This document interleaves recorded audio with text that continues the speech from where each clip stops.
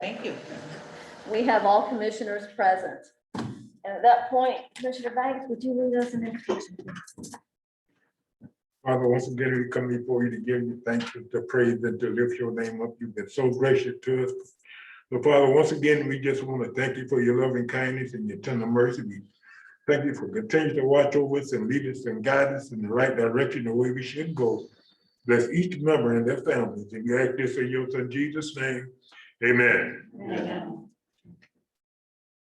I pledge allegiance to the flag of the United States of America and to the republic for which it stands, one nation, under God, indivisible, with liberty and justice for all.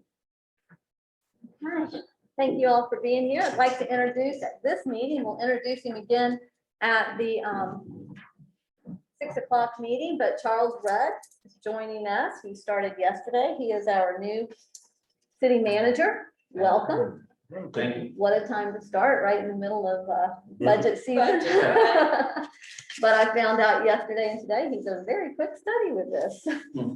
So anyway, with that, I guess we want to go ahead and get started. Robin, you gave us all a new one. Yeah, that put all the changes that we made and, Okay. and that we'll sign on. So maybe you might want to preface, we had discussed that the budget was actually put together by a former finance director, and so our new finance director kind of inherited it, and even though we had a pre-meeting today with staff and our former finance director, and so there's been some changes, and we still have some things that just need to be discussed. Okay. Thank you. And Robin's, as far as like he said, she inherited this, and in talking with both Charles and Phil and Robin, probably next year you'll see a whole different version of how we will be doing, presenting the budget. And we'll Make start it- a lot earlier. And we'll start a lot earlier too. Yeah, and it'll make it a little bit more readable for us to understand. So, but with that, we're going to go through it and do the very best we can. Did you want to start anything off, or do you want me to? We can just start going through it. Well, I don't know if you feel we need to go through it line by line like you did. It's going to be at the commission's pleasure if they want to go through line by line like we did last time. If there's anything that you have some concerns about that we can go through. I think probably what we should do is go through category by category. Is that okay? See if there's questions. Yeah, and see if you have any questions rather than line by line. Is everybody okay with that? Yes, I think that's- Commissioner DeVito. Yes, I think it would be helpful if Robin could highlight the changes that were made. Okay. I think as we go through it, you can, if there's some changes that have been made, she can speak to it at that time. It might make it a little easier for all of us. Okay. So we're going to start with the general fund revenue. Does anybody have any questions, concerns? Robin, did we have any changes in this area? No, Okay.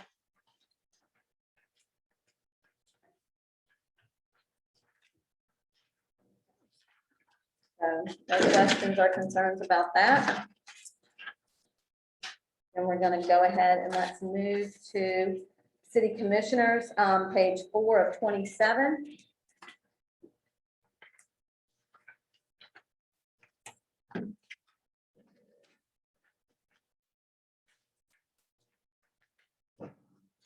And does anybody have,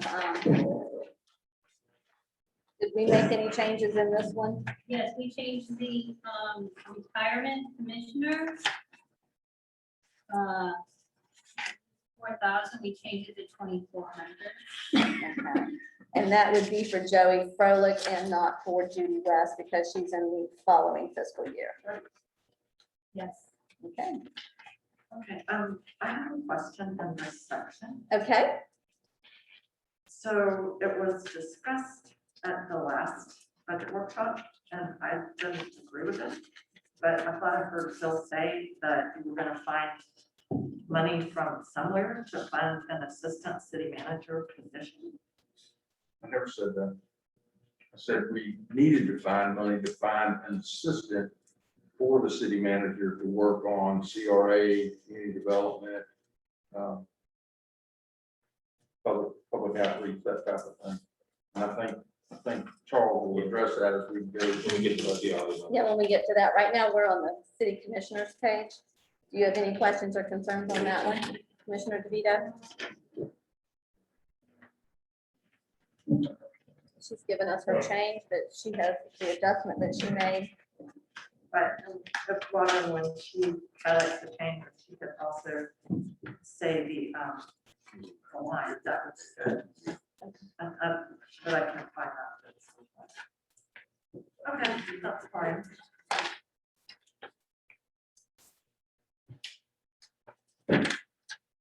Okay, and always keep in mind that as we go through this process, if there's something like that, Commissioner DeVito, that you have, that you would like, please, please be sure to reach out to us and our staff and let her know so that she can have that in the future That's what, with what you're suggesting, that you wish you had highlighted. yeah, just when she's saying something, just say what line it is, so my poor eyes, I can find it. Okay, so then we're gonna move to, Commissioner Banks had to leave to go get a different face mask, he needs a larger one. So we're gonna go to finance and administration. That's gonna be on page 5 of 27. I can help her out a little bit with that, Commissioner DeVito, as well. You know, in the finance and administration, does that include Karen? Or is she included on this page? In regular salary, she is, In yes, regular salary? yes. Your Okay. executive salaries are gonna be city manager and your finance director. Now, what does membership training mean? What does that mean? What does that entail? What's in there? We had training for the new system, the accounting system. I took some Excel training, so things like that, So Training for accounting or administration. right? So Anybody that- can do it, So anybody, that includes all of the, yes. and now, is that like a tuition refund kind of thing, or is that just, hey, we're gonna pay for this because you need that training type thing? You kind of need it, it's Yeah, we helpful pay for to it. take that, yeah. Well, it's my understanding, if I may, Mayor, yes, in different departments, there, some professions have memberships, like I think there's a membership for the code enforcement officer. There's a Florida Code Enforcement Officers Association. Just different categories of personnel need different types of training. Like we have a budget, we have quite a substantial budget for the city manager for training. So I think you're gonna see that in every department, as I understand it. But I have a question about, I think this relates to Commissioner Burton's question.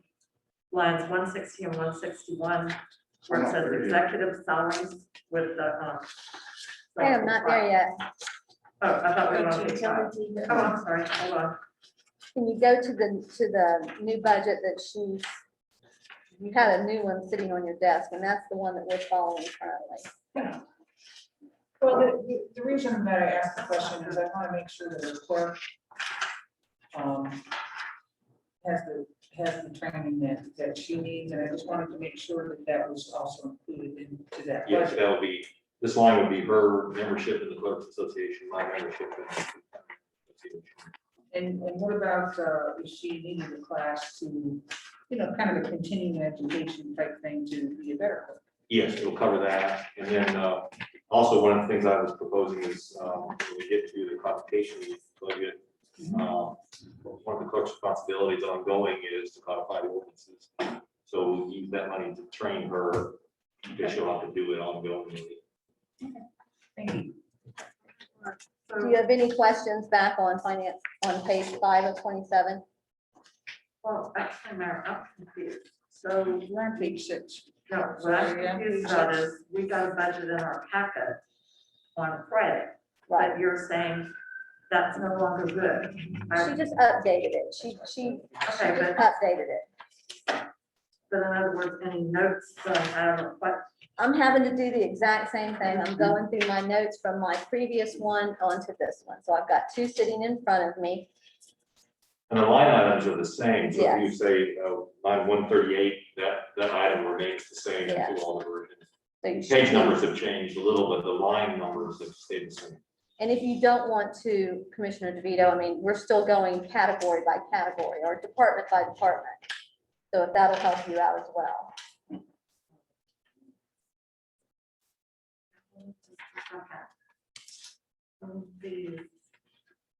no, there's some significant differences, because one of my questions originally on page 2,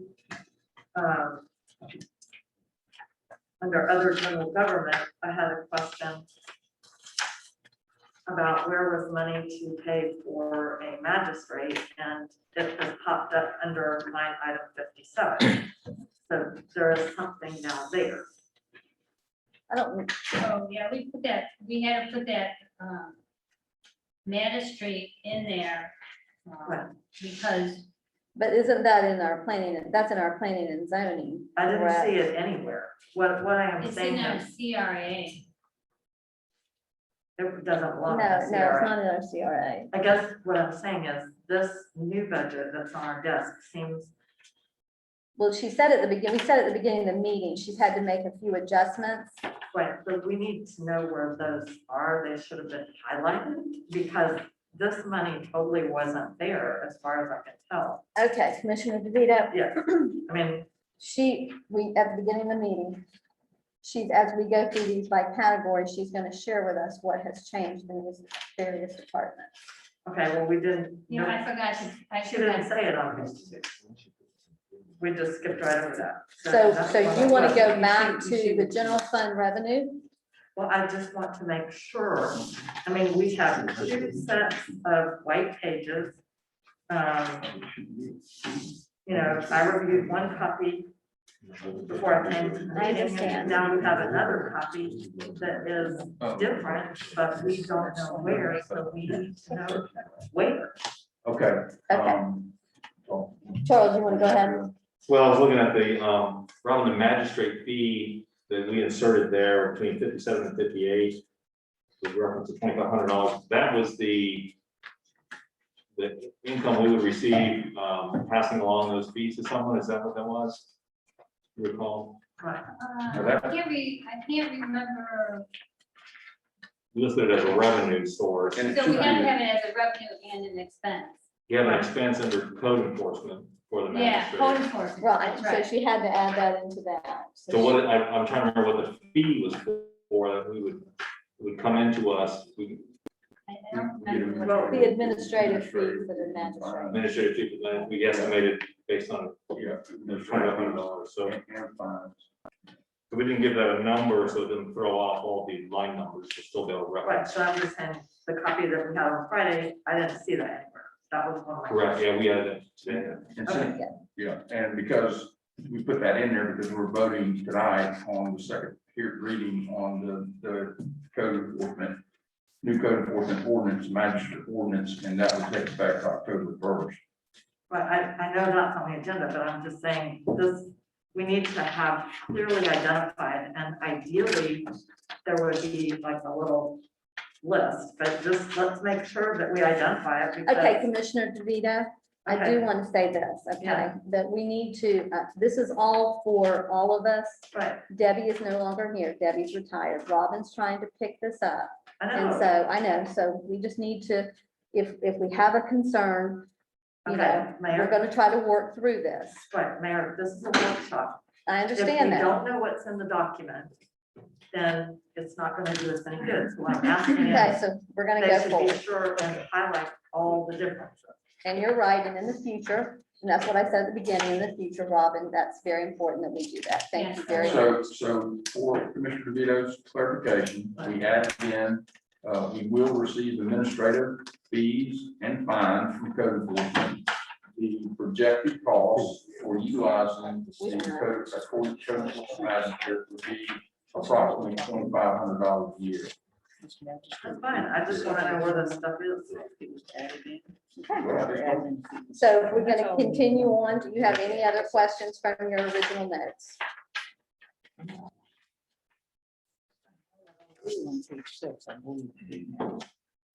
Okay. So we're gonna go to page 6 at this time. Yeah, it's not, it's referring to, you don't have, is that 10 million available to this public? I don't see it on the table. It should, I can get you a copy of it if you want a copy of it. Do you have an extra Because copy? For the budget, the devil's in the details, and Right. if you're not operating at a budget code level. Okay. And I apologize, but if you, I understand what you're saying, but you're gonna have to probably, for the record, we'd have to get your name. You'd have to come up and speak. And This is a workshop. I'm gonna allow this at this time. Okay? But. And I understand what he's You saying. open it up for citizens to attend. you And we ought to will be- have public comment at the end. Yeah, I understand that, but it doesn't do any good for a few of us that showed up to sit here and not have a basis, because I'm seeing y'all struggling with even understanding the budget. Okay, And you give me this one sheets that you can't tell nothing from this. you're right. If you'll go ahead and just There's no introduce transparency. your name Yeah. and your address, and then we'll get you a My name is copy. Rick Kreider. I reside at 436 South Prospect Street, Crescent City. And my question is related to what information is being made available here, because there's so much that's not in the record or in the budget. And I understand people that are training and need to get speed. I'm fine with that, but Okay, Rick, you can't expect people to make. I understand. We're gonna get you a copy, and then we'll have public comment at the very Sure. end, so you can comment at that I time. just, it didn't do any good. You said. I understand, absolutely. Thank you. Thank you for bringing that to our attention.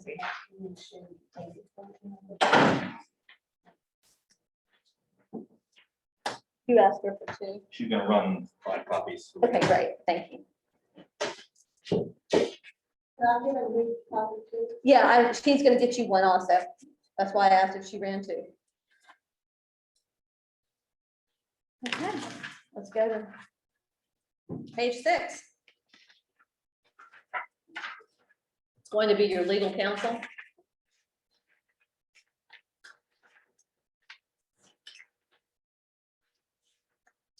If you'll look on here, where Robin stepped out. I do know that Robin reduced the, in talking about this, an outside legal down from 4,000 to 2,000. And that reduced that budget. What line is that? That's 151. Mayor, may I have a comment about that on 151? Sure. 151. I particularly, since we have a new city manager and a new clerk, I really think that 3,000 a month for our city attorney is not necessarily realistic, and particularly, I don't know about the outside legal, but I noticed in the proposed code magistrate ordinance, there's extra duties for the city attorney.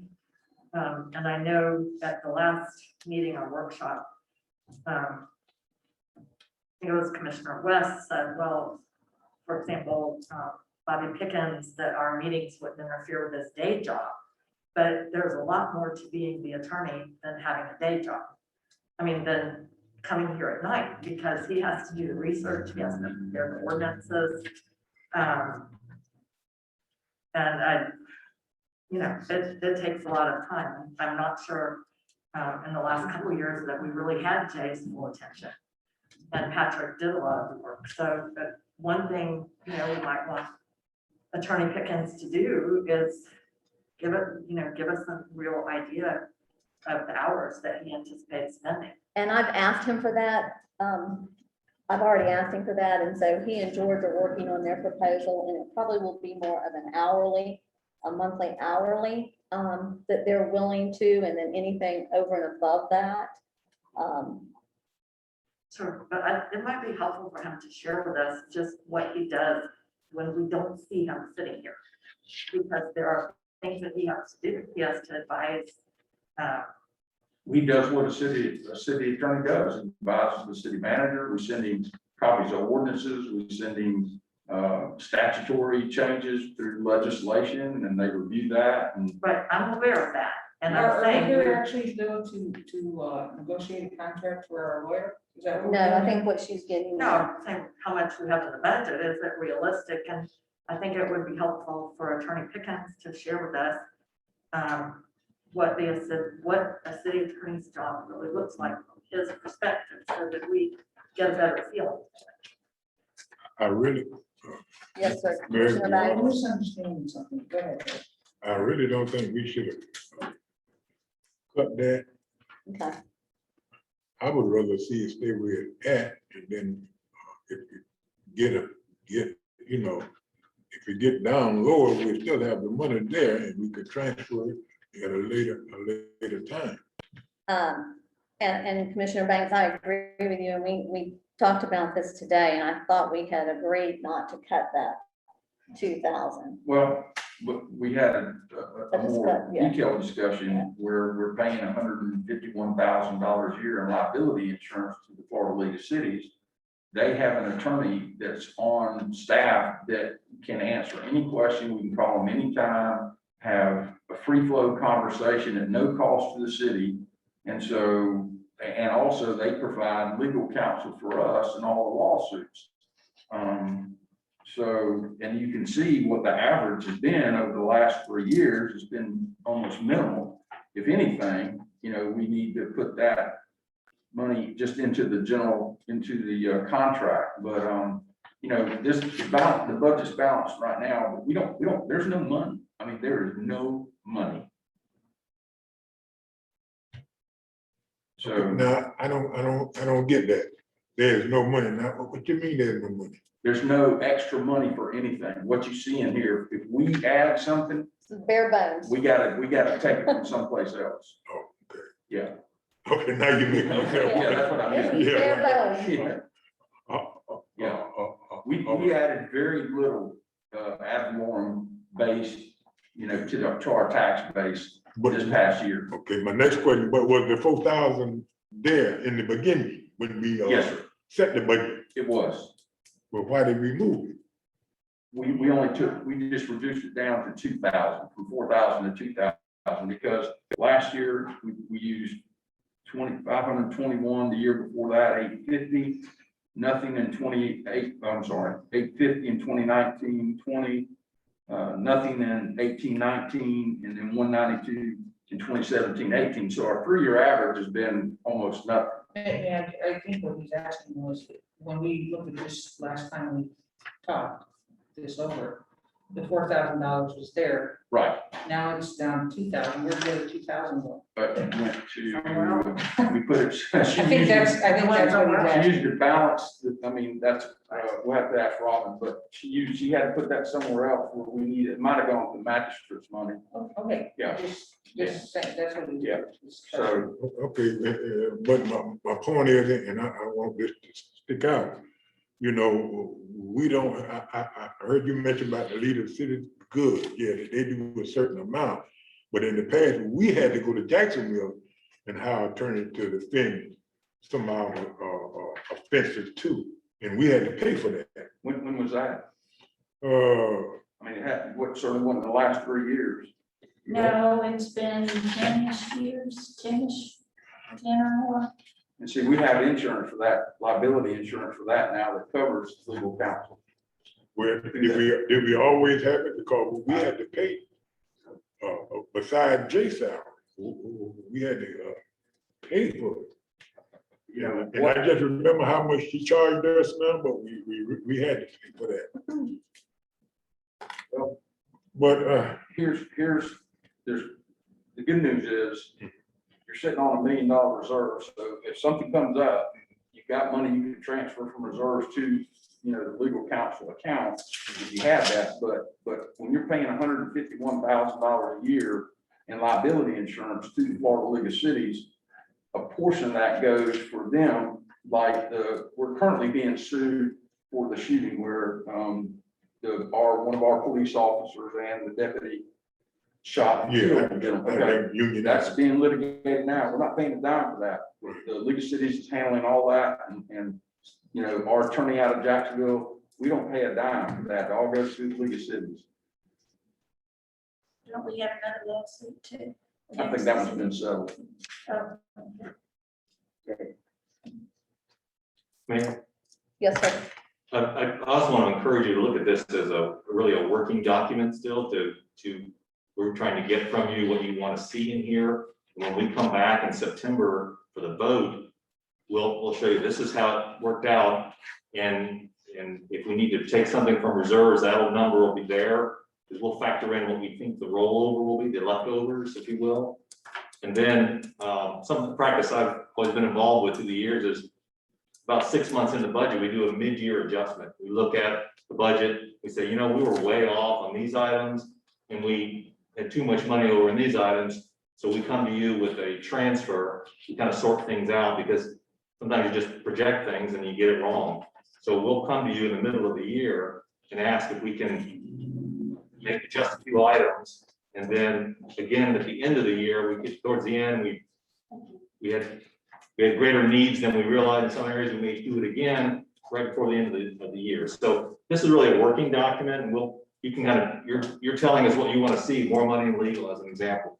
We'll work on that and we'll come back and say, we made it work, and then we don't need anything from reserves, or we need 100,000 from reserves. Gotcha. To make this work. Gotcha. Good eye. So Robin, while you were out, we were talking about the legal counsel, and we took the 2,000 away, so we reduced it by 4,000 for the other. Where did you put that additional 2,000 that you took out of the legal counsel?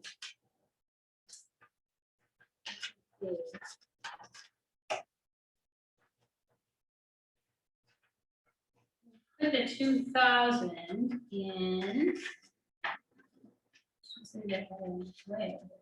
I thought that was part of when we added the magistrate. That was, we took some of, I thought we took some of that for the magistrate.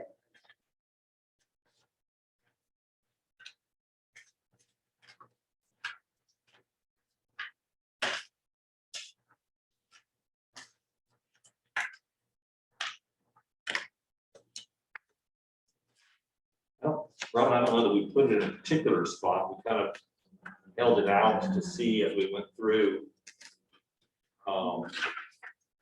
if we would need it somewhere else. No, I don't know where I put it though. Yeah, I don't think it went to a particular other line item. I think we were looking to see what we could reduce. And then, for instance, we had to add in the magistrate. Yeah. And, That's why I thought that 2,000 was part of that I magistrate. think we had We put it in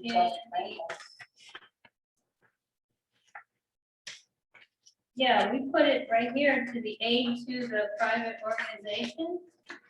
What line item? That's line item 230. No, No, we left that No. alone. we left that alone. Oh, no, yeah, then it was the next one. Well, that was only 2,000. I don't see this really being very profitable. I think maybe it will come to mind if we Yeah. proceed along. As we go forward, we'll find it. We'll find it somewhere. Alright, thanks. So what we're dealing with right now is, let's go back to legal counsel. Is everyone comfortable with reducing that by 2,000? Or are you wanting to add that back, the 2,000 back in there? What is, No, well, I'm what are you comfortable. thinking? Okay, I'm comfortable with it at 2,000, especially Okay. if we're gonna do a true up in the future if we Okay. need to. okay. I just want to make sure. Okay, we're going to move to utility billing customer service. That's going to be on line 7, page, I'm sorry, page 7. Okay, Robin, did you make any changes in here? No, I don't believe we changed anything here. Okay. Does Okay, anybody have any questions in this? Okay, page 7, so what is it? It's gonna be utility billing customer service. Okay. All right.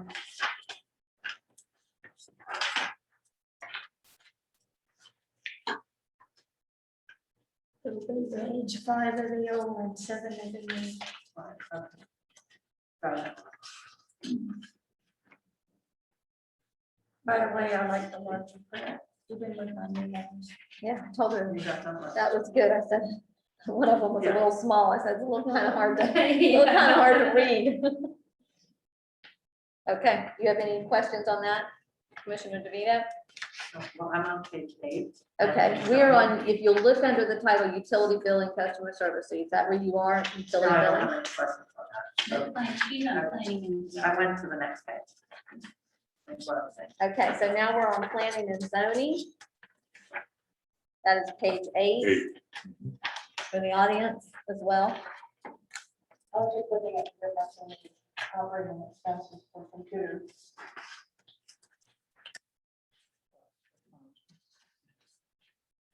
Okay, planning and zoning, do we have, we do have any changes here? Do we have any changes here?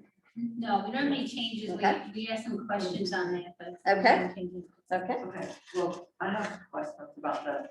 So on 204, if I may. So what is administration fee is? What is 204? That's, that'll be our ongoing services contract. We'll have a continuing services contract for planning services. So we'll, What kind of planning services? just for planning and zoning, land use amendments, they're ongoing to, rather than having a full-time staff person, we'll have someone under contract that, as we get, items come in, we'll have someone come in, under this contract to handle those applications and so forth.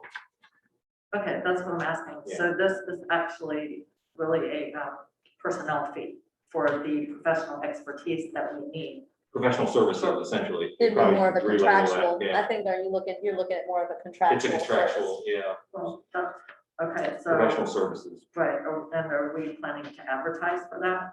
We'll do an RFP or RFQ actually to see who responds.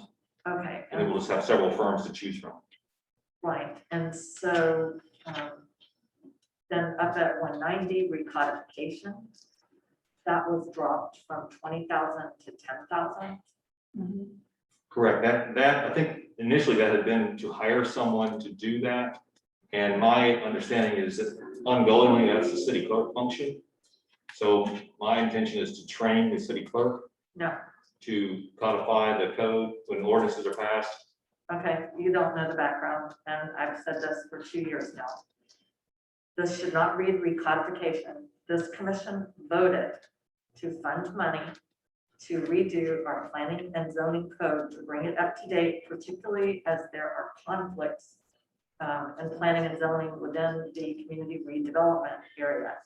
And it was never intended, I have the memo, I have the documents Okay, from when we passed it, it was never intended for that ordinary recodification service. At one point, Attorney Asbury stood up and made a big deal about how our codes were a mess and we needed to hire somebody for $20,000 to redo the codes and wanted to take that money.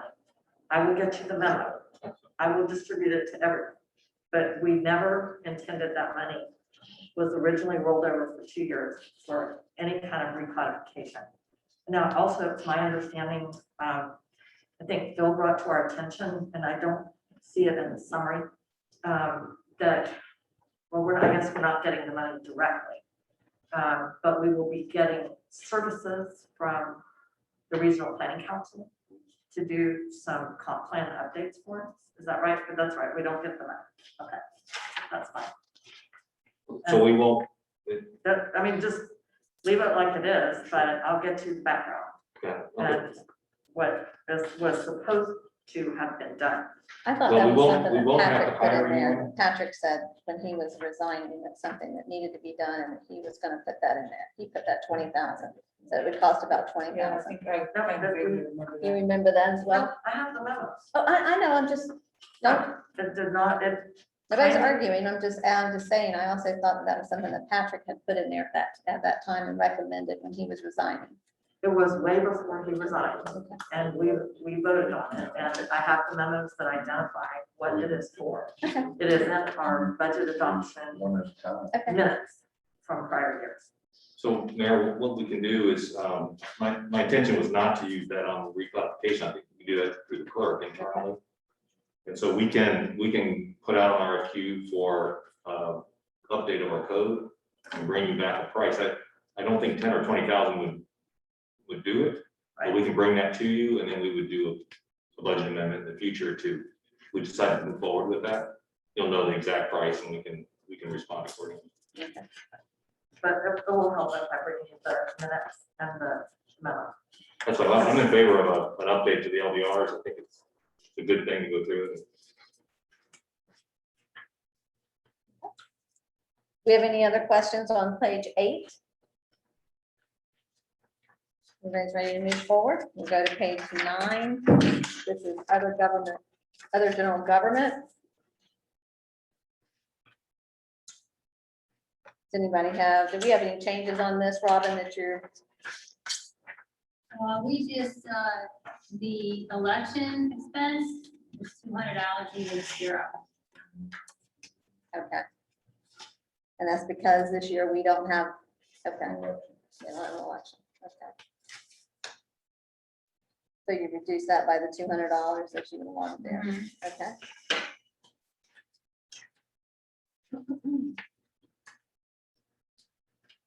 Does anybody have any other questions on this?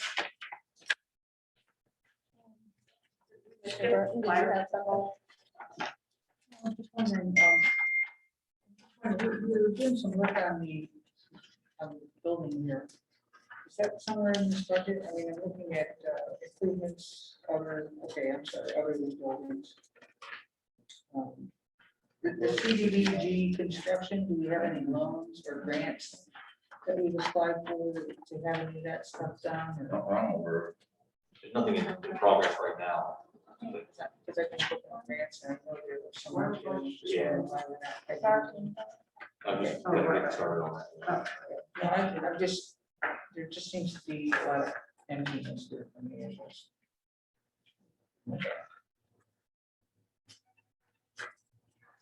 So now the CRA fund has 74,000 in it. Wait a minute, I thought we were going through this department by department. How She's did we going get down, I think, went down here to 235. 235. That's the general fund contribution to the district. Okay, and then the Better Place plan, to- Oh, good. nothing there. No general fund dollars are being transferred to the Better Place fund. Well, usually these go the other way around, right? The Better Place is a separate fund, right? It's a separate Yeah. fund. so Yeah, I know think that. it's That's later on. for capital improvements. So, okay, well, all right, so I see where she is. Thank you, Commissioner Burton. So on 235, it says inter-fund transfer to CRA fund. That's just the tax revenue, right? That's the other city portion. City of it. share. Right, that's just we're just moving it Yes. from intake to where it belongs. Yes, Okay. All and right. she's got that, in. She identifies that in your legend too at the end. Okay. Okay. Now, a Clarion is in this, am I correct? Is a Clarion in here? So we've got that on line We can budget 239. next year because we're gonna be finished with it in Right, September. but we did budget, just so everybody knows that we did put that they are in the budget currently. We are, shouldn't be for next year, No, not for next year. because they're gone. Okay. I believe at the end of September. Yeah, Okay, I correct. just want to make sure that Yeah. Well, so are they in or out? they're out. Okay. Isn't that a program in DD? Could we- you have that notation down here, Robin, where it says the Clarion 6,500 per month You mean plus the next travel. page, Yeah, on page 10 of 27. you told me to get rid of it. Okay. Yeah, right here, city clerk, yes, increment. No, Right, I see what the Clarion is just, float. this- just kind of floating, hanging out there, but we are, Okay, these are the footnotes that go to, on page 10, we're looking at the footnotes that go to page 9. Yes. And the Clarion is just hanging out up there. It should have been deleted. yeah, Yeah. I was gonna so say, we you could just just gotta- delete that. Yeah, exactly. Just so there's no confusion, because you have a software maintenance, licensing and hosting, you just want to make sure that that's not, people don't feel that that's. Okay. Any more questions? Can we move to fire control? That's going to be page 11 of 27. Okay. And she would be here, but she has COVID. She has COVID again. He said he did. He said he did. Yeah, man. He said he didn't need to get vaccinated because he was already had it. Okay, well, Don't that's take a it. personal, that's a personal. Okay, we didn't change this one either. Okay, I didn't think anything changed in fire control. Okay. And we are going to be holding, Jason has given us some dates for us to hold a workshop. We've got several things that we need to discuss with that. And as soon as Jason's back up and running, we'll get some of those dates for everybody to look at, to see what's a good. Workshops for what reason? Well, we have to talk to him about what we want to do with the county. And then also if we are going to do, it's my understanding, if we're going to do try to, with the money that we're hoping to get in With from the our, recovery, that we need to correct. have discussion on that too. Right, we are scheduled at some point in time, probably not, won't be till after we'll be in the new fiscal year. And I think the 1/2 allocation of our overall total is around 330,000. The idea has been that we would build a barrack or a living quarters for fire rescue or for fire and rescue, so we can have the ambulance stationed here in Crescent City. And also it would enhance our ability for volunteers to utilize the barracks to be able to stay, so we get, 24 hours, they can stay overnight. So basically, this workshop will need to happen next year. No, No, we're no, doing no, it in no, September. we're gonna happen, it's gonna happen in Because September. discuss overall the goals of next year, Yeah. using the money that we'll receive from the American Rescue Plan next fiscal year, but you have to go ahead, right, Charles, and you have to, You have to put a plan, we have to have a submit a Yeah, plan, there has to be a right. plan in place. and what it's gonna cost, and it'll be around 300,000 for what they're gonna need to do. I just don't spend money I don't have. It's not my pocket. Well, no, and we wouldn't spend it. I mean, that's just a plan. If we don't get the money, then we don't do it. And the ambulance stays in Crescent. And we don't have that, I mean, that's not in here at all, No, it's it's not, not that, in that's the not budget. reflected in the budget at all. Right. It shouldn't be. It's just in order to What we would do. apply for that, we have to have a Yeah. plan in place, Okay. whether we So get it or not. we would, once that money, we knew we were gonna receive that money, then we would come in, amend the budget, and then add that to the fire Yes, portion of the budget. and it's, correct me if I'm wrong, but anything that we use that money for has to have a direct effect with COVID, correct? It's related to Yeah, COVID. related to or- COVID, yes, and so an ambulance here locally would be very beneficial. Okay, any more questions on fire control?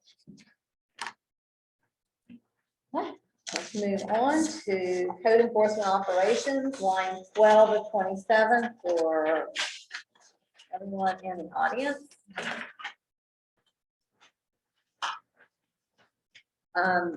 She's part-time. How much are we paying now? I mean, this seems like a very low salary. I mean, I don't know. That's for 20 hours a week. 20 hours a week. And she now works, Monday through Thursday, is it Monday through Monday through Thursday? It's Thursday. 20 hours a week Mhm. now and not just 2 days, so, Yeah. Pam then? yes. And we did have a change here, correct, Robin? Yeah, that's a 2,500. Okay. So we added the 2,500 for the magistrate fees. Okay, yep, that was on my list. So in other words, that's what we're speculating that we're gonna pay. Yeah, and I share Commissioner Burton's concern about the salary for our administrative officers. You know, so we have a membership for her, but we don't have training. I think Phil said She does training through her membership with the Florida Code Enforcement Association. In fact, she went to, where'd she go, Karen, last week? She went to She went to Daytona too. Daytona for Yeah, a for 4-hour class.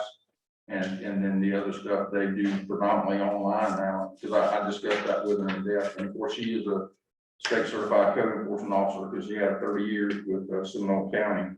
And she also received the cost of living increase. And so I think she's got a new truck. She's pretty happy. How much revenue did we bring in from total enforcement this year?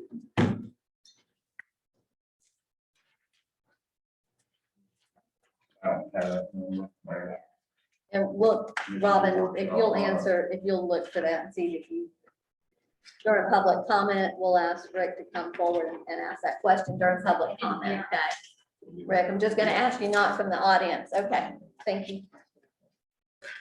Go back to the sheet again. You could tell where the revenue is. Where the revenue stream. There we go. Very little Well, from, we didn't have a code enforcement meeting until last month, or the first one we had in almost a year, so. and, yeah, and really it looks like when you go back to it, the revenue projected is 2,500 is what we're projecting to receive. But we in did code receive- enforcement fines and fees. We did receive a few $1,000s from tax deed sales where we had a lien against the property. And after all the things were paid off, the city they sent us a check for about $3,000. Okay, And that's ongoing. I mean, anybody, even if they have a homestead, you know, you can't put a lien, well, you can put a lien against it, you just can't foreclose on it. But if they sell it, then the lien has to be paid off, or they won't have a clear title. so the average is what they've got in here is our average, we're bringing in about $3,500. And we had a code enforcement board last month, we'll have one this month, and then we'll be pretty much caught up. And so I expect we'll be receiving additional administrative fees and some fines before the end of the fiscal year. Any more questions on code enforcement?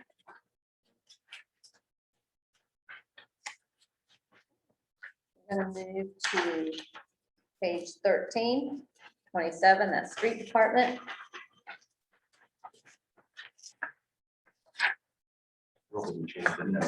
Yeah, we didn't change anything, nothing's been changed on it. How many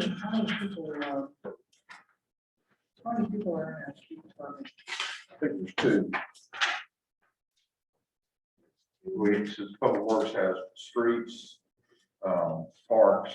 So that would be the Sewer and two water. regular salaries, and then the executive salary is one person? Correct.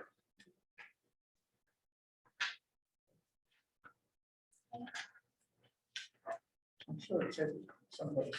It'll say, it should say down here, 2 laborers and a public works director. Right here, there. I looked for it. Yeah. Right, 368. Yes, Commissioner DeVito. Right, but I don't see for improvement other than buildings, I assume that down on line 365, the 772,000, I assume that's Central Avenue. Yes. Okay. And no, correct, Phil, that was for Central Avenue, that 772,000. Right, but there's no, there's on the next page, on page 14, there's no explanation of that. There's no, for the footnote 3, it doesn't appear, there's no detail. Right, so you see footnote 3 and 365, then you go over to the next page. Or just remove the 3. Well, I mean, that's better to have the detail. That's the CDBG grant. And we can add that footnote in there. We can add that footnote in there, just so for the future, if somebody's looking at this, they'll know exactly what that was. Everybody good with that? Yeah, I would go. Okay, so Robin's not here, but we need to I'll hit 14. make a note that she adds number 3 to that, and that was Central Avenue improvements. Central Avenue payment.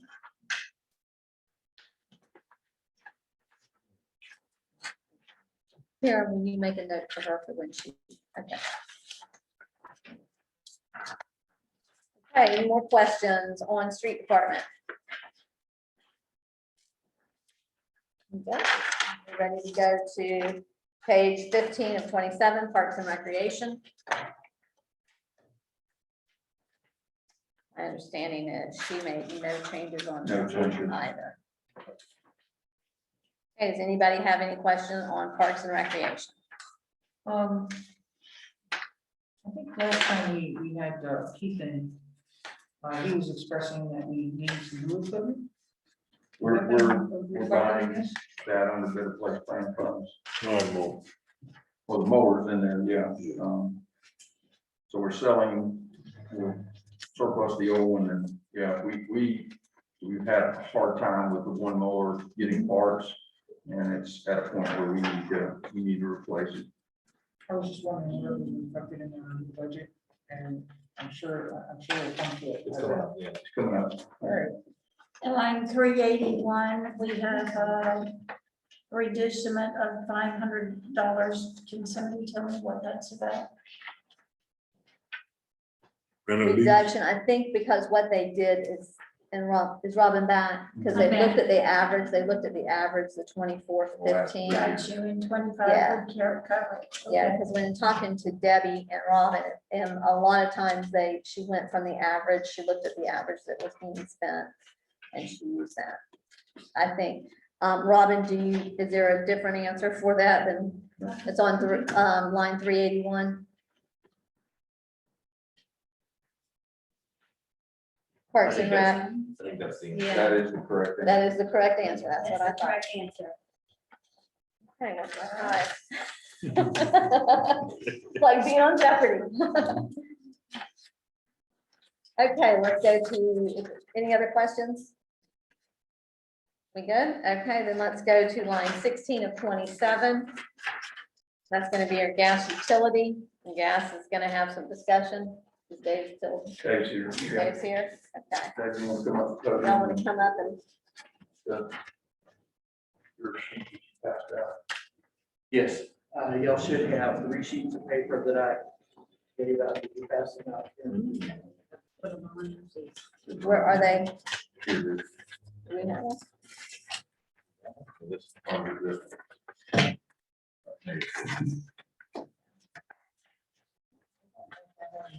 Two of them got ready, one. Yeah, it's gonna say gas utility. Is that the one that says gas utility? It says Crescent City Natural Gas. Yes. it's probably- And then there's the, Okay. okay. I got it, I see it somewhere. I got to dig through it. I know there's a lot of pages. I'll tell you, number them all earlier going, okay, this. From the gray order, let's take them out of the gray order.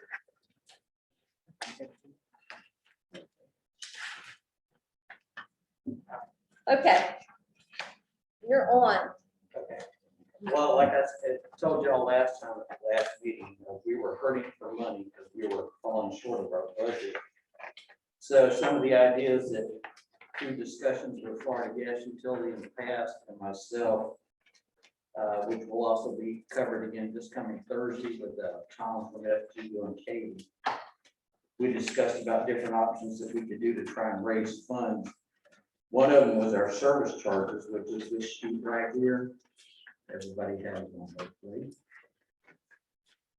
And this was a sample form that I did based off our numbers that we did through this budget that's mentioned at the end, all the surplus, the 2021 budget.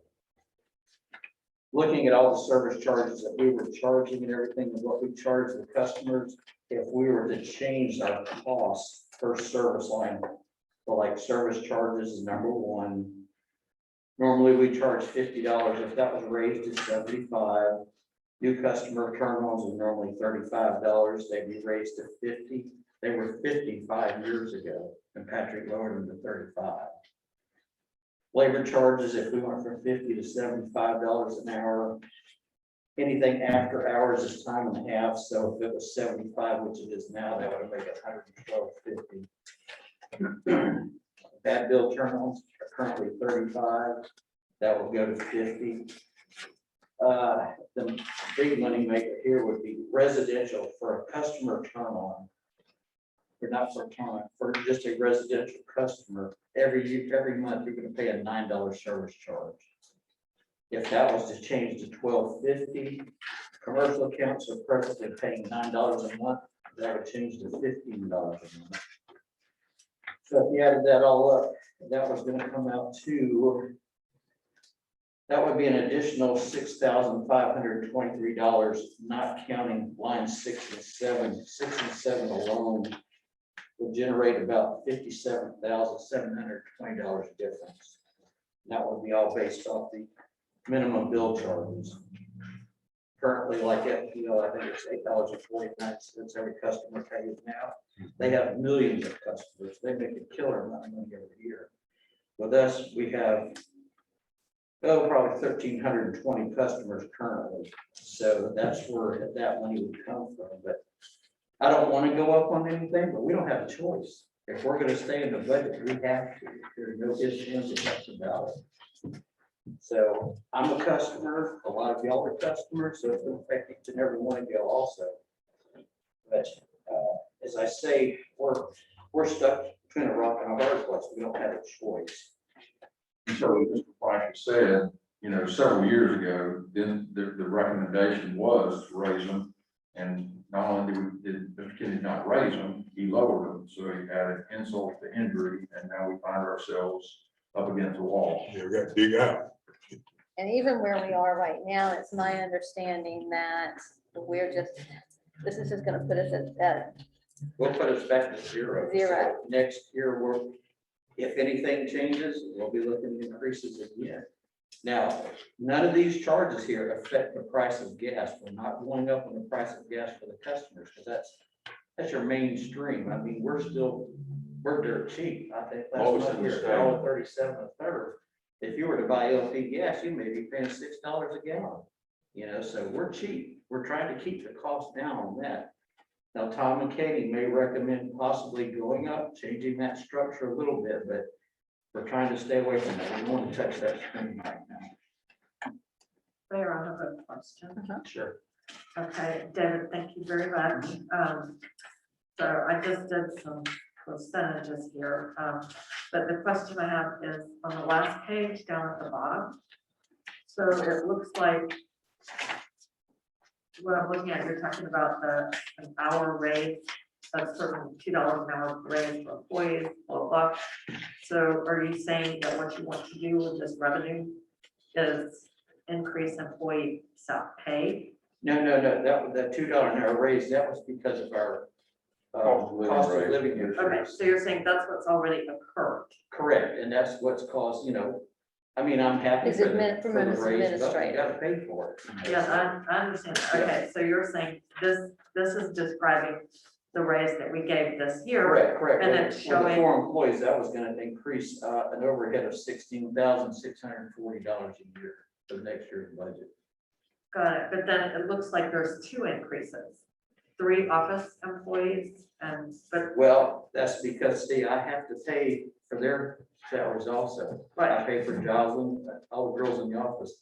I get that gas pays that share. Correct. They all divide that out and pay their share. So these are his administrative costs.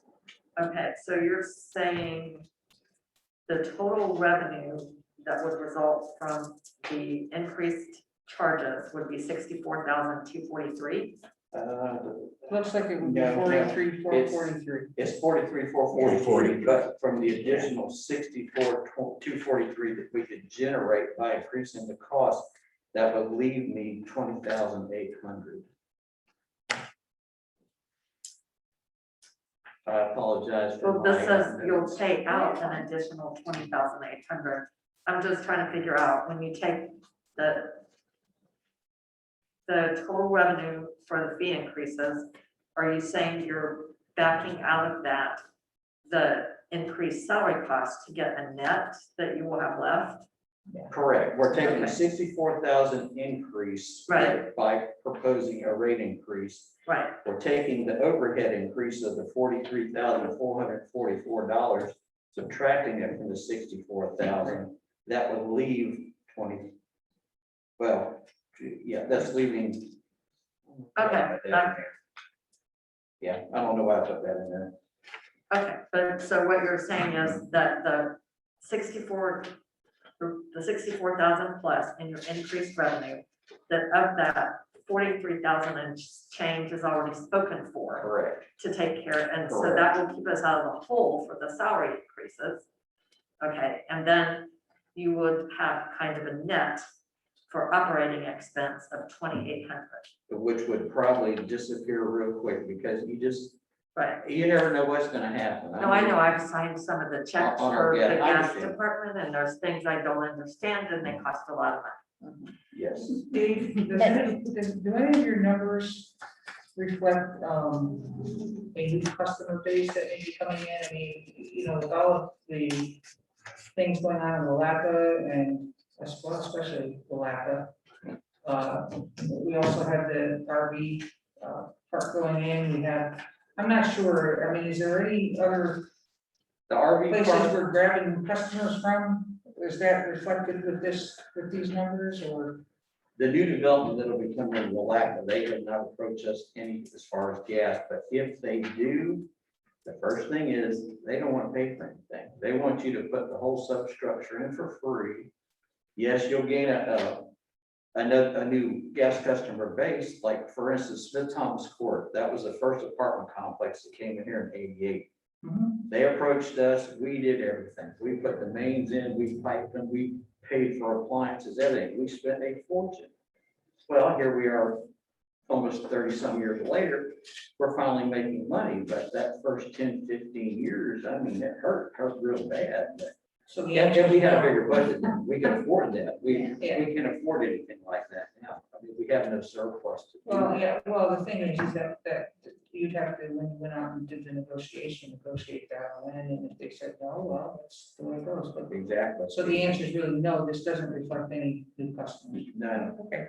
Now, the trailer park that's going here south of town, they do want gas in there. That'll be a master meter set up that way. We stop at the curb, any infrastructure they do, it'll all be on them because I don't like going to the trailer parks like that because you have to get a lot of damaged lines and everything through construction. So by putting the meter at the curb, whatever they damage is past the meter. If the gas goes through it, they've got to pay for it. And they've got to pay for any damages. RV park. Yes. Party, party. The high dollar RV. Yeah. Okay. Excuse me. Commissioner Banks, you have a question?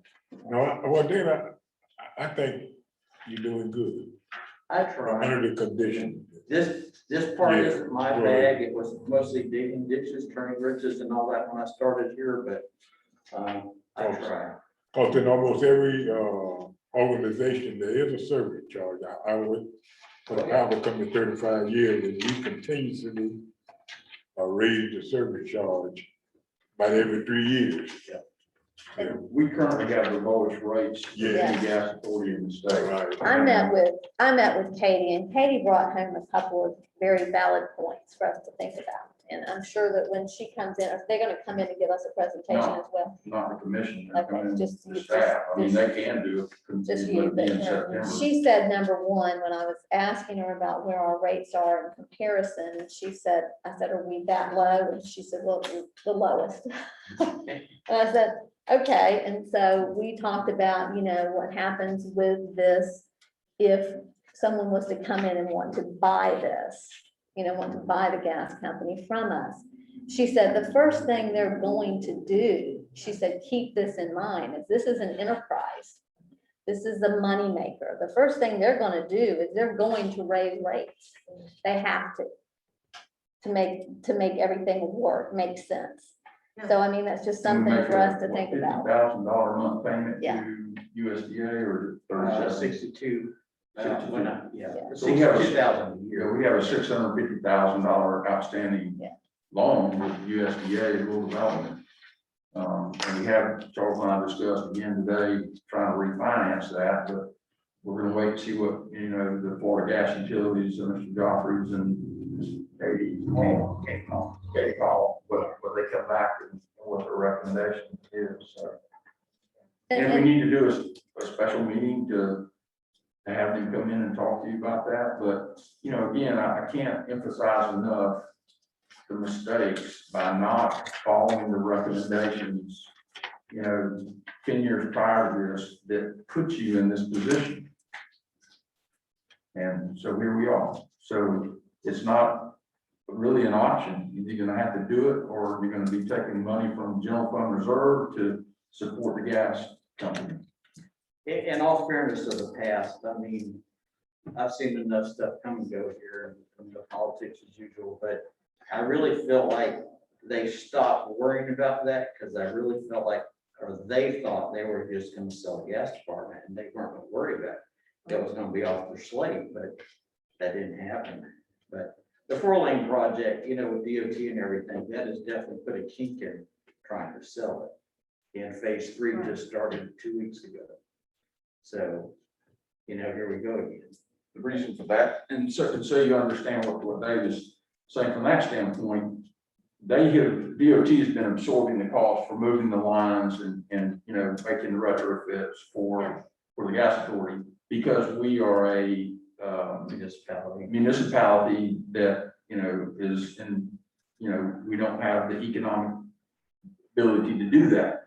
If another gas company bought it, that did have that, or was a private gas company, they have to pay for that. So then you're looking at major costs. I'm talking about hundreds and hundreds of thousands of dollars right there. Anywhere from 1 to 1.5 million for each phase. So you add that on top of the $650,000 loan we have, and it doesn't look, you know, not many companies out there are going to be interested in buying.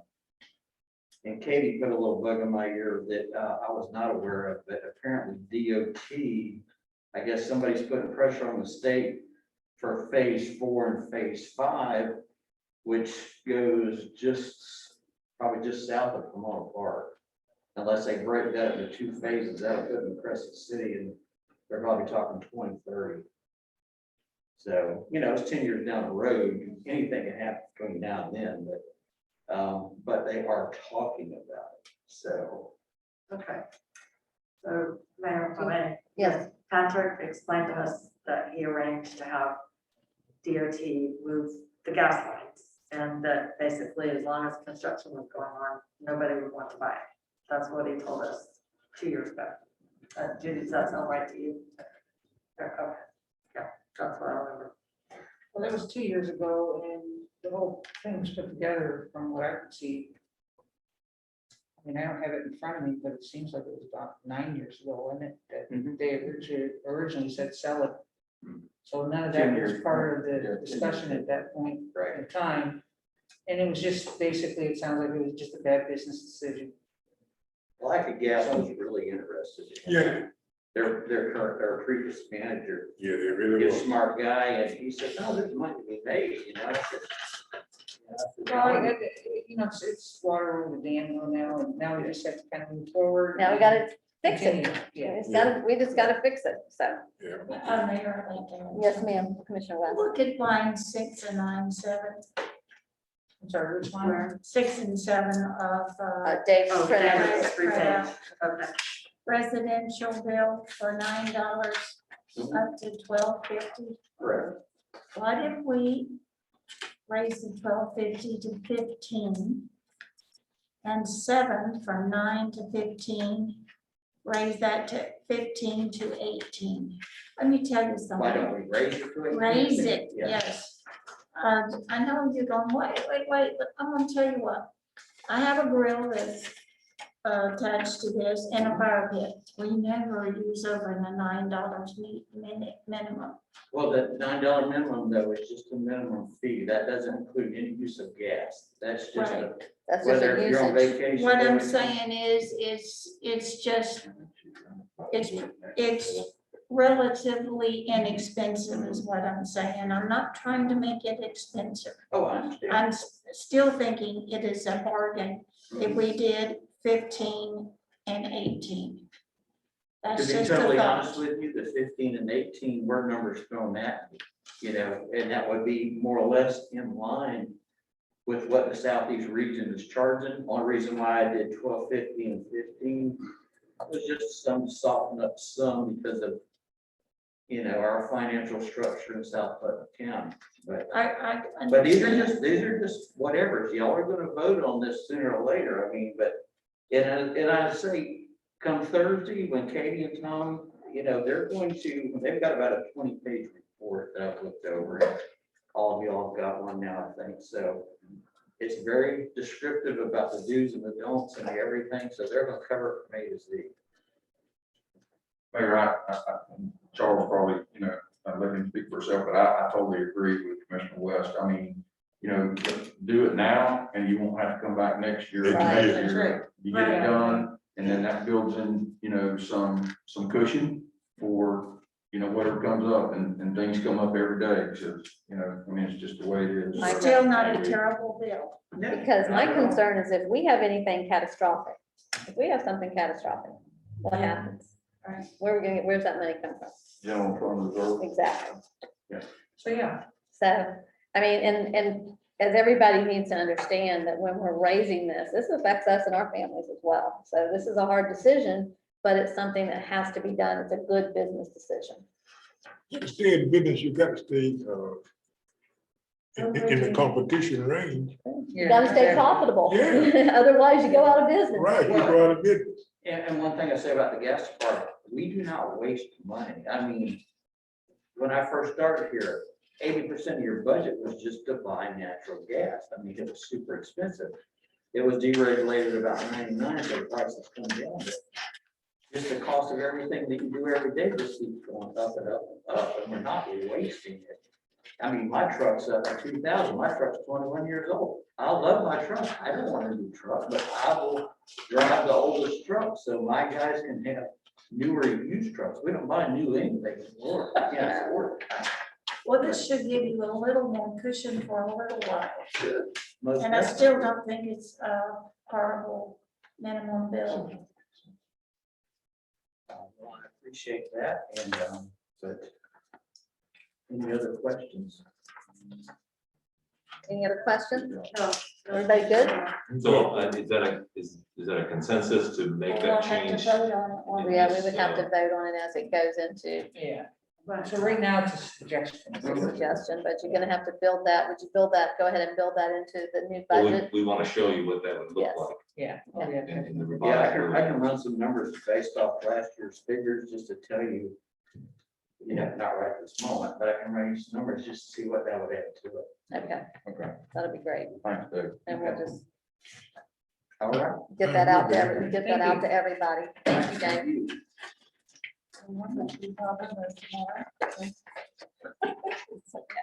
Mayor, I couldn't find it, but I do have a question back on page 15, where the general fund expenditures are totaled up. It's line 396. On the new larger print copy, it's page 15, and it's lines 395 and 396. I'm not really understanding. Okay, we have where the general fund expenditures are totaled up. That's the general fund, because then we're gonna go into, we're going into our enterprises. Right, but I'm saying they're on line 396, it doesn't back out less grants. And didn't we have grants for fiscal year 2021?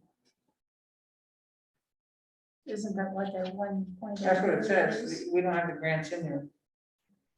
That's I what mean, I'm understanding. The yeah. Grants have been taken out. For the projected, yeah. Yeah. For the projected fund. We do have it, we account for it here in line 396, the next to the last column.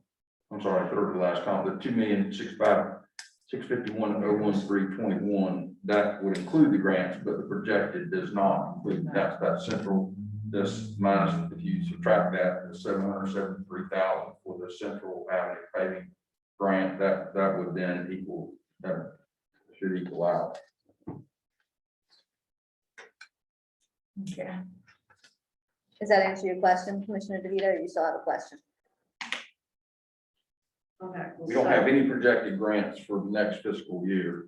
Right, And- but, so, okay, so when you look at line 396, and you look at the column, that's the current budget year, it says 2021, and you go straight down to 396, where it says total general fund expenditures, and then you go down to the line that says less grants, and it's exactly the same. So it Doesn't- looks like what she's saying is 2021, they didn't back that grant out, that we had a grant this current, we had a grant this current fiscal year, correct? We did, it's Yes, okay, 773,000. Right, and it didn't back out, it stayed the same. For the current fiscal year. Yeah, Robin, Yeah, do you see that? That's Yeah, exactly yeah, I the see difference, that. yeah. I mean, Okay. that's That was exactly- all police, wasn't it? No, The cars and Grant? stuff, or- I don't think, Wasn't that all the cars? I think it was. oh, the police, Yeah, okay, cruisers. the cruisers that we had. Okay, Right. one thing I know is, if you're backing up grants, without grants, we've never had a budget in recent years of 2.6 million. There's got to be some grants in there that need to be backed out in line 396. Yeah, that number looks wrong. Yeah. Okay, so Yeah, they, I- And that's yeah, what- we don't know. that's that's true. Yeah, We don't know, this happened a long time ago, so it's hard to say, and I would say that it's wrong. It Well, is the thing wrong, is, it is wrong. It's the current fiscal year, and I feel sure that there's some grants that need to be subtracted from 2.6. Robin, when you look into that I and will so that look we into can it. get us all, when you get us a clean copy of this, because Yes. I'm sure that has to be, Right, but so then just following up, what Phil is saying is for the, you back out that 773,000. Right. From the 2,651,013. Generally, I mean, it's in the range, your total, your budget for next year would be 1,830,651.58. So, yeah, we just need to take that and remove that. right, That the should be- current year will Yeah, probably right, be yeah. correct, but Phil, what you're saying is, if I may, Mayor, that for the future fiscal year, for the year we're passing the budget for, we do not have any grant funds included in that budget. No, ma'am. no, Okay. not this, not Now, at we this hope- time, not at we this hope time, that- we hope to. The CDBG will come out and we'll be able to apply for grants, in Sure. September, October, and then we'd have to come back and amend the budget to add, and if we were selected for a CDBG grant, which we do want to apply for one for sewer and water. That's fine, but Yeah. we don't have any No. that we are expecting, but Correct. that's what I wanted to, okay. But definitely the current fiscal year column, line 396 needs to be Yeah. correctly adjusted It somewhere. needs to be adjusted. Okay, let's go to page 19 of 27, we've got to. No change, there were no changes on this, is that correct, Rob? No changes on that. Okay, anybody have any questions? Questions? Okay, then we're gonna move over to page 22 of 27, that's sewer utilities. Wait, what? 22 of 27, Okay. sewer utility. So have we skipped better place plan? I'm sorry, I'm trying to. Not yet. Not yet, we haven't gotten to it yet.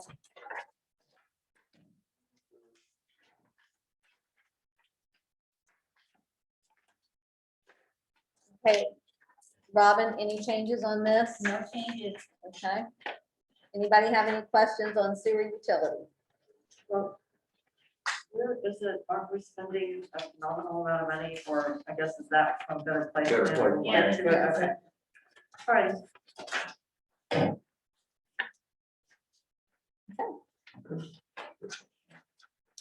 Questions? then let's go to Page 25. let's go to the Better Place Plan. Page 25 of 27 for the audience as well. I just need to make one correction. Okay. On line 656, we were able to do the re-roofing out of this year's budget at a substantially lower cost. On what line? I'm sorry. Line 656 under 2010, 2020, well, it could be 2020, 21, where it says re-roof gas building.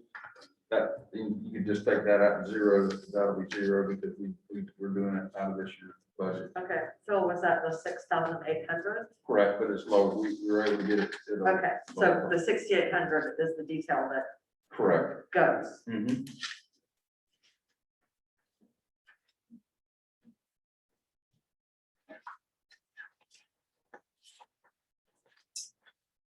Okay. So, well, okay, hold on, there's some things I do not understand here. 647. Okay, line 647, what is the $20,000 for other professional services? That's So, the- engineering for the methane digester or the methane injection at the wastewater treatment plant. okay. And then equipment and machinery, the 140,000 on line 649. Okay, that's for your bucket truck and generator. Generators, doing generators for this building and for the fire department. That's the bucket truck that Keith has been asking for several years. That's 140,000, and you're saying the breakdown is, and, okay, some of these things need their, they need their footnotes. You're saying 140,000 then is footnote 2, Yes. okay.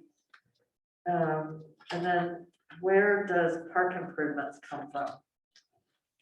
I don't see like a little one, park improvements. 650, line 650. Improvements Other- other Right. than Other buildings. buildings. Okay, and I asked our Debbie Peacock, who was the finance director before, and I said, what is that for? And she didn't really give me an answer. We're gonna construct bathroom facilities at the one park, Culvert Park. Coleman Park. We didn't vote on that. Well, that's in the plan. I mean, that was, I think it was in the plan, and then there's other improvements we need to make. In what plan? I guess I haven't seen that plan. We have not discussed putting in a bathroom at Culver Park. And given the way the budget is right now, I mean, I'm just adding this up. My concern is, it looks like we are, if I'm reading this budget correctly, it looks like we're spending every last dollar in the Better Place Plan, and Yeah. am I mistaken there? Yes, Because it looks like we're taking in, somewhere on here I saw that we're carrying forward 300,000+. We have revenue of 115 something thousand, it adds up to 513,000. And that it looks like, and I could be misunderstanding it, that we are not going to have anything left out of the 513,000. no, that's not the way. That's, if you total the line 656, taking out the 6,800 for the re-roof we did this year, that's only 110, 190, 210, 250, 185. Yeah, there only 6,800 left. 6,800. I'm sorry. I don't know, I thought we had discussed the park improvements and maybe that was that wasn't, we didn't have anything in there for last year, did we? Okay, No. let me text Keith real quick and We didn't never come up with a And I plan. think regardless, don't these two have to balance each other, Robin? Is that correct? The 513, so we've got to account for that. Yes, Yeah, so they've got to balance your revenue and your Yeah, expenditures they're, have to balance out. So you're gonna have to, if you've got the 513, you've got to do something, you've got to balance that out. right, I got it. But what do we balance it out? We have money in the Better Place Plan budget. Mhm. So either if you don't spend it, then it stays in in there. in there. Okay, but what I'm trying to get at is I forgot my phone, I don't have a calculator. Out of the 513, I'm trying to add this up. I got What mine. exactly are we spending? It's like 244,000.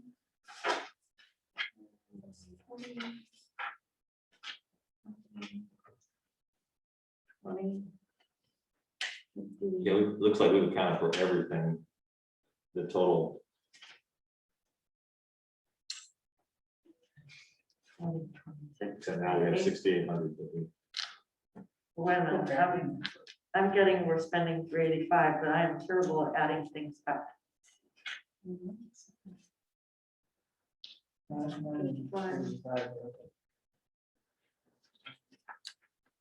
I can prove it.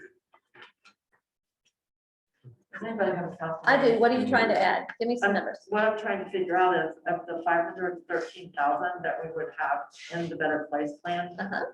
what are we spending? Versus what will we have in it? So, It's right there, the 20,000 Yeah. The professional 60, the services, 50, the 140. all of that should add up to 513. It adds up to 515. So it's all accounted for. Yeah. But what I'm saying is, the way we're accounting for it is, we're not holding any back, we're spending every dime. Correct, but now there's 6,800 that we just, for the building, that's, Okay, and the skin, and we only have 40,000 for the city hall upgrades. that would just be designed, that would, I don't think that would actually. Okay, so it seems to me that we're in a bit of pickle because usually, I mean, Better Place plan money is about all we have to buy capital items. And there would be nothing left over. The only thing we have to work with is the $60,000. And then I'm wondering if we're spending $40,000 to do a redesign of City Hall. So for the next year, the renovations, we don't have any idea what they will cost. We would be looking at probably using every penny of Better Place plan money for the next fiscal year to do any upgrades to City Hall whatsoever. Better place Probably. plan, how does it rejuvenate? How does, how do? Sales tax, and we get it every year from the county, we get it. So is that, has that been pretty consistent with, we get a half? You can see the, Half a million every You year? can see what we get, where we we get like 100, the 3-year average is 135, And we 529. got 170, got 135, yeah. you're right. So we'll It's get like about right now, that. so we got a pretty big bucket from all this kind of. We'll get that again in the new fiscal year. So to your point, it's likely we'll design any improvements, and if we don't do the park improvements, we'd have about 60,000 plus any leftover design money to implement those improvements, and then we'd have to essentially wait till the next fiscal year. Right, so my concern is typically if we need a lawnmower or a truck or a bucket truck, we take it out of Better Place plan. Which is what we have down here. Yeah. Right, but so in the future year, we will have a very small pot left for City Hall renovations and those very necessary pieces of equipment that we need. We to operate. rarely buy something in the middle of the year out of Better Place plan funds. I mean, it has to be budgeted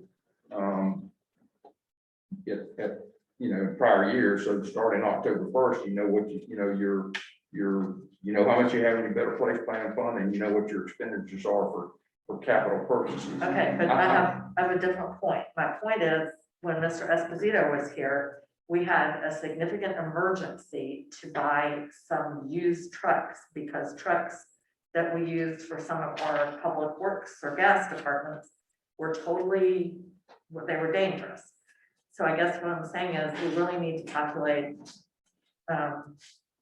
any projected equipment expenses that we're gonna have and figure out how we're going to pay for them. So, We don't have any, pretty much all our equipment like trucks and other things, unless there would be some major catastrophe or something. I mean, it's all, we're in really good shape as far as that goes from the improvements we made. We can take the 60,000 out of the park improvement, because I still don't have a response from Keith as to specifically what that was for. And So I don't have an answer for you, I'm sorry. Right, but I guess, given, and this is really my comment to my fellow commissioners, since Mr. Leary has said that there's no play in the regular budget, and we know that things come up, I am in favor of trying to maintain as much cushion or, reserve in the Better Place Plan budget as we possibly can.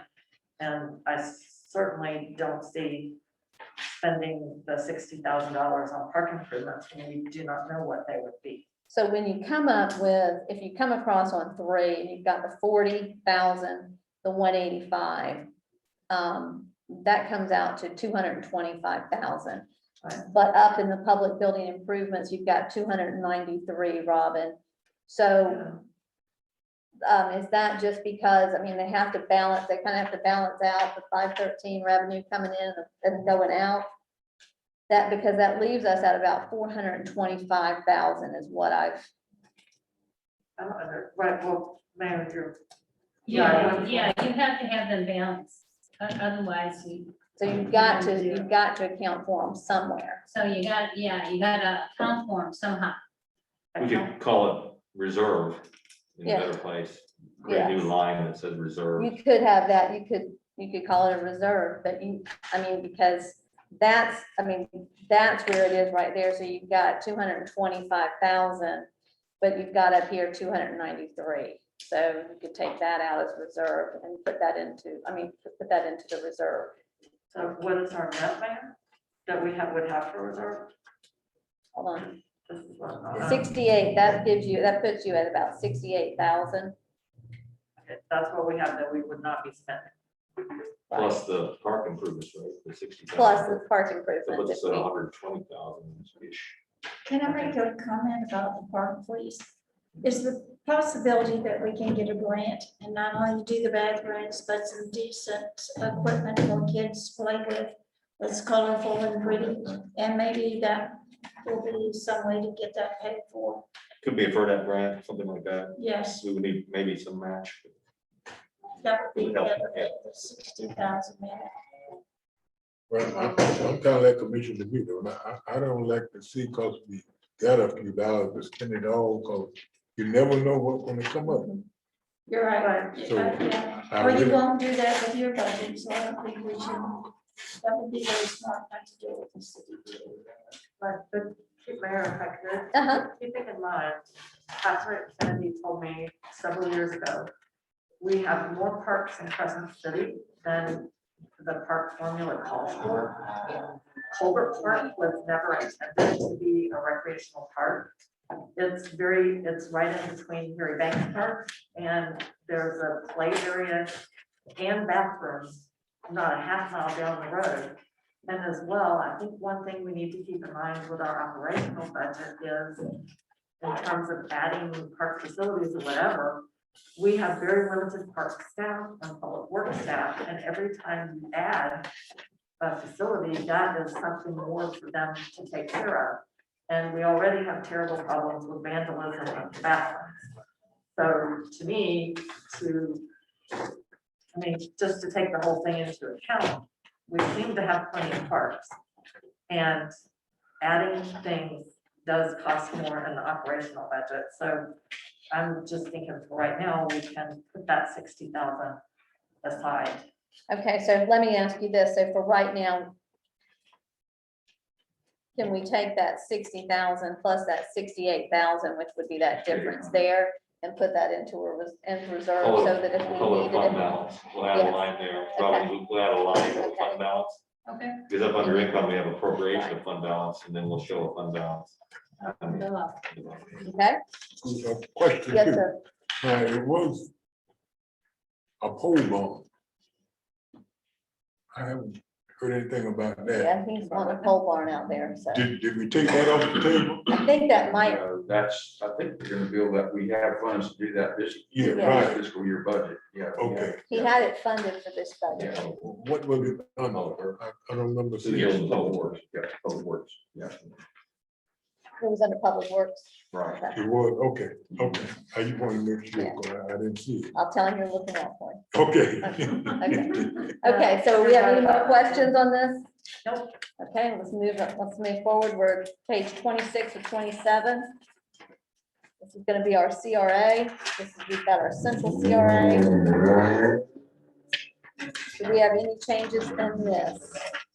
Robin? No, we didn't change it. Okay, do we have any questions? Well, okay, I can't find it now. I have a comment. So we removed the funds for the staff person, is that correct? No, and actually, this is gonna change a lot, I think, before you vote on it, because we're still looking at why these numbers are here. You know, these large, especially in the North CRA, there's just a $40,000 lump sum. So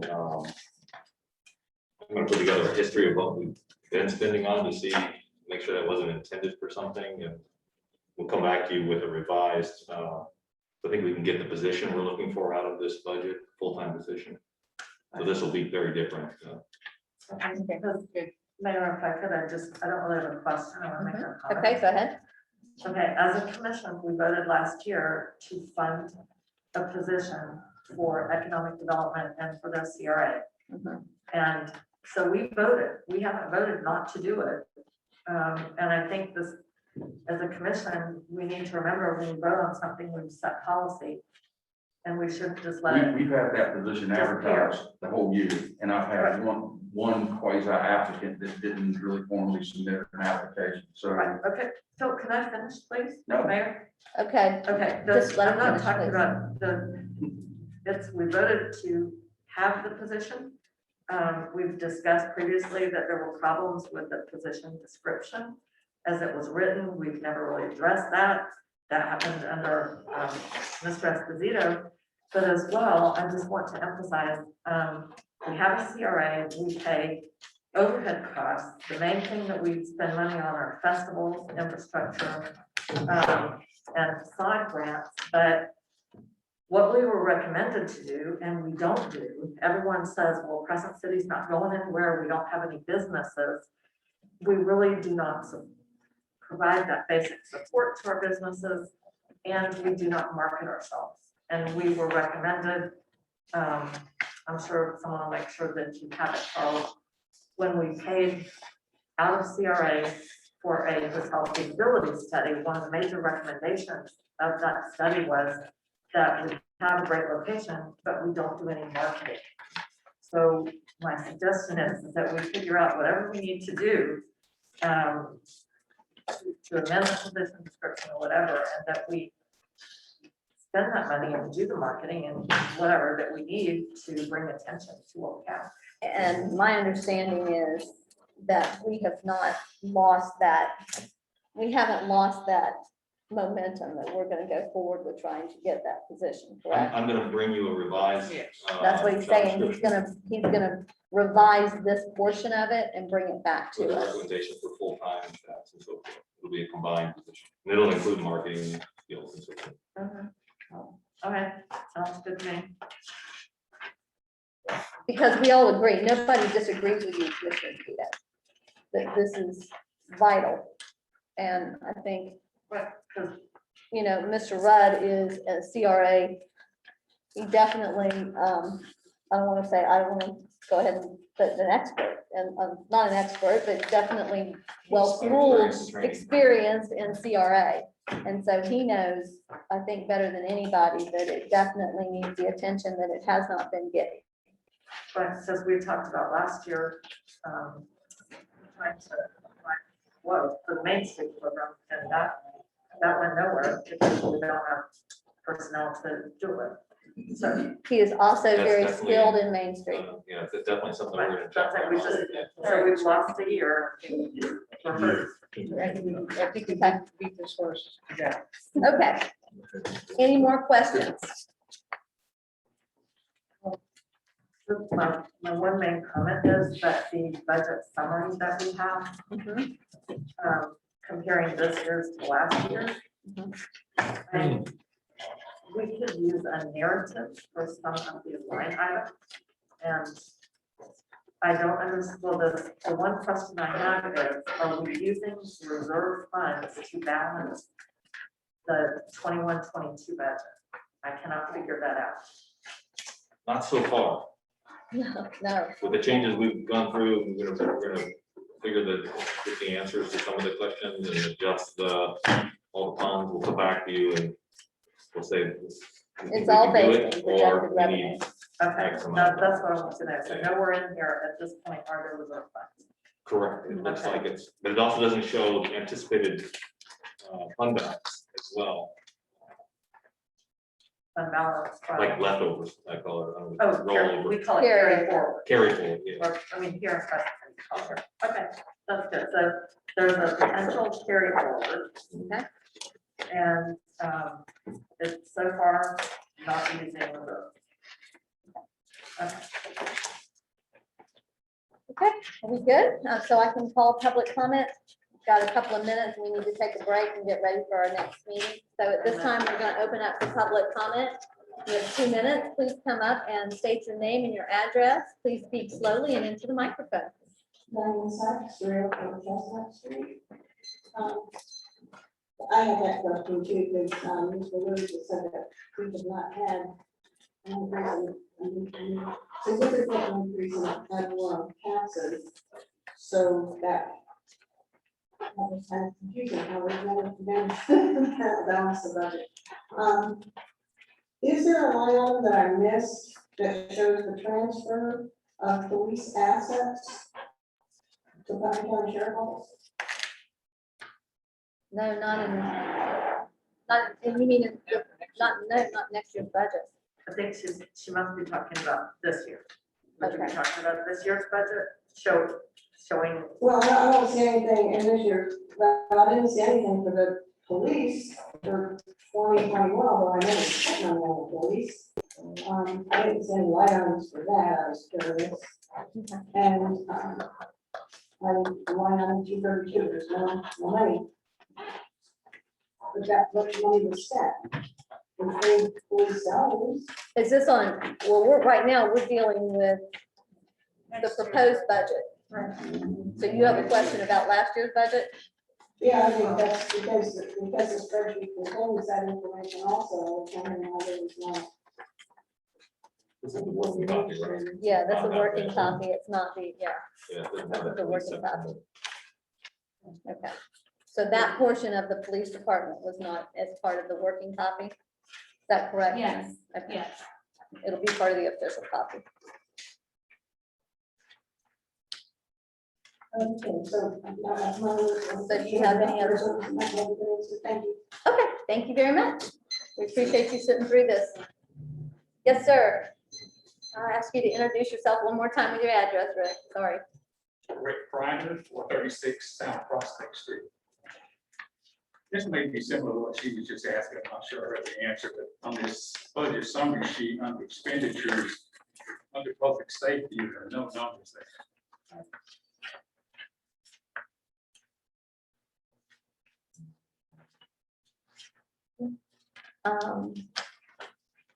For the budget summary for next year, Yes. it's funded and it's funded. Robin, do you want to tell them where it's funded, it's funded out of? I don't have it right sitting in front of me.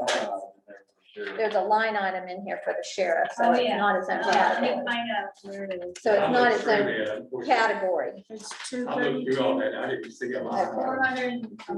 It's on, it's line 232 and it's 494,825. so if I may, so is Mr. Kreider asking on the budget summary for 21-22 under expenditures, line right under general government, is he wanting to know where our public safety expenditure is reflected?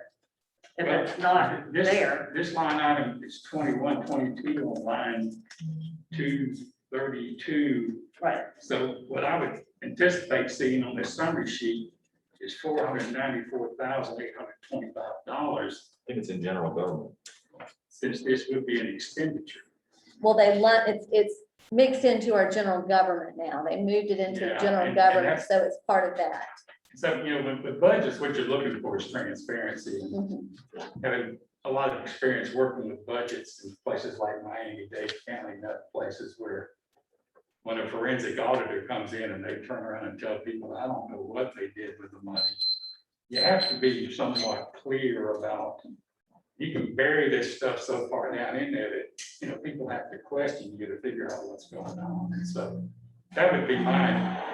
And I understand, I do see that. Thank you for bringing that to our attention. And Is there the other anything? thing, just in my concluding comment, I kind of sat back there as a spectator and watched the gas department head tell this commission what it took to balance its budget.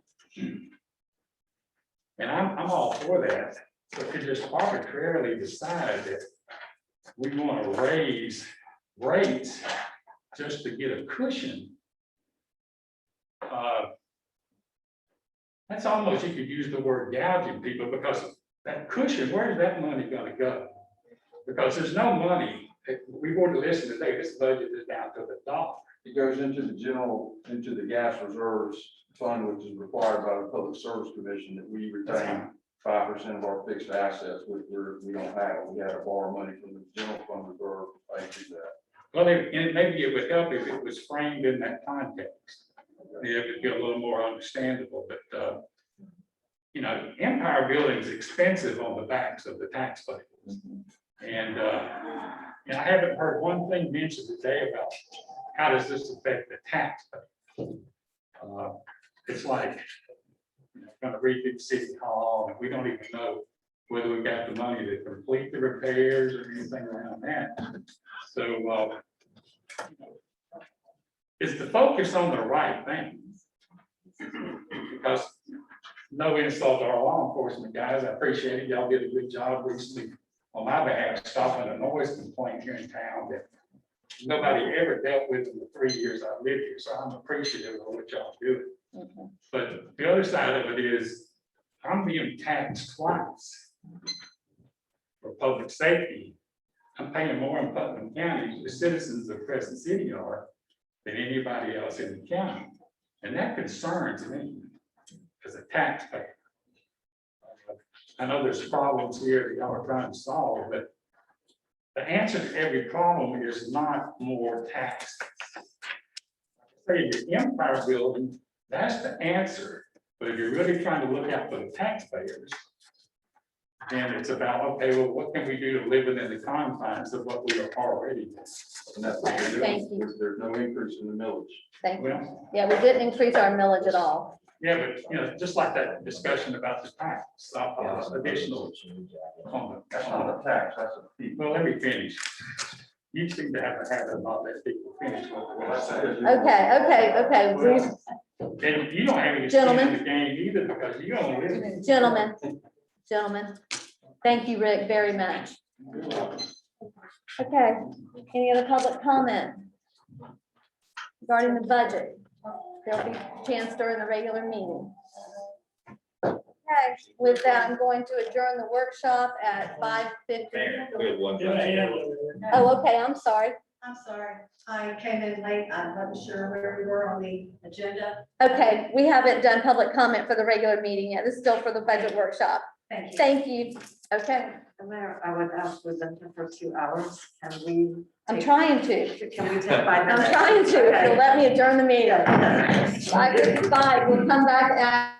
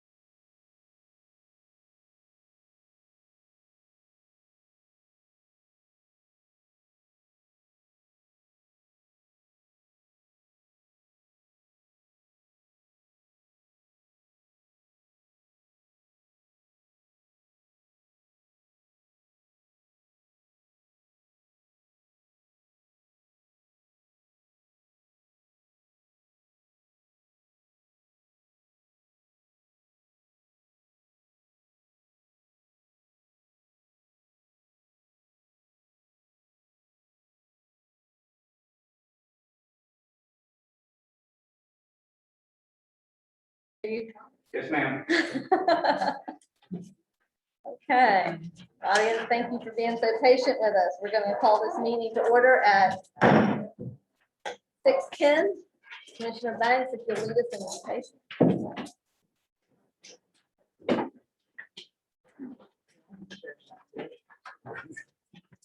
Once again, Father, we thank you for our life, health, and our strength. Thank you for a sound mind, good action, to continuously pray for our community. Each commissioner help us make the right decision for the betterment of our community. We ask this in your son Jesus' name, amen. Amen. I pledge allegiance to the flag of the United States of America, and to the republic which stands one nation, under God, indivisible, with liberty and justice for all.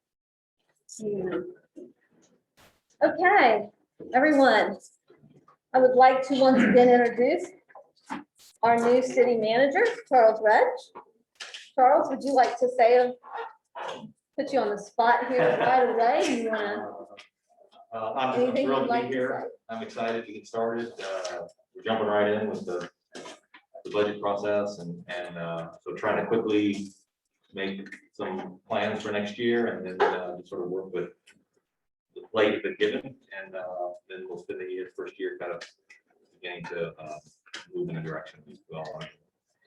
Okay, we are very excited, very encouraged and very excited. We're happy. Thank you for being here. Thank you for Yes, being yes, here thank you. and leading us. Welcome. And welcome. And with that, I do want to please encourage everyone, and that's not just here, it's everywhere that you are at this point in time. Wear a face mask, wear a face mask. COVID, as we know, has taken an uptick that we haven't seen thus far. And it's not only affecting people we don't know, it's affecting a lot of people we do know. And it's not just those that are the unvaccinated, it's also those that are vaccinated. Now, those that are vaccinated, I've spoken to, and they've said it's more of a head cold, but they still are a carrier, they still have it. Please take every precaution you can. We can't encourage you enough to do that. And, those that are suffering with it right now, we just lift them up and just, wish them wellness. And we had some deaths recently. And we have had some deaths. Are there face masks here? There are face masks for anybody that wants a face mask. It's at the back door. They're very small. Commissioner Banks says you might have to wear two. So double them this way, not this way, double them this way. But we do provide face masks. Anytime you come into the office, we will have face masks at the doorways. And we just ask that you be respectful of everyone and wear your face mask and be respectful of yourself as well. Because we've got to get a handle on this. And right now they're telling us we have another meeting on Friday, but this past Friday with emergency management and the health department that our ambulances are on complete overload. They've had to outsource and those ambulances are on overload. And so they say where they were taking one person, now they're taking a whole family to the hospital. So the hospitals are overloaded, our ambulances, it is stressing everyone at this point in time. So we'll just all do our part. And with that, I'm going to start with the approval. You have the commissioners, you have your draft minutes. Do we have any changes? Does anybody have anything they want to add, take away? For the regular meeting on July 8th. Second. Okay, on the third page, I think the pages are not numbered. And I'm sorry, I did not have time to write this out. Okay, on the second paragraph that starts interim city manager Phil Leary suggested having the adjustments with the city attorney Bobby Pickens to make suggested changes to this was to the code enforcement ordinance. We are missing the part that went before that. It doesn't say what the adjustments were. Basically, this was the part of the meeting where Commissioner DeVito noted that 2 errors in the code magistrate ordinance that already passed on first reading. It had the word city of DeLand on page 1. And I think on page 4, it used the Crescent City Police Department for serving subpoenas. And as well, I raised the concern, the appeal was only to the circuit court, that fines were mandatory. And would the city be able to forgive liens? And I believe the mayor was concerned about that as well. So that's the part that explains what adjustments and why it was. Okay, so do we have language, do you have, Karen, did you?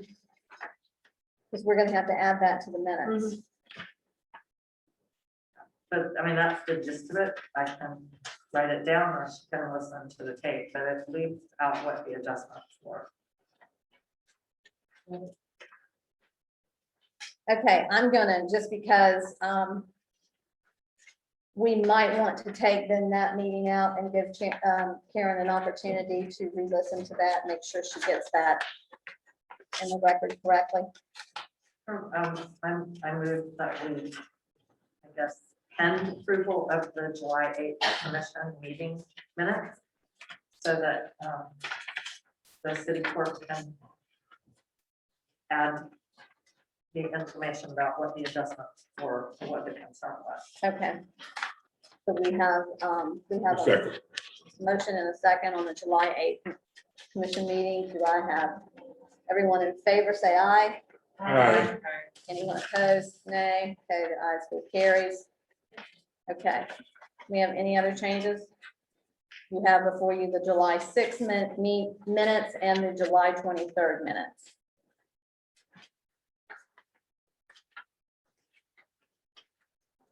I do have just, on the July 23rd, Karen, I have just a couple of,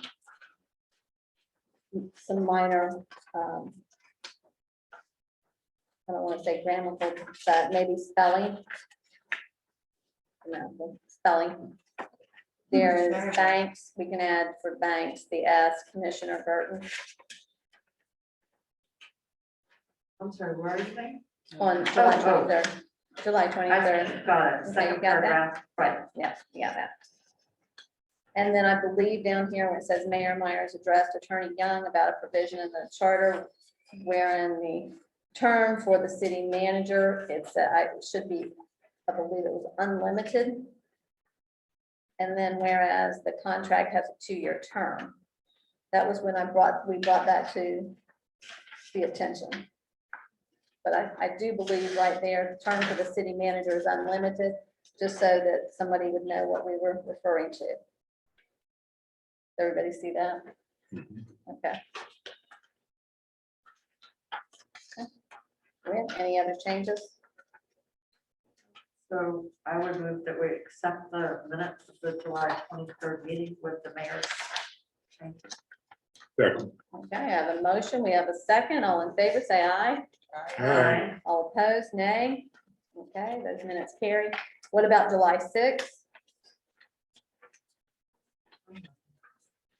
That was the special emergency meeting of the city commission. It should have been the very first one that you had.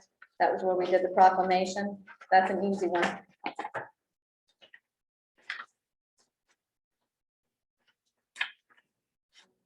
So it doesn't change what's there. It doesn't have. No, just a there, it quorum doesn't being say. present. Pardon? No, it does not. Just a quorum being present. I would move that we amend it to reflect that all commissioners were present as opposed to a quorum being present. Okay.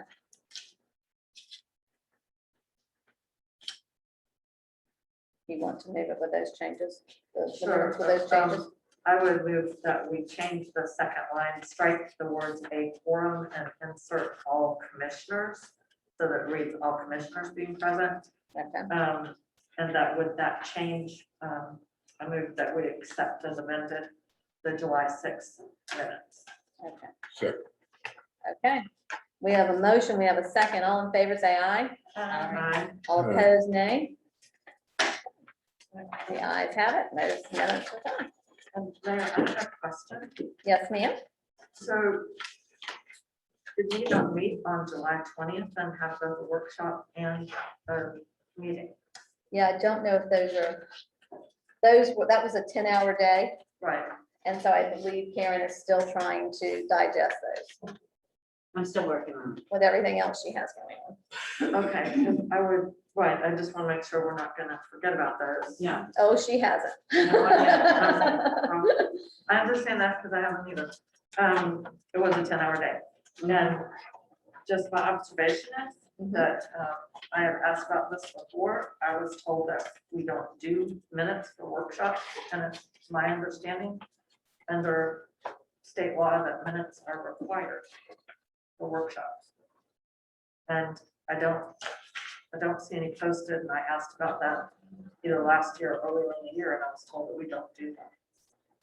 The minutes are required. Bobby, will you look into that? I know that it has to be recorded. I didn't know that whether or not they have to be required, that minutes. When you're talking about the official minutes.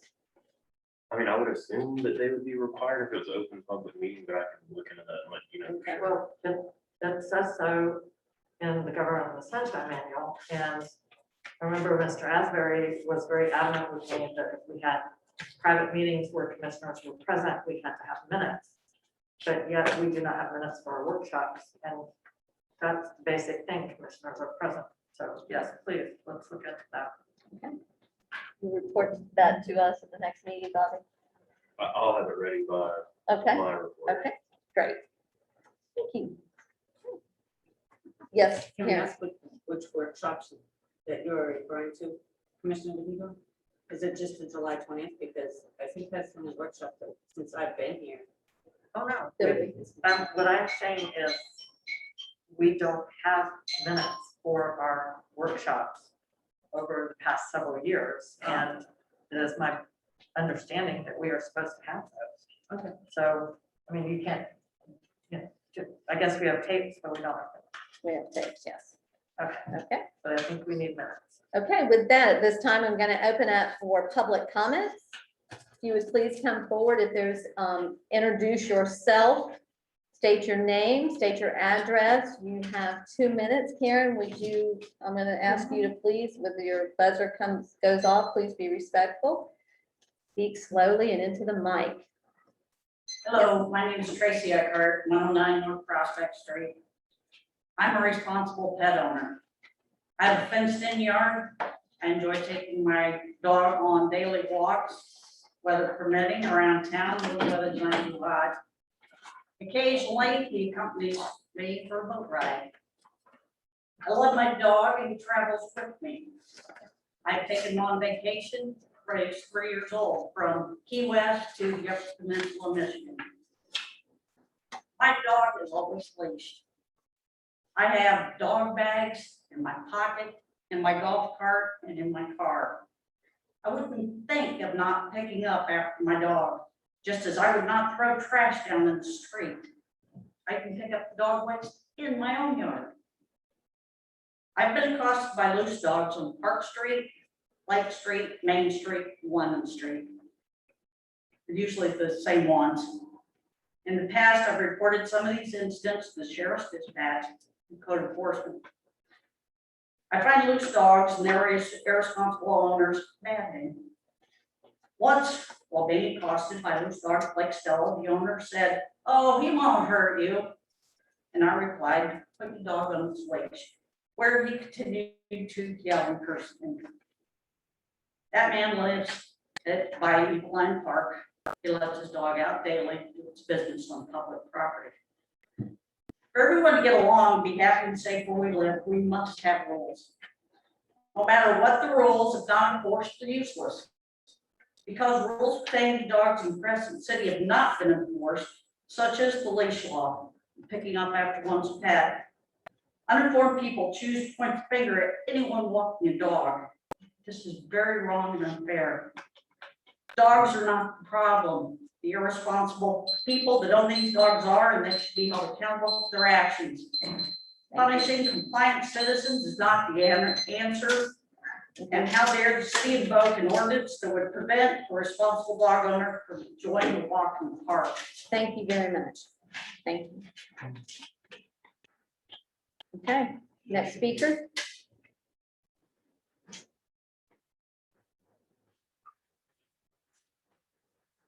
Hello. You'll introduce your name, address. All right, my name is Beth Roush, I live at 533 South Prospect Street. They started tearing down the trees next door for the RV park today. All the previous city meetings were about approving zoning for this, and the plans were approved. I don't claim to know the particulars of the steps of things, but I'm just wondering if Putnam County received the information they needed. My question to understand is, was a site plan for this RV park necessary, received and approved by Putnam County? Can anybody address that as far as, from my understanding, have all, I mean, imagine if they're not, if they're tearing down a bunch of trees, that things have been checked, boxes have been checked and everything's copacetic. But I was just, wanting to make sure that that wasn't the case. So if someone can address that. Mr. Leary, do you? Yeah, there's no requirement to take down pine trees as a commercial tree, and they're mowing and cleaning, which, they have the right to do, and they contacted me and it's all good. Okay. Okay, and your title, I'm sorry, city manager? Not anymore. Acting city manager. Previous city manager. But as far as the county needing to approve any of that, it's County, just, no, they have no jurisdiction. okay. Yeah, they have applied for the board managed district permits, and that's in the process. And all their other permits that they're required, they're well underway. And site plans, all that. Well, they have to submit a final site plan to us, but they have to do the clearing and take out the pine trees so they can, survey it and get their layout to determine exactly which trees they're gonna be able to save and which will have to come out. Oh, so they do that before the actual site plan is approved by the city commission? The commission doesn't approve the final site plan, the planning and zoning commission does. Planning and zoning does, okay. Do you know if that will be addressed at their next meeting, or? Well, as soon as they submit it, but I mean, all they're doing now is just underbrushing and taking out the pine trees. Pine trees are not a protected species, that's a commercial I see. tree, so that's all they're doing. All right, well, I just know we woke up to the loud clamor and figured that it was starting. So I wanted to just, make sure all the boxes were checked and everything was, Everything's under control. okay. Thank you. Thank you. Thank you, Ms. Ross. Okay.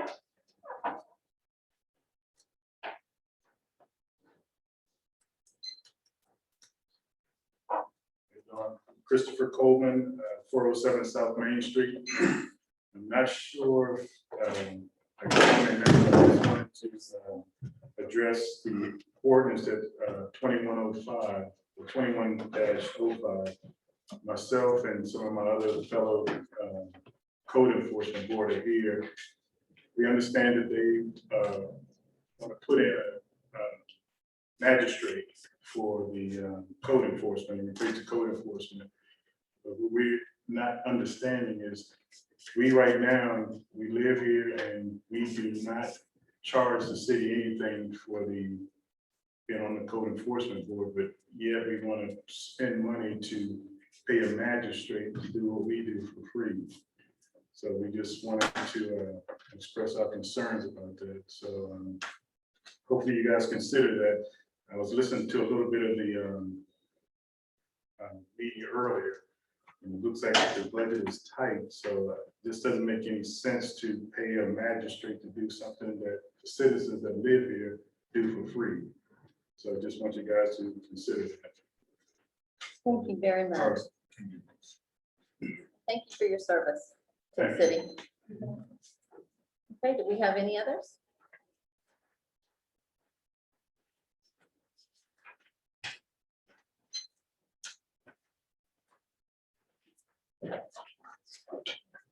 Hi, my name is Maureen Cooper, 34 North Prospect Street.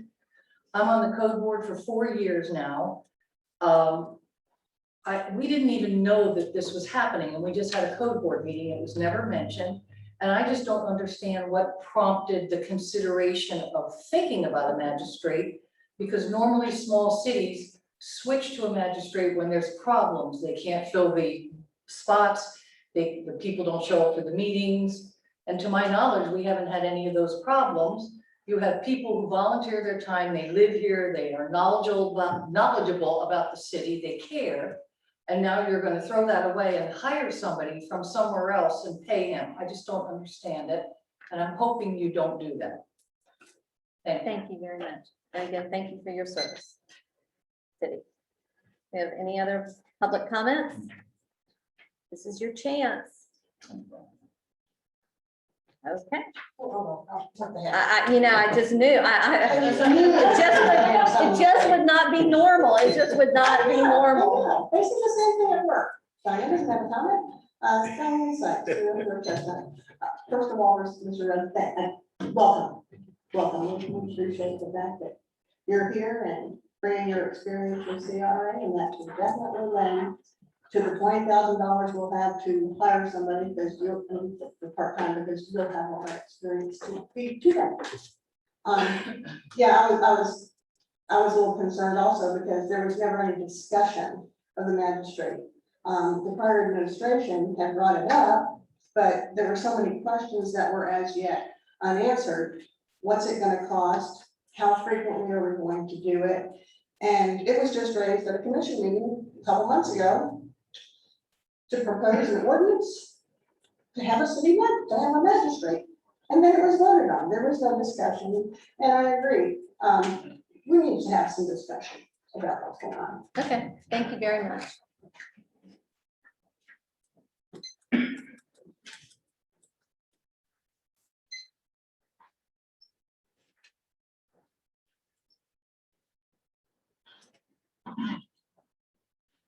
Richard Brooks, 301 Spruce Street, Crescent City, Florida. I've been on the code enforcement board for a few years. And it came as a shock and surprise that we're talking about a magistrate. Normally a magistrate is somebody that has a law degree.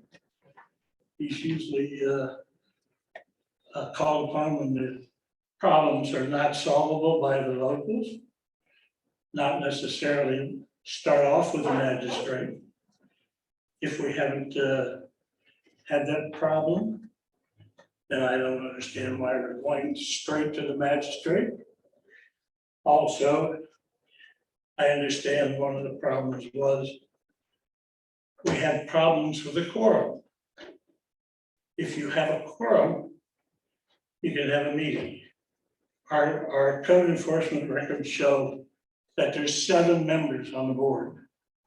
We've never had 7 members in the 5, 6, 7 years that I've been on this code enforcement board. If you have a quorum of 7, that would be 4.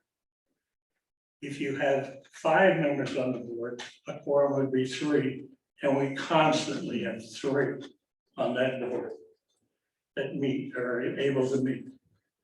There has never been a problem with 3 people meeting at any time. If you are bringing up the problem with the 4, you're going to have to change your city code book, either to a magistrate or simply cross out the 7 and put down 5. It's a lot cheaper to put down 5 than it is to cross it out and put down a magistrate. Thank you very much. Thank you very much. We have any other comments? Okay. With that, I'm going to close public comment at this time. And we're going to move to our recognitions, proclamations, and presentations. And I have been looking for Debbie Peacock, had a conversation with her today that we were going to recognize her tonight and thought she was going to be present. She was here earlier today. So Debbie, if you're watching, as you all know, Debbie just retired after 15 years. And I guess we will move her to the next meeting.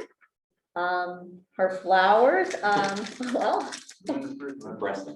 Yeah, we'll press them for her and present them to her at her next meeting.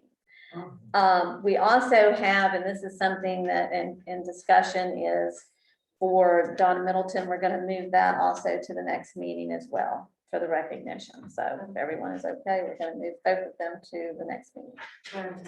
John Middleton for reset service. Yeah, it's more of a humanitarian. Donna stepped in and she did, yes. And so, but this is a hard week for her, and in talking to her last night, it's just probably best if we just move it to the next meeting. But, and just to clarify, you're talking about our local business owner, Choice Millard, who was hit by a truck out in front of her shop on Central Avenue a few weeks ago and has recently expired of her injuries. Yeah. And it was an accident, and it's one of those when you're standing there and you're saying, never take any moment for granted. And Mayor, Because if you I just could never know. also mention in today's Palatka Daily News, apparently the services for Choice Millard are Thursday in Palatka. I believe it's Connect Church. I apologize, I didn't bring my phone or the paper with me. Her husband is Ron Millard, a local electrician. So the services are Thursday in Palatka. Thank you. I haven't had a chance to look. I knew she said that she thought they were gonna be on Thursday, but I haven't. It's Thursday, I saw it in the Palatka Daily News, and I should be able, I can't, if I remember before the end of the meeting, the funeral home, or if somebody has a subscription to Palatka Daily News, do we have one in the building? A paper? Yeah.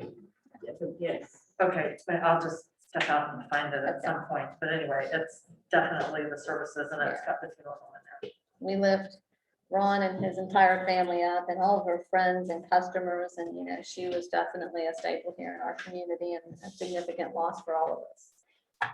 So, with that, I'm going to, at this time, I'm going to close our regular meeting and we're going to open up our CRA. So if everyone wants to go to those applications that we have received for our CRA, this is in our special events. You know, we have $10,000 set aside in each fiscal year for CRA events. And we have 3 applications that have been received. I will note that one of those, the Crappie Festival, the Crappie Tournament, they have requested 2,000 and not 1,500. So we're going to go through those one by one. Let's start with the Yacht Club. Does anybody, after you reviewed your application, does anybody have any questions just for the audience? This is for $2,000. And this would be for the December,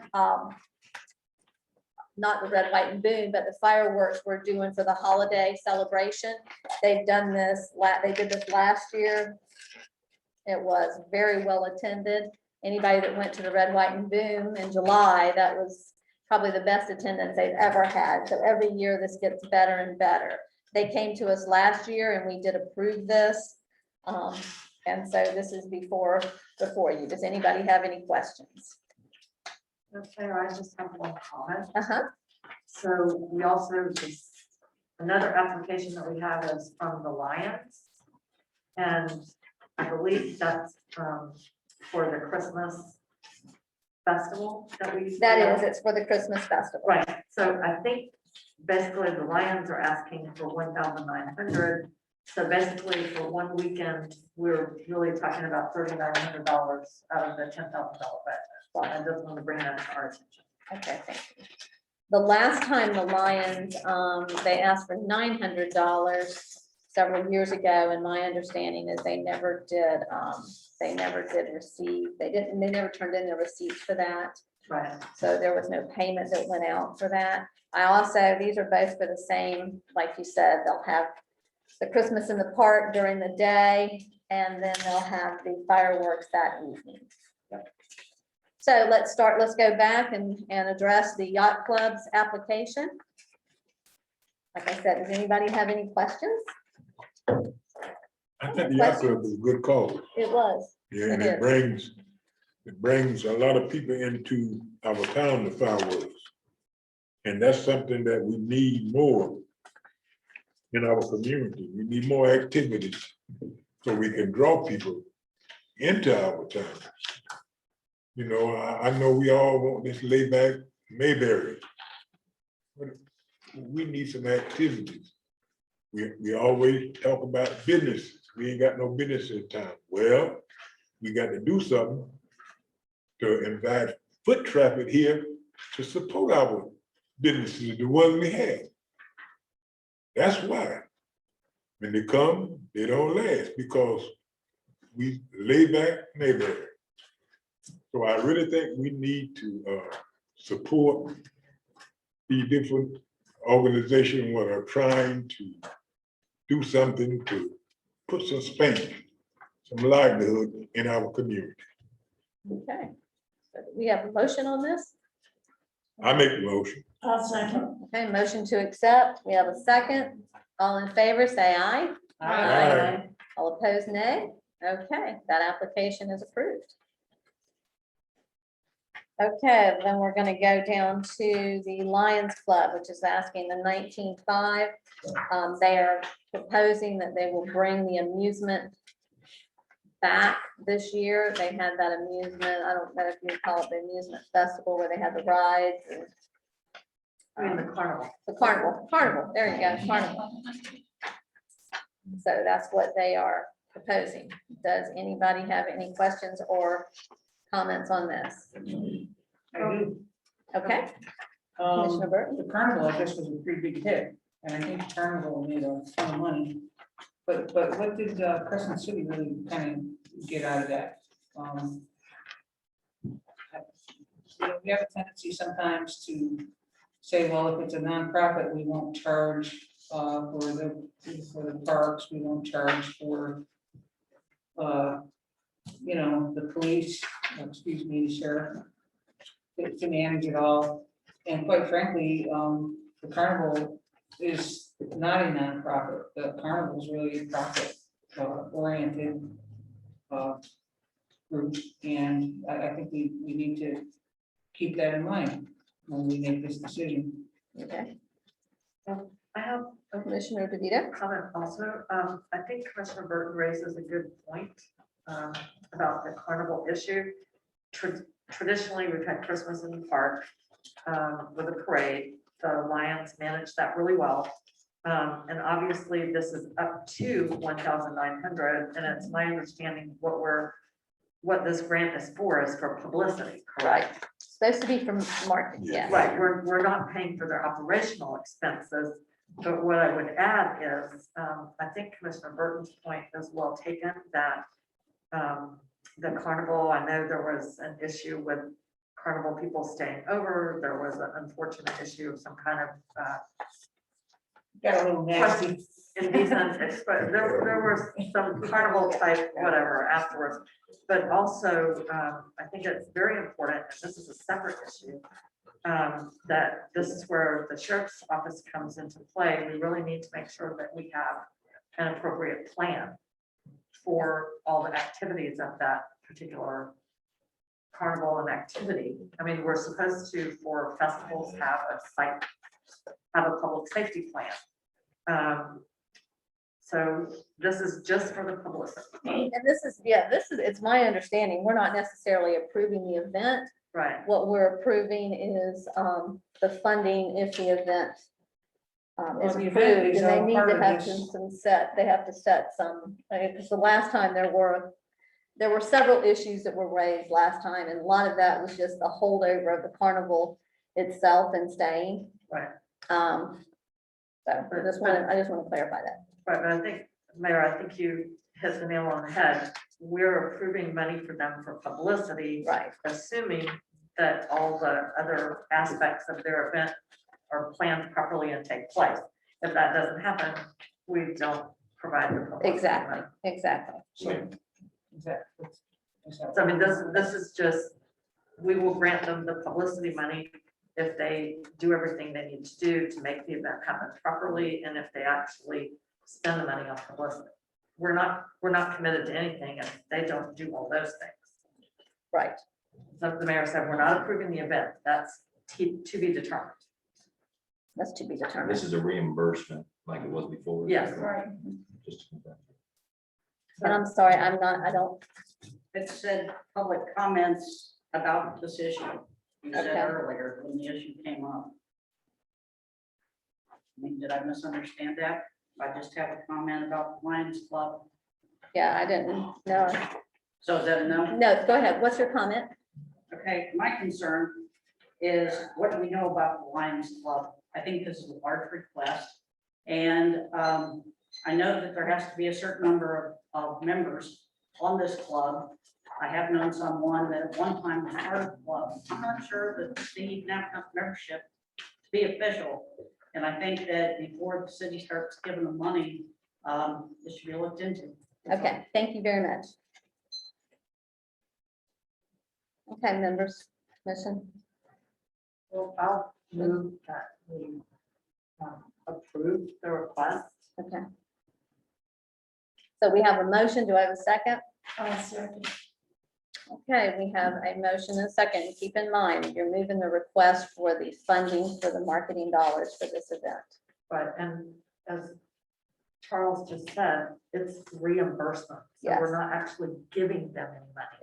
We only reimburse if they provide the receipts that they have. Right. As she has stated in here that she's going to expend those for, because I do know, like with the Yacht Club did this last year for Red, White, and Boom. Their marketing dollars they spent were extensive. I mean, I even drove one member over to Daytona so she could pay for the radio over there. I mean, they had the banners, they did everything to try to promote this as best they could. But we're, just to make clear, we're not writing anybody a check in advance. Right. They come to us and get reimbursed. And last time they did not ask for any, they were granted this, but they did not turn in any receipts. So Maybe have money not to need it. they might have been the case. Again. So again, we have a motion and we have a second. All in favor, say aye. Aye. Yes, sir, Commissioner Banks, you have a question? Question, yes, now, Commissioner Cavito said that we need to verify this through our sheriff office, so make sure that we're gonna have security for this event. Well, and that's gonna come up when, Do we have an event application process? yes, Okay, so that'll happen during that that process. will happen during that, Okay, all right, I just wanna make sure we got all the i's and dots. yes. Okay, Okay, so again, we have a motion. I have a second. All in favor, say aye. Okay, all in favor? I mean, all again, say nay. No, okay, okay, the ayes have it. And then we've got the Crappie Tournament. Crappie, they were here back in, just before COVID hit in January 1st, 2020, that weekend, I believe, and they had 38 boats here that they brought here. And talking to the applicant, he said that, you know, he's also hoping to bring, of course, we're limited in where they can stay, but they will be staying in the area. And he's hoping to have a lot of them that are coming to plan other tournaments, so they will be in the area, he hopes, for about 3 weeks. So he did, like I said, if everybody will make note that he is asking for 2,000 and not 1,500 for this. And he's doing exactly what we're encouraging, is ecotourism out on our lake. So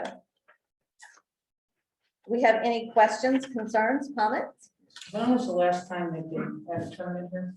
It was in January of 2020, and they actually went away and they've come back. I don't really know what the issue was, but they did, you might know. You know what the issue was? Okay. Well, it's not really an issue. They do tournaments all over the southeast and they just travel around. And they just went other places. So when they came back the last time, we were just happy they came back. One question I have is, I called Mr. Smith the other day, and this was the same as last time. What they really want is 6,500. But last time the chamber gave part of it and we gave part of it. And Mr. Smith said that he had He was very complimentary of Phil. He said Phil had agreed to make some arrangements for them for bait or whatnot. According to our latest update, the new owner of Leonard's Landing will have a bake shop and gas in before the tournament.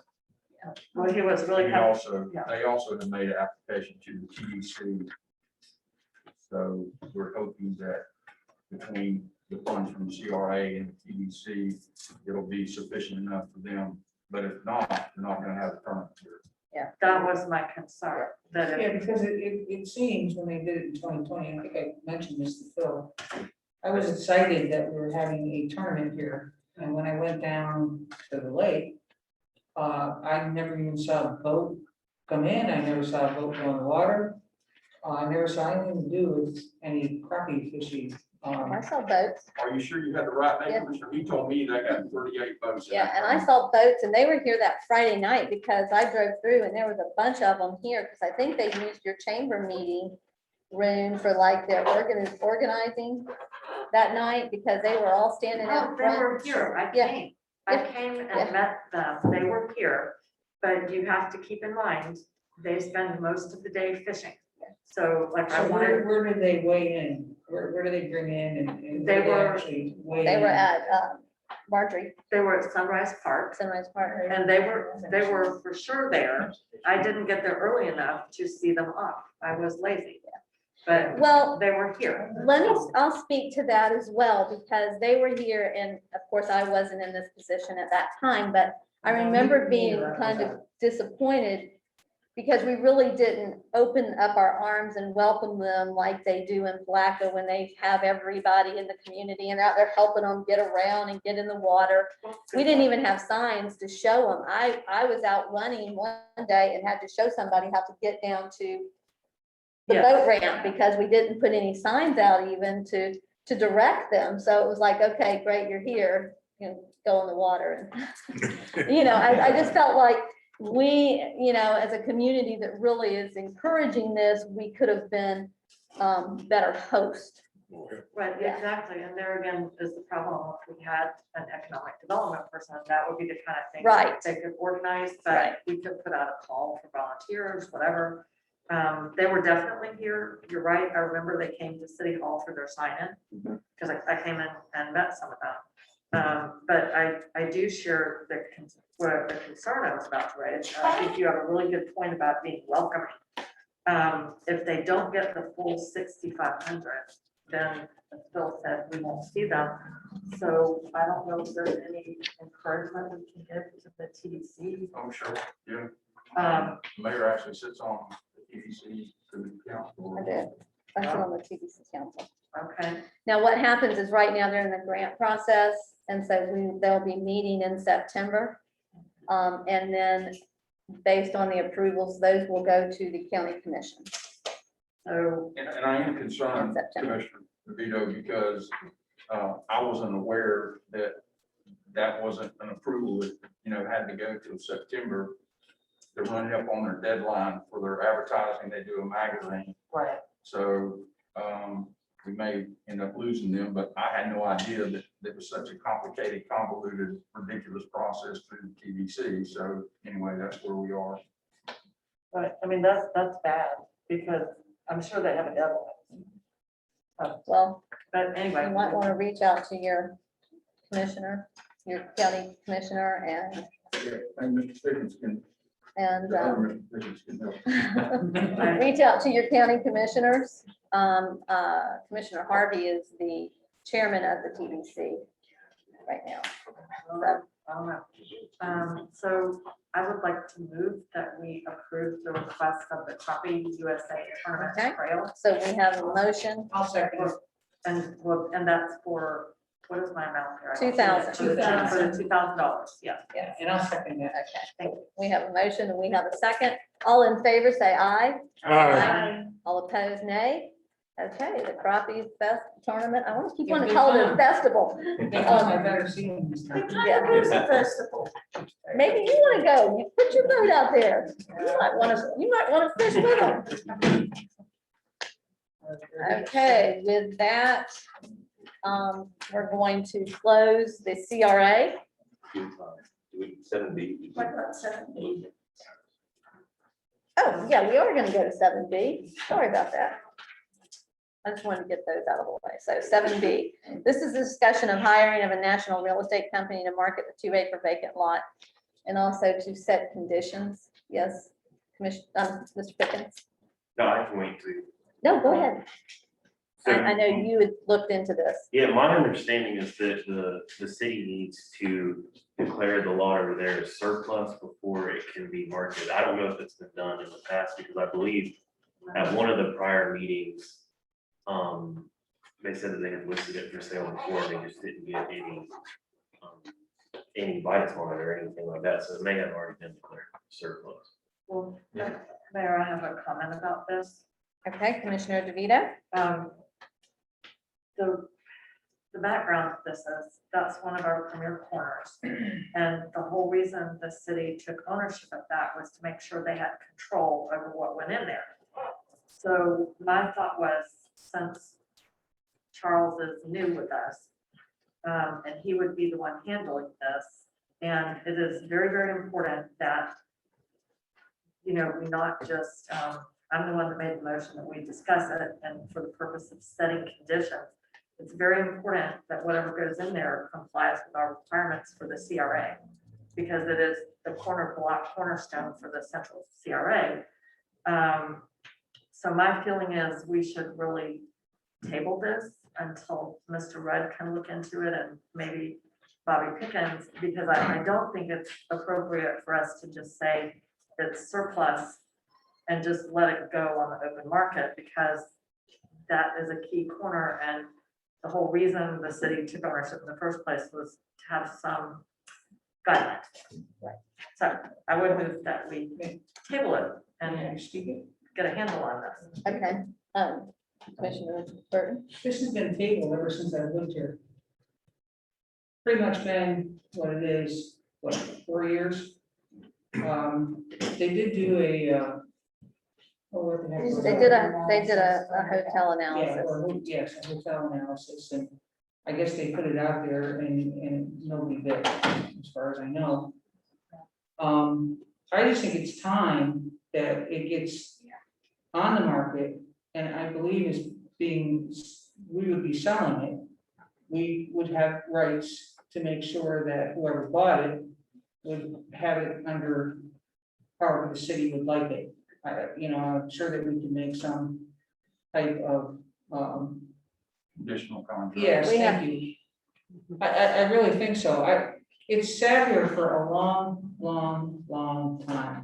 I don't know how many years it was here, sat like that before I got here, quite honestly.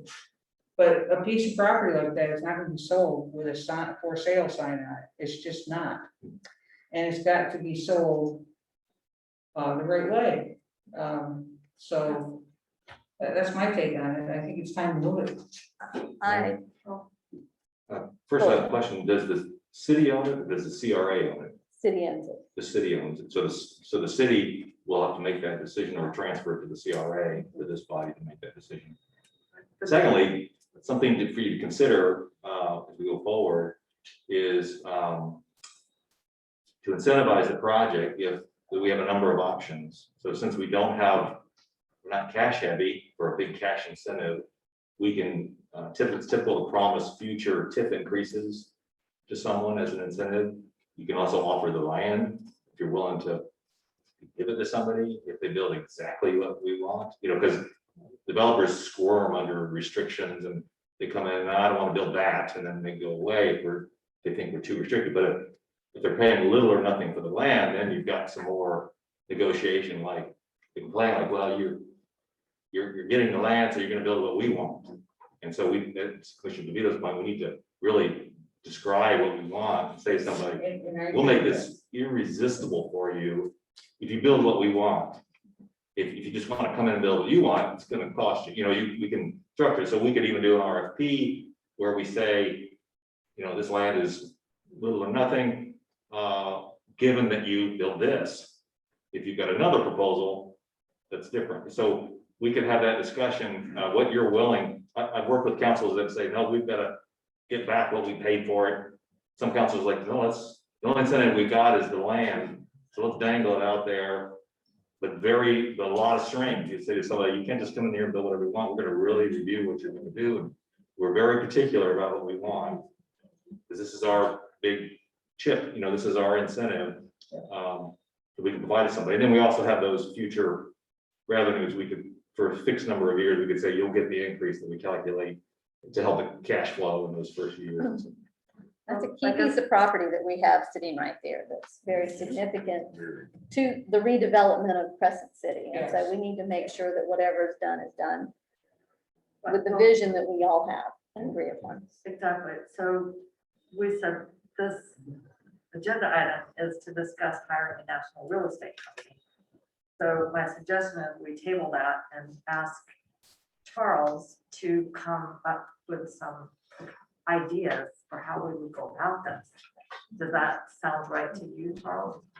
We could, and even if we were to talk to a national company, you'd have to agree on a price. You haven't had that discussion. What's it gonna cost somebody? So I think,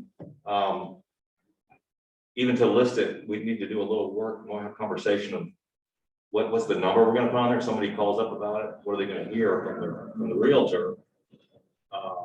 They wanna know the bottom line, what's it gonna cost me for this land, what can I build there? We need there's a lot of discussion that needs to take place. As much as we want to do something with it, we just don't want to do it sooner than we should. Well, and I don't want to take another 4 or 10 years to do it. Right. Well, I don't think we we will. don't have to. We have Charles, who has expertise. Yeah. And yes, it's true. And I know in Tampa, Florida, where I used to live, they actually would lease a building for $1 to have someone renovate it. A lot of strings. You have to make sure that whoever you sell or lease to has financial capacity so that you don't wind up worse than you were when you started. Yada, yada. But I guess what I'm asking is it realistic between now and our next meeting for you to look at our CRA plan and look at the lot? Is that something you feel like you could do in the next 30 days or 60 days? I don't know how much time you would need to bring some ideas back to us. I'm gonna step in your defense. He's got a lot on his plate coming in right now. We're in the middle of budget. So that's why I asked. Maybe October, and we could even do it through a workshop if you wanted to. You think October? I think having ideas by next month is probably not a problem, but have a proposal.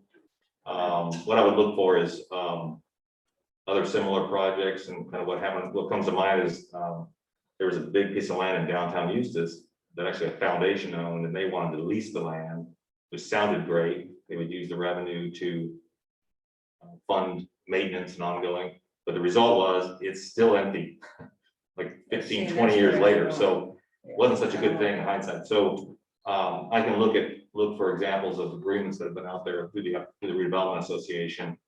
And maybe under my report next month, I could talk about what I'm finding and ideas, but I don't know that I'd be ready to submit a proposal for you. But I agree with you that we need to get on this and. Yeah, we do. And one of the concerns to the earlier point of the land development code update, we need to make sure that our code supports us, because someone with good representation can force us to do what our code says, even though we're saying we really don't like that idea. And if the code doesn't prevent it, then we're in a tough spot. You're basically bound by the zoning designation, which is a commercial zoning designation. So, but the chamber has helped us with that, and my idea was that we could, you and Charles is absolutely correct, and he's the expert on this, but you could really do it. But you negotiate a real estate contract with conditions, and those conditions would be based on what you as a commission, the parameters you set for the land use.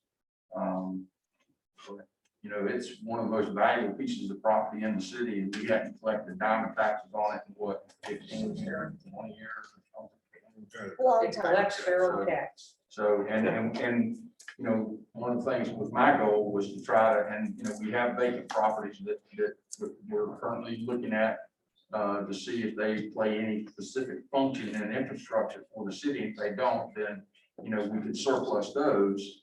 And they're smaller tracks and not, you know, very expensive, but, you know, I think this property had been surplus or declared surplus before the last time they marketed it and had they did have a real estate firm prior, I guess, it's been several years, and the contract was never re-up.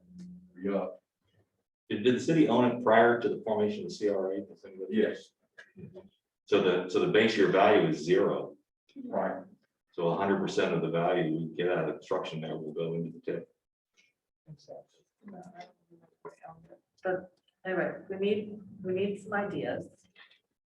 And my suggestion is, I don't know if anyone's read our CRA plan lately, but I think it's important that we feel that we know what is in the CRA plan before we start talking about that particular property. So that's right in the middle of the central CRA. That was during, you know, when we were drinking hot chocolate, remember? You said good. Yeah. So I do listen. You know, this is the honor system. People said that they would familiarize themselves. I have no idea what happened. Okay, so do you want to make a motion to table this? Well, I guess I make a motion to table specific action, giving Charles time to come back to us with some ideas. Can we make that, do you want to make that date certain, just so that the commission, just so that this just doesn't get lost somewhere in the mix? Well, okay, so I move that, bring back some ideas, and that we will schedule a community redevelopment, whatever, a CRA meeting for September. In other words, we will schedule, we will have CRA on the agenda in September, and Charles will have something to share with us. We could go over the redevelopment plan. But not a plan, idea, just a discussion. And that would lead us into the discussion of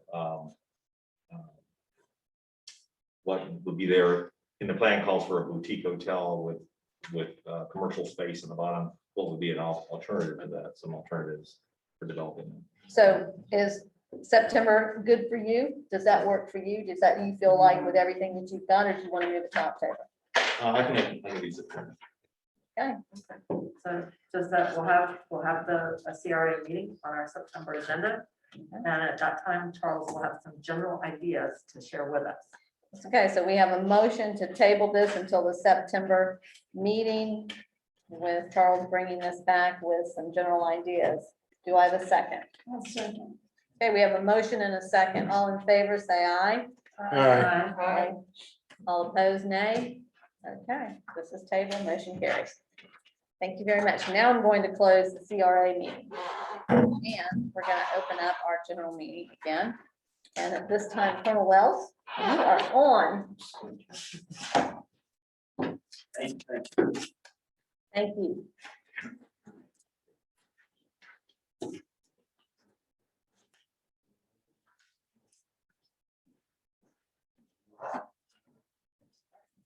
Good evening, Mayor and Commissioners. Again, I'm Colonel Joseph Wells. I'm the Chief Deputy of the Putnam County Sheriff's Office. I know that normally Captain Usry, your District Commander, and Lieutenant Faber, your Deputy District Commander, handles your monthly updates on law enforcement activity in the city. But I haven't been in front of the Commission in a while. Just wanted to take that opportunity this evening to revisit with you and share some information. To give you just a little bit of latitude, I want to start slightly different, and so that I can get him back on duty. But I want to take the opportunity to introduce to everyone tonight the first permanently assigned deputy sheriff to Crescent City. We are still covering the other shifts with overtime, and I expect there to be the remainder of the deputies should be released from training in about the next 20 days, and then we will introduce them to you. But it's my honor to be a very highly qualified young man. This is Deputy Nathan Baresh. Deputy Baresh is a five-year veteran of the United States Navy. Following that, he then began his community service as a paramedic in the fire service, and then rised up and switched to the other side. So we are extremely lucky to have him here at Putnam County Sheriff's Office. He's recently completed our training program. He is still a licensed paramedic, and like I said, an honorably serving United States veteran, and we look forward to him serving the citizens of Crescent City on a more permanent basis. Thank you. Nathan's on duty tonight in Crescent City, so we're gonna let him head on out, and Be safe out there. yeah, that's the Thank game. you for everything you do. What is his name again? Nathan. Deputy Nathan Barech, With a V. with a V. V-A-R. DERESH. V-E-R-E-S-H. And the good news is you were in the Navy, so you can swim, so you belong in Crescent City. And he's a paramedic, so he's also Right. handy in that nature too, so. That's great. Thanks, Nathan, appreciate it. Be safe, bro. Multi-talented. So, just to talk a little bit about, kind of what's going on in Crescent City, and if you have any questions, we certainly will be, happy to, answer those. We'll start with what you're standardly used to seeing, which is a monthly briefing of the law enforcement activity in Crescent City in July of 2021. So we had, we had 3 criminal events take place in Crescent City in July of 2021. The first is a forged instrument case. This is actually an out-of-state check forgery ring one of the checks was located and cashed here at 300 North Summit Street at the Gas Market. Our detectives have located the individual that cashed that check, and our detectives are working closely with the out-of-state law enforcement for where this case originated. We worked a possible criminal mischief case in the 300 block of Union Avenue. There was a vehicle parked along the roadway. The owner came back to it and discovered that the window was broken out. The vehicle did not appear to be entered. We don't know if it was an intentional act or if a car came by and spun a lock up or whatever the case, but we did work that as a vandalism criminal mischief case.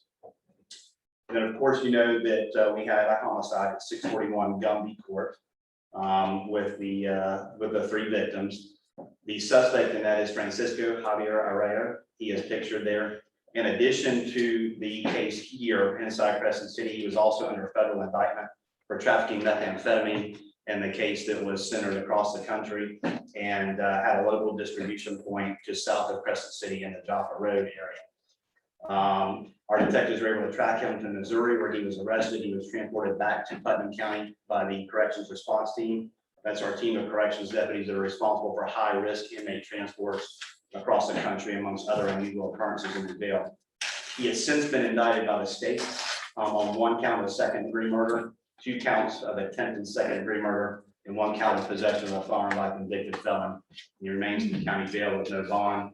His state charges will take precedence over his federal indictment, but between the 2 of them, if all goes well, we'll never see this man walking the streets anywhere again. This is an ongoing investigation into additional suspects. There may be 1 or more suspects that may be an accessory after the fact of this homicide that assisted this suspect after the homicide, and that investigation remains. So we also want to bring this up. This is did not specifically occur inside the city of Crescent City, but we understand that it caused quite a bit of activity and comment and concern in Crescent City. So about 1.5 years ago, our detectives made a methamphetamine arrest on 17 North, just north of the city in Crescent City. And over about 1.5 years worth of investigation, this ended up morphing into a multinational, multi-state operation. We have detectives at the Sheriff's Office that are duly sworn, which means they're also a sworn FBI task force agent and a sworn DEA agent. We realized this was leaving the state of Florida or leaving Putnam County and going into other countries and states. Those task force were brought in. As a result, 5 search warrants were executed in Putnam County. All 5 of those search warrants were just outside the city of Crescent City, with 4 of them being in the Joppa Road area and 1 of them being on Huntington Road outside of the city limits. 15 suspects have been federally indicted across the United States in this case, and this is by far the largest methamphetamine investigation in Putnam County history. There is some direct impact in the city of Crescent City. You cannot operate a multi-kilo, hundreds of thousands of dollars a year methamphetamine distribution operation just south of the city and not affect. Much of the investigation took place inside the city, and I am cleared today to tell you that a lot of this, while a lot of this remains classified, that a lot of our surveillance and our undercover transactions occurred within inside the city of Crescent City, specifically in public lands such as the city boat ramp. So while none of the narcotics were being stored and none of the search warrants were served inside Crescent City, we certainly believe that it's an accurate statement to say that this will not only have an impact on methamphetamine activity specifically dealing in Crescent City, but will likely have a large impact on that throughout Putnam County and throughout this region of the state of Florida and beyond. So with that being said, this is an addition to the original PowerPoint that went out at a request of Commissioner DeVito, and I appreciate that, Commissioner. We will make sure, I know that traffic crashes are a concern in the city, so we'll make sure to include that. We had 5 of them in July in Crescent City. The first was at 300 Edgewood. That's the Yacht Market. That was a parking lot crash, was worked by the sheriff's office, and the violation is improper backing.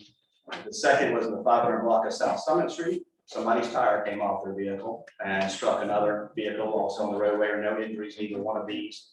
That one was also worked by the sheriff's office. Number 3, North Summit in Florida, a garbage truck sideswiped a vehicle, and the driving infraction was distracted driving on the part of the garbage truck operator in that case, worked by the sheriff's office. Number 4 was another parking lot improper backing crash at the Kangaroo by the sheriff's office. And then, of course, very sadly, number 5 is a vehicle versus pedestrian fatality, which is worked by the Florida Highway Patrol at Central and North Main. And the fault, or the finding in that crash was a pedestrian crossing violation. Speed was not a factor in any of the above crashes. Like you can see, 2 of them occurred in the parking lot. One of them, a tire came off the car, garbage truck sideswipe, and then just a very unfortunate event at Central and North Main. So that kind of talks about the month of July. I could pause there for a minute to ask if anybody has any questions for July, Mayor, or I can continue for the whole. No, I do. Can you clarify for everybody so that there's, as far as working traffic crashes, Sure. what the policy and procedure is? So outside of the city in Crescent City and in the rest of Putnam County, the procedure is that we have an agreement with the Florida Highway Patrol that they are our primary traffic crash investigative agency. However, we do have standing orders is a strong word, but standing operational procedures on our deputies that the Highway Patrol cannot respond within 30 minutes, that the deputies will handle those crashes if we're available in the unincorporated portions of the county. Inside the city of Crescent City, the Putnam County Sheriff's Office will be investigating all of the traffic crashes unless they are significant bodily injury, potentially fatalities. That may be something that we look at enhancing in the future, but we'll have to have someone certified in traffic homicide investigation, because we don't investigate those. Neither do those counties our size. We don't currently, but we'll be handling your crashes unless we are concerned of the traffic fatality or serious bodily injury case. And then FHP would take care of that. FHP would handle those cases for us. And just like FHP handles those for the city of Palatka. Okay. That's the same agreement they have with them. Okay, thank you. Okay. Commissioner, do you Anything have else any on questions? the month of July? Okay. So as we all do, as we do for the sheriff's office this time of year, and I want to do for the city of Crescent City, is we give you a semi-annual report. Semi-annual compares the first 6 months of one year to the first 6 months of another year. So obviously we want to compare the first 6 months of 2020 compared to the first 6 months of 2021. This is a good benchmark for us. We are fixing to review ours Thursday for the sheriff's office at our next StarCom, which is our monthly accountability meeting. And we will go through much of the same stuff we're doing here, but in a little additional detail, because as you'll see, there's not a whole lot to report here. So how does Crescent City look the first half of 2021 compared to the first half of 2020? So this is broken down a little bit, and then I will give it to you. The blue lines, I know the writing might be hard to see at the distance. The blue lines are 2020, and the orange lines are 2021. The top line is auto theft. In 2020, there were 2. In 2021, there were none. The second line, the largest one, is a combination of burglary and theft. In 2020, there were 20 of those cases, and in 2021, through the end of July, there were 14. Robbery is the next one down. It has no lines because there were no robbery cases in either first half of either year in Crescent City. The second one is aggravated assault. By FBI standards, that's battery and assault. They just combine it all with assault. So aggravated assault and aggravated battery. In 2020, there were 0. And in 2021, there were 2. Sex crimes is the next line down. There were none of those in either year. And the final one is homicide. In 2020, by this time in 2020, there were 1. And in 2021, by this time, now I understand, remember, the end of June, there were 0. Of course, now you had a homicide, so we are equal or even for 2020 versus 21 to date in homicide. So what does this represent in the big picture? So this is kind of where we're looking at here. So again, the blue lines are 2020 and the orange lines are 2021. Violent crime is up 1. So when you had 2, when you had 1 and you go to 2, you get 100% increase. That's the bad thing about small cities when you have the small crimes. Non-violent crime is -8 crimes, or down 36.4%. In total crime change is -7 crimes for a reduction of 30.4%. We at the Sheriff's Office would love to see those size reductions in the unincorporated portion, but unfortunately with many more crimes, it takes many more off the records to achieve those. So traffic stop data, I know that that's something we try to track everywhere. Traffic stop data because of its impact on traffic safety, but also because traffic stop activity and proactive law enforcement it has a significant proven impact on crime. So the blue line again, I'm sorry, the first column, the 2 on the left are 2020, the first half of the year. The reason there's 2 lines there is they represent Crescent City PD in blue and the Sheriff's Office in orange. So by the first half of the year in 2020, there were 109 traffic stops in the city, 68 of those being conducted by CCPD and 41 conducted by the Sheriff's Office. And so far in 2021, there have been by the end of June, in 2021, there have been 131 traffic stops by sheriff's deputies inside the city. I am not privy to Florida Highway Patrol data. So traffic crash, this is a half-year comparison on traffic crashes in 2020 by this time. By the end, first half of the year, there was 37. And so far this year, there have been 24 traffic crashes inside the city of Crescent City. So basically, that's kind of the gist of where we are with that. I have a couple more maybe minor announcements to make, but I certainly will entertain any questions, comments, or concerns that you have on your semi-annual crime numbers. Commissioner, do you have any questions? This is your opportunity of the Colonel. Or of course, you know how to get in touch with us. But yeah, absolutely. We will do this again at the end of the year, well, in about January, maybe early February, and that will do the whole year comparison, all of 20 to all of 21. We'll provide your annual, and then we'll prepare to submit your annual uniform crime report data to the FBI and Florida Department of Law Enforcement on the city's behalf. I thought Mr. Banks had a Yes, question. I think Commissioner Burton. Yeah, she had I have one a too. question. It's an odd question. Okay. Well, no, I had one of my constituents who's a fisherman. And he's out on the docks quite a bit throughout Crescent City. And basically, he asked me the other day to ask somebody what he sees at night once he leaves, because he leaves as it gets dark. There's people coming in with nets, I guess. And I'm not sure if I bring this to you, because I'm not sure if the fishing game, travel around at night to maybe catch this or not, but I told him I would bring it up. And I think that's entirely appropriate. We'd like to be your clearinghouse for all law enforcement needs. If we need to reach out to a partner, we will. The sheriff and I and Major Rose met, as a matter of fact, yesterday morning with the deputy commander of the entire state of Florida for Fish and Wildlife Conservation Commission and our new regional director for Fish and Wildlife Conservation Commission to reaffirm our cooperative efforts. We work very, very closely with that agency. And the point of their meeting was that's exactly what they're looking for. They're looking for information on those kinds of cases. So if you, this gentleman may be, however, he can pass the information for you to Lieutenant Faber or Captain Usry, or he maybe would even be willing to speak with one of those. We can certainly get that off to the Fish and Wildlife Conservation Commission. They are looking for those kind of cases, and that was the point of their meeting, was to make sure that we communicate that with them. So we'll be happy to pass that along. Okay, Yeah. thank you. Commissioner Banks? You Good. good? Okay. Commissioner Washburn? Thank you very much. Yes, Commissioner ma'am. Thank you. DeVito? It's been a pleasure. We certainly look forward to having the rest of those deputy sheriffs out.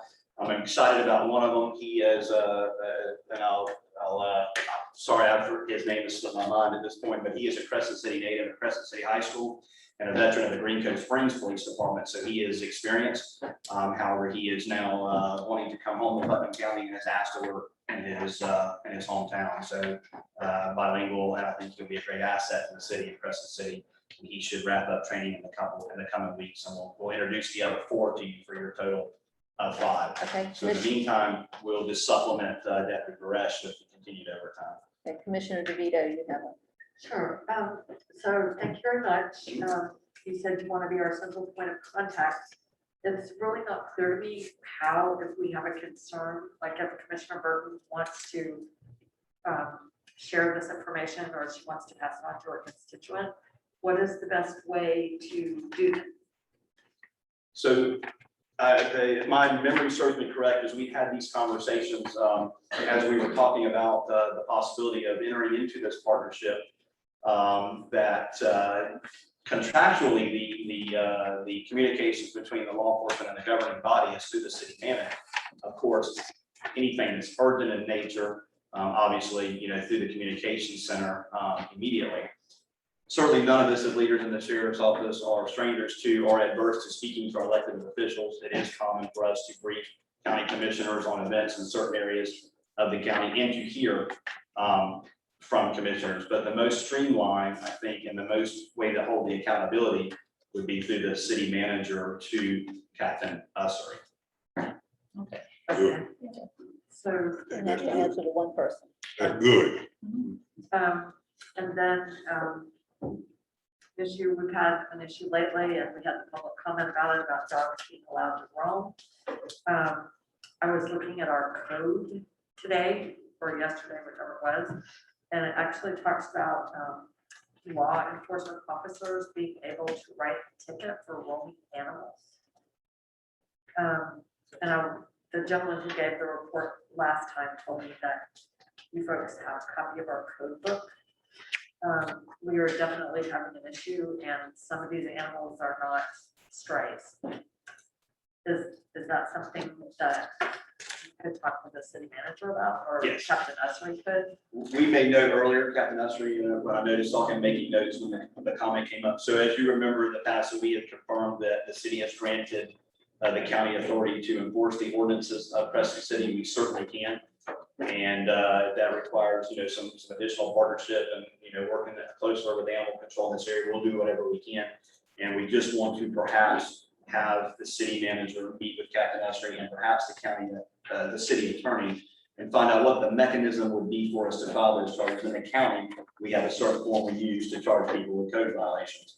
And what would that be down here? But we certainly, that's one that the sheriff's office needs to be involved in, because that's not really something that can wait for days and days, Right. or for code enforcement to come back to work, especially if you have a dog that's causing a nuisance or can be dangerous. Yeah. We get those calls all the time, and we'd like to have that to handle. So we'll certainly be happy if the city managers, I understand, Charlie, you're in and getting settled in, but whenever it's convenient for you, don't hesitate to reach out, and we will sit down and figure a process out for that. My last question on Okay. your report, where do like minor drugs and prostitution fit in? Do they factor in any of these categories?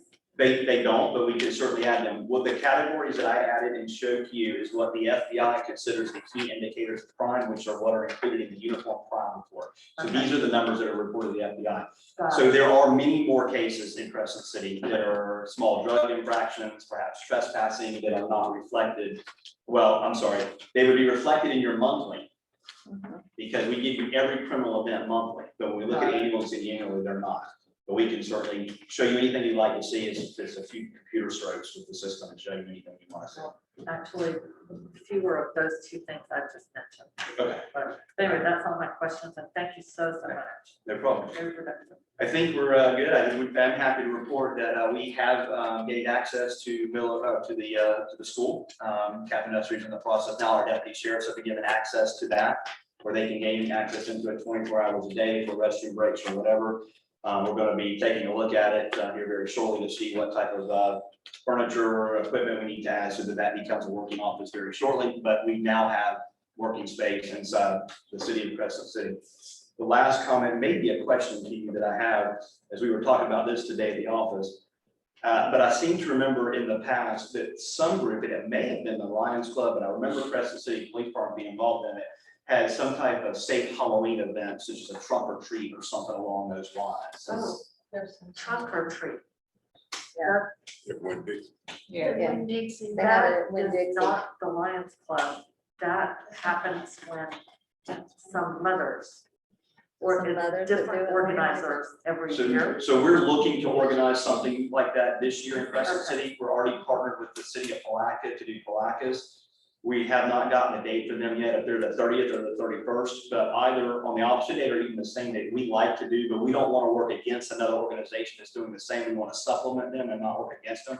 And then also ask the commission and anybody in the audience, to start thinking about maybe some civic clubs, churches, or community organizations that might want to work with us on that. And we're going to be moving very quickly on that. So just a thought, and I wasn't sure. I thought I remembered with Dixie parking lot.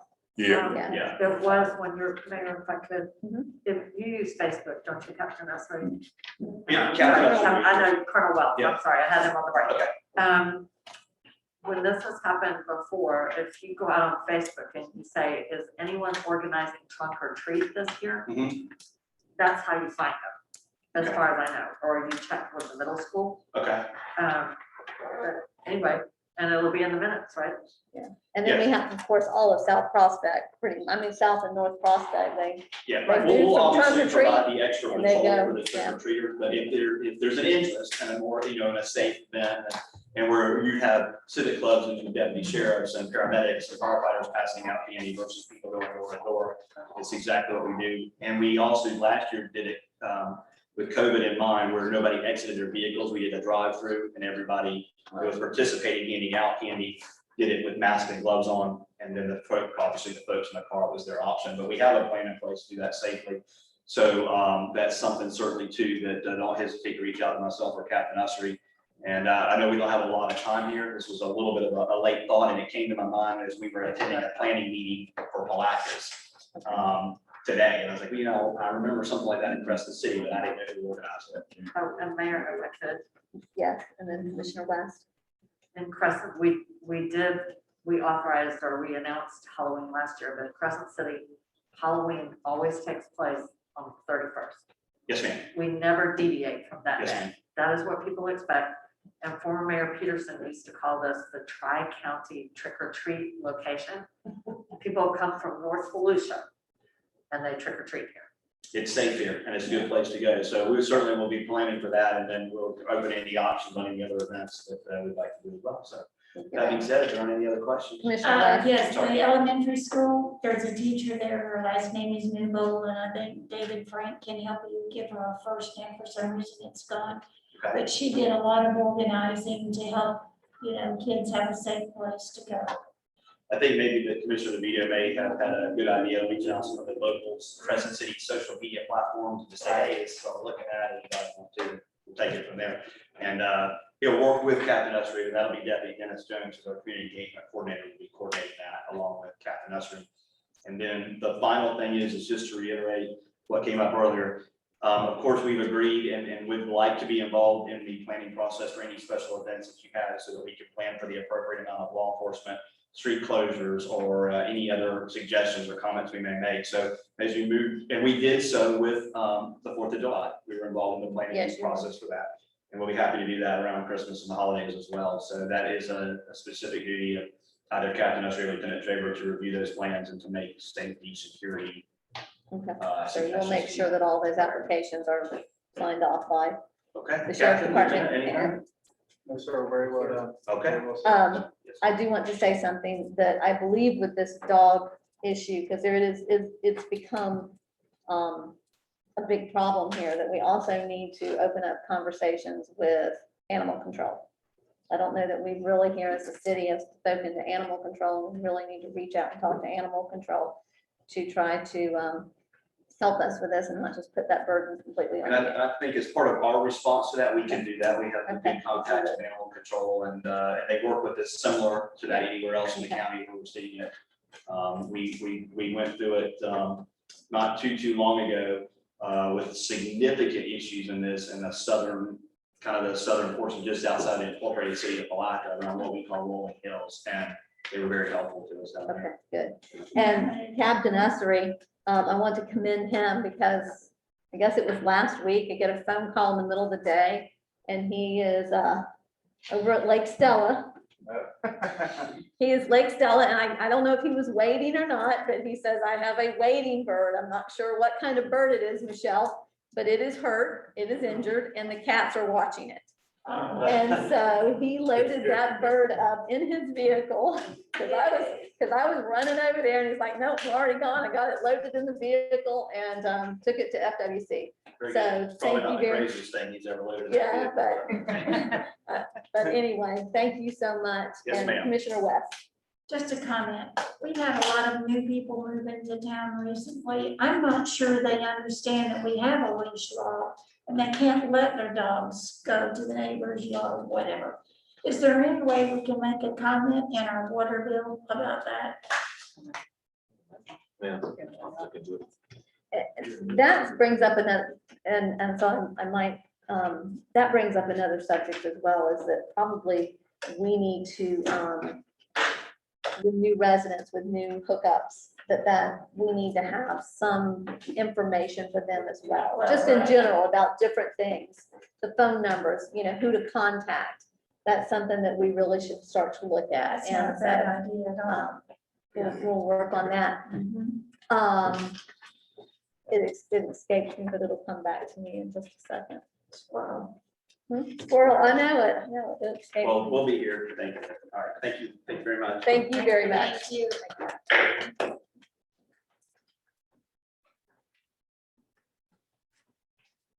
Okay, with that, we're gonna go to, now I've got on here for the interim city. Phil, do you want to do these, or Charles, are you ready? Tag team. You'll tag team, okay? So if we want to go to our RFQ for architectural services, So we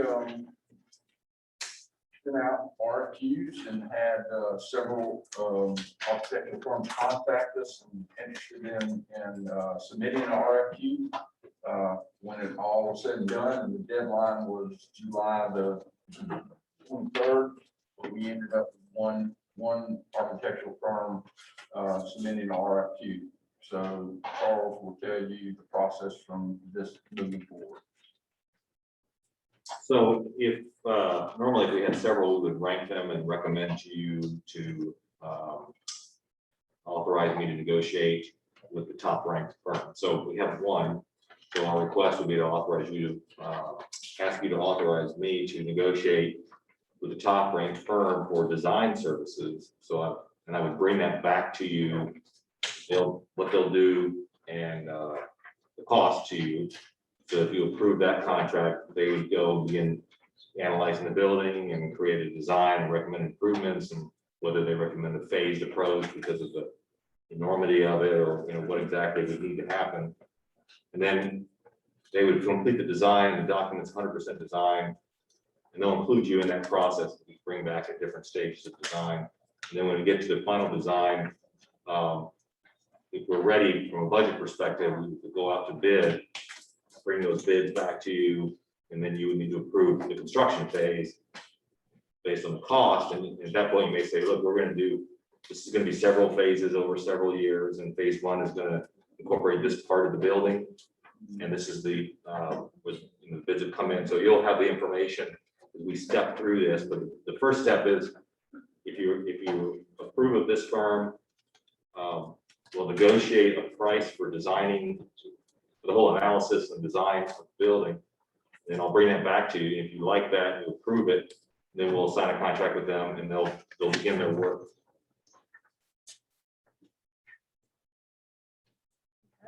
Okay, so I'll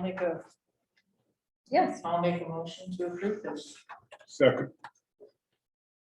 Okay, we have a motion and a second. Do we have any discussion? I have a one. I know, I just want to make sure. I just have a general question about this. I mean, this looks like a pretty fancy firm. I had that same question. Yeah, and, you know, if they, obviously they want to show their best qualifications, but, I mean, I think for next year, we just have budgeted, I forget how much it was, do you recall, just for the design services?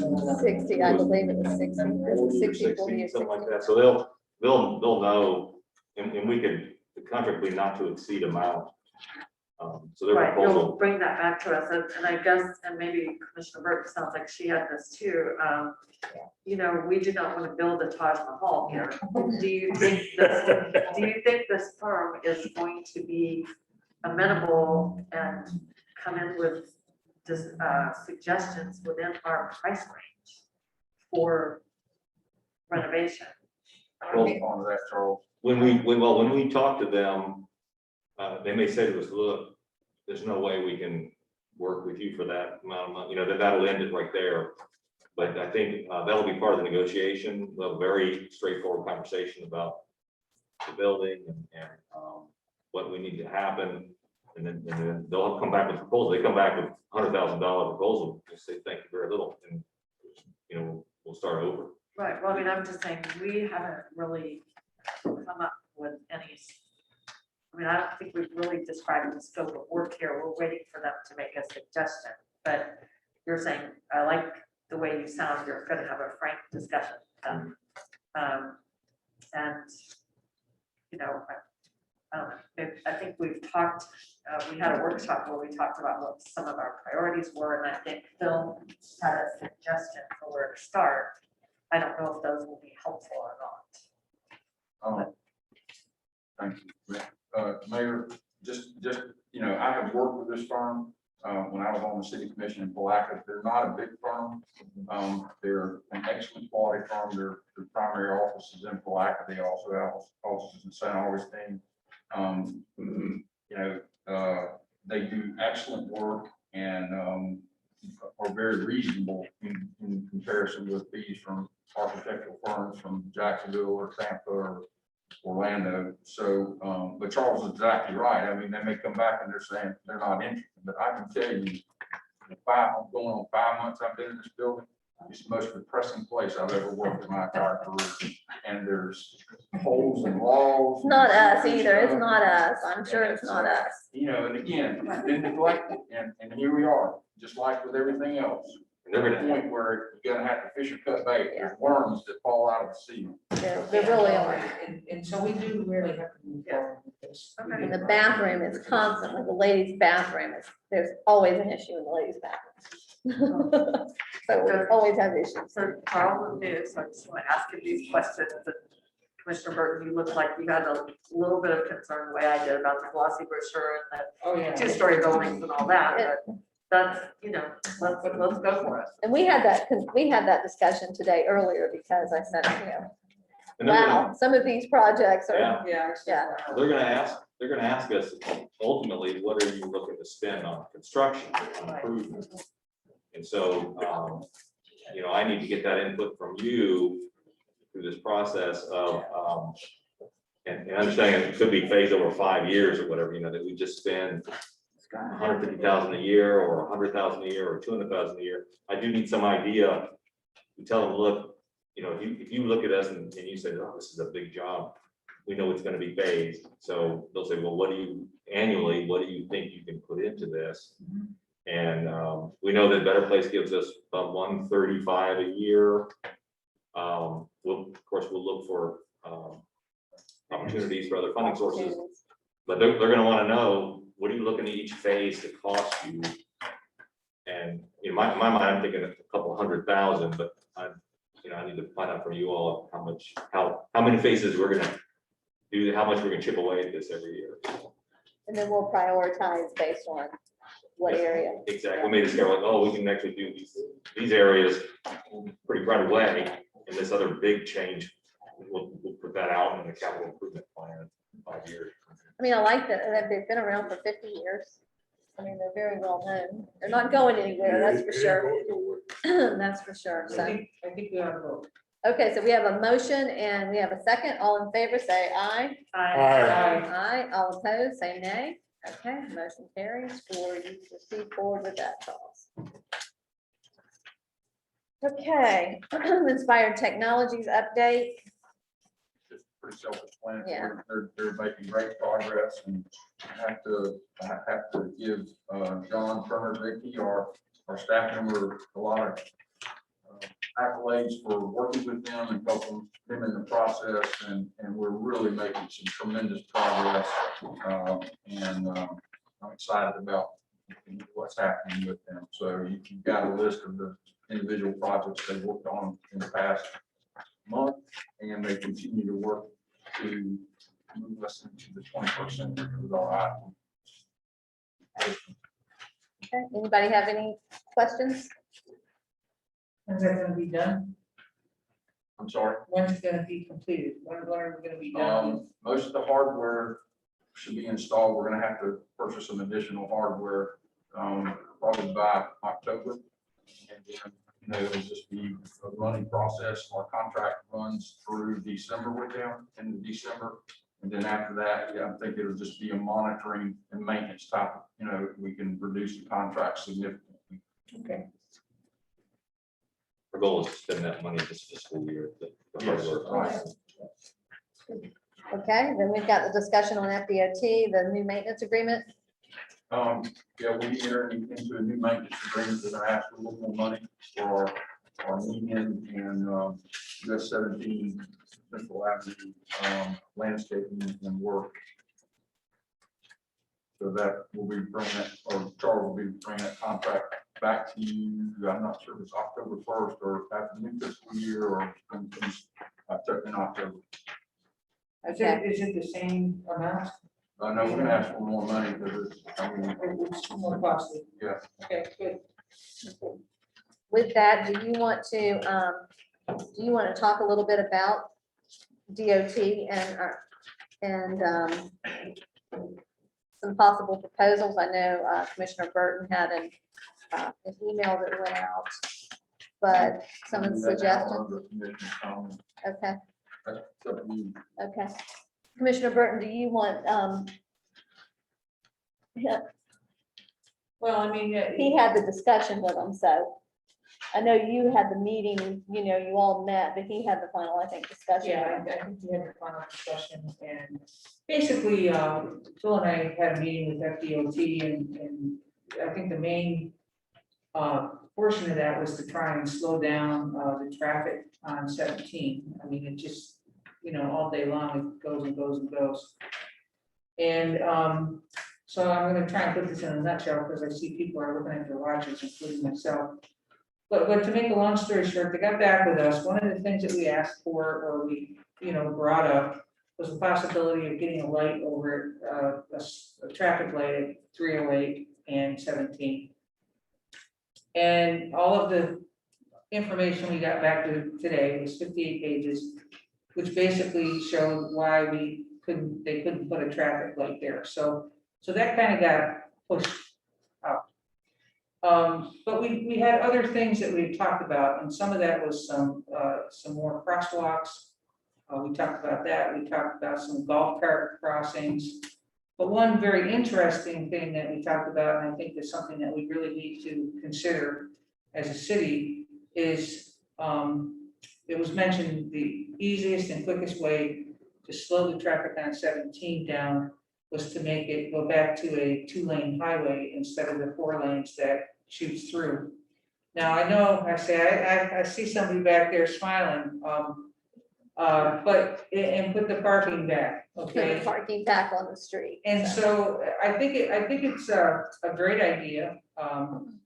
They said, hey, it's gonna be about 10 years before the 4 lanes is gonna hit us. that's headed south.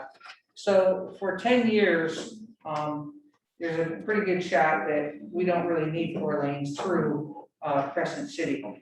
And that would almost immediately slow the traffic down.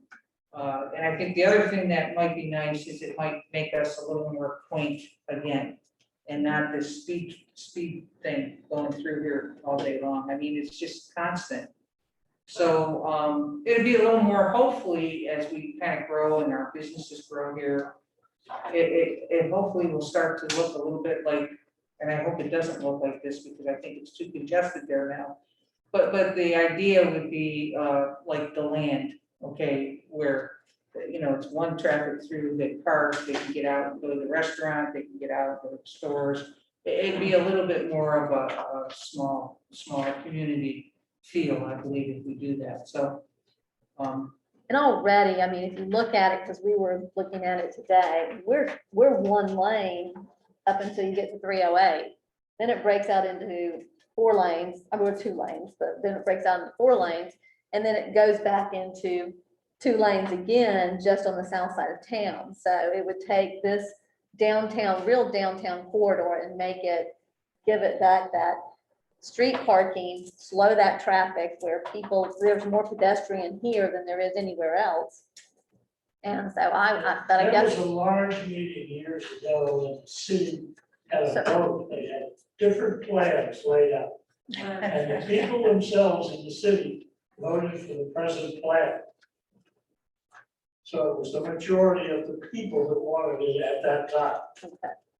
Just to give you a little history. Okay, thank you, Commissioner DeVito. Mayor, and I know Commissioner Banks and Commissioner West know this very well. I think what took away the parking was the medians. This had always been 4 lane. But it was the medians that took out the parking, and I very much agree.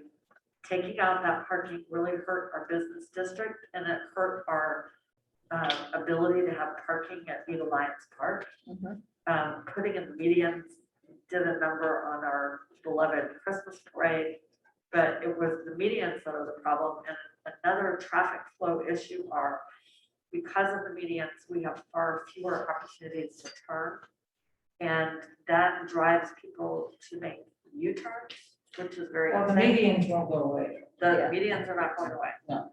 But we really suffer from not having enough places to make a left turn. That is a big issue. I know getting into the library is, I mean, not the library, the post office, which I go to just about every day. Right, A it's lot of not set fun. up, but anyway, yeah, I think That's gonna take some discussion. Of course, we're gonna have to, talk to the sheriff's office. That'll take a little bit of planning. I Planning think. discussion. Okay. But, yeah, so it'll be a pretty good, is this your resignation? No, I've got that already. I have that to discuss at the end, so. Okay, so with that, Okay. thank you, Commissioner Burton, for that update. Let's move on to our public records fee. Yes, ma'am. We haven't had any adjustment to our copying and fees for copying and time savings. We're requesting, as you see, it's just been handed out, the 25 cents for black and white page, 30 cents for colored copy, and administrative fee of $10 per half hour if it's a big job. And we've had several big copying jobs and requests, and also including a thumb drive. So we're just trying to get caught up where what the average cost that other governmental agencies are charging. And this is still below most of them. Okay. Mayor, if I may. Commissioner DeVito. We are not able to do most of this under state law. I checked today because I don't have the Florida statute annotated, but I was pretty sure I knew what the law was. I checked with the First Amendment Foundation, and I checked with our attorney. The statutory amount is set in stone. It's only state law can change the amount per copy. But I think, and Bobby Pickett can speak to this, there is leeway in fees for information technology and time, I believe. but we absolutely cannot change the statutory sense of pay. Okay. Mr. Pickens, you want to speak to this? Yeah, no, Commissioner DeVito is right. It's set by state statute, for public records request cost, and that would be Florida State Statute 119.07, and the costs are laid out in subsection A, subsection 1. So it would allow the city to charge 15 cents per one-sided copy, per one-sided page. And if they print on both sides of the page, you could charge a maximum of 20 cents per copy. If it's a certified copy of a public record, you can charge $1 per page. And it also allows the city to recoup the time of whoever is providing or procuring the public record if it is a large task for them to do. So that basically would just say one person from the city worked 30 minutes on it. It would allow the city to charge half of what the person's paid per hour, basically. I mean, it's not a process to make any money. It's just for the city to recoup To recoup the money time. off of the Okay. time and resources that's spent answering public records requests. And so About the thumb drive. we would definitely recommend at a minimum doing that. And, just so you understand, paper and ink costs, toner have gone skyrocketed. And I don't anticipate those coming down anytime soon, so. And then it's also my understanding that people come into City Hall and request, or maybe like faxes or something like that, that kind of came up too, or they request copies of something else. I would think that the city would be free to charge, I don't think they would be capped by any state statute, but as far as public records requests, this would be, I would just recommend that we adopt what the state has deemed as reasonable. Okay, let's do that. Okay. Yes, Commissioner DeVito. A question about one of the issues on Phil's sheet here is to charge for the cost of a thumb drive if they get the documents on a thumb drive. Can we do that?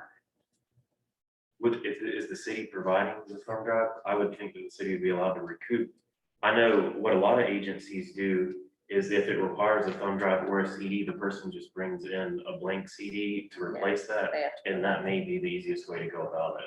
Right, but aren't there IT security issues? Like, don't you want to provide your own CD and your own thumb drive? Because these days you don't want people. Also cover transmission. Yeah. But I think it is computer virus. I think that's how the Chinese spies operate, Okay. You want to own them.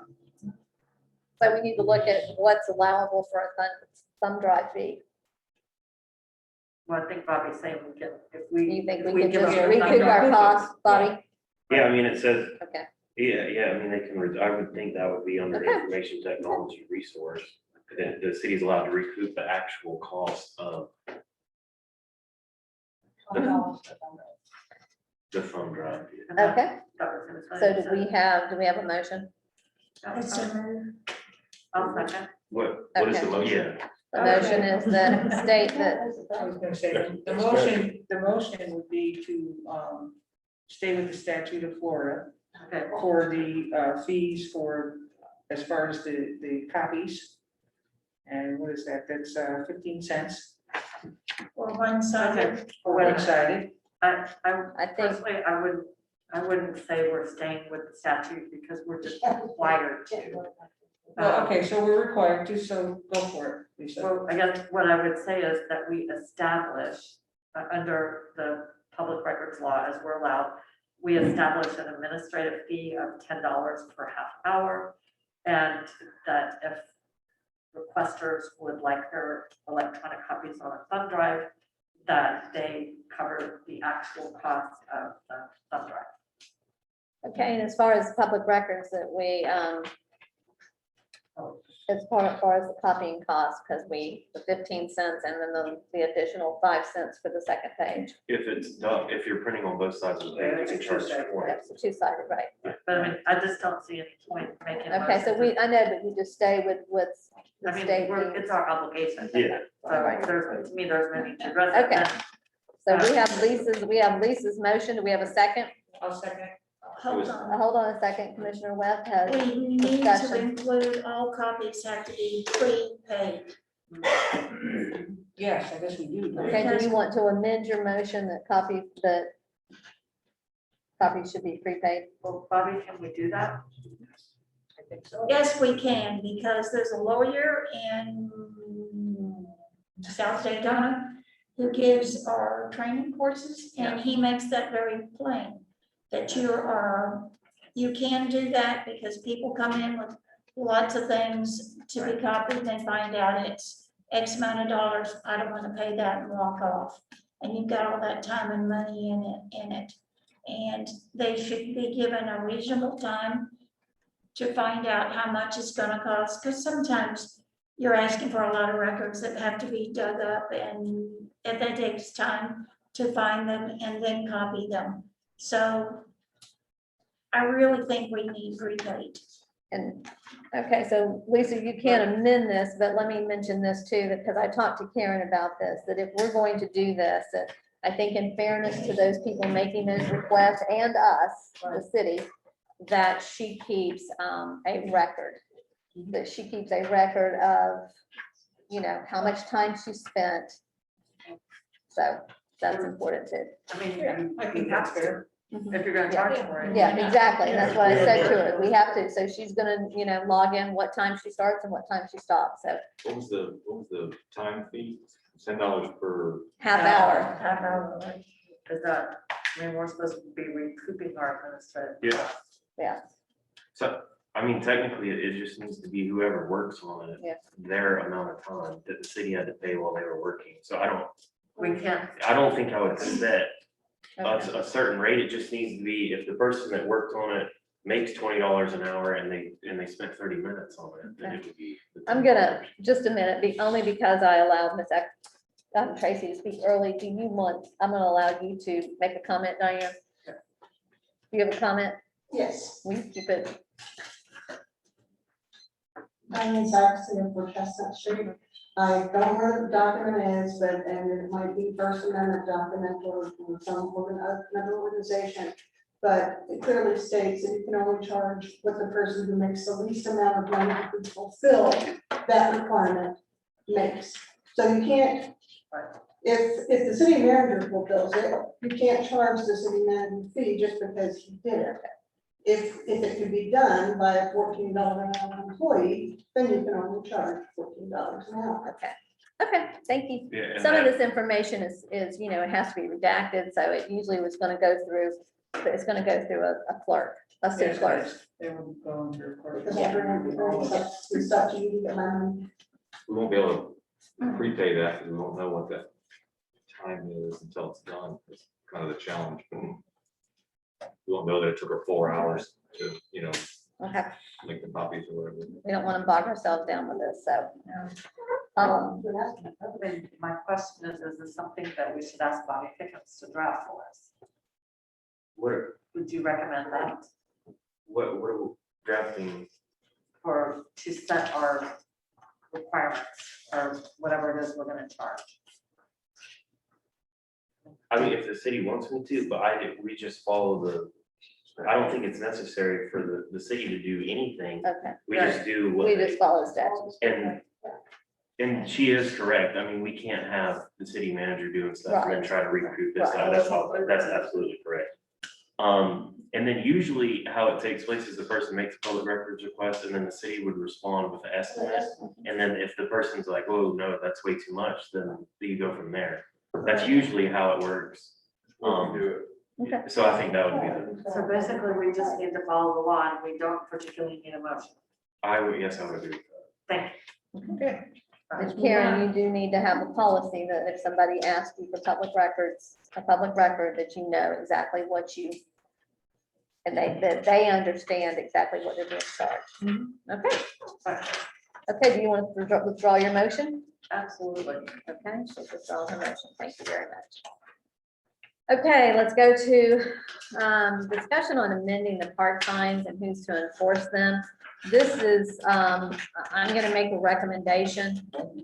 Oh, go ahead. No, Oh, you're still on. Yeah. Okay, go ahead. Go ahead. I'm still recommending, in a discussion that Charles and I and the mayor had today, we're recommending that so it's part of a big, agenda item that the workshop, correct, Carl, that we come back and do a workshop and try to formulate a plan on the, what fines. Yeah. So- Okay, well, could I ask a question about what we were given?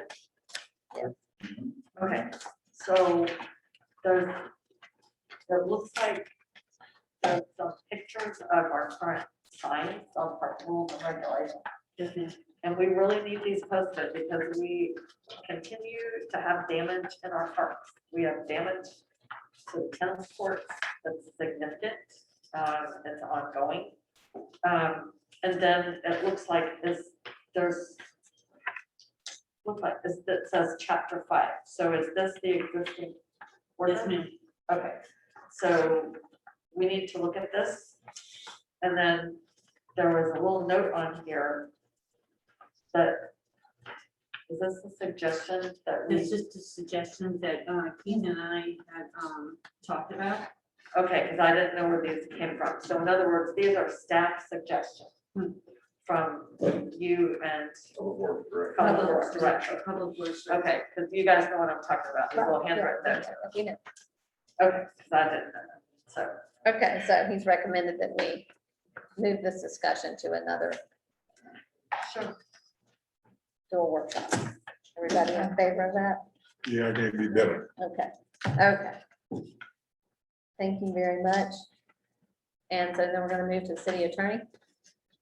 I do have a couple of things. First, to address the minutes. Okay, Any time that the governing body of a municipality is gathered in a notice meeting, which every meeting would have to be noticed, there are minutes required to be kept. So that's the answer to that question. The other update I have is the lodge, that property is officially owned by the city now.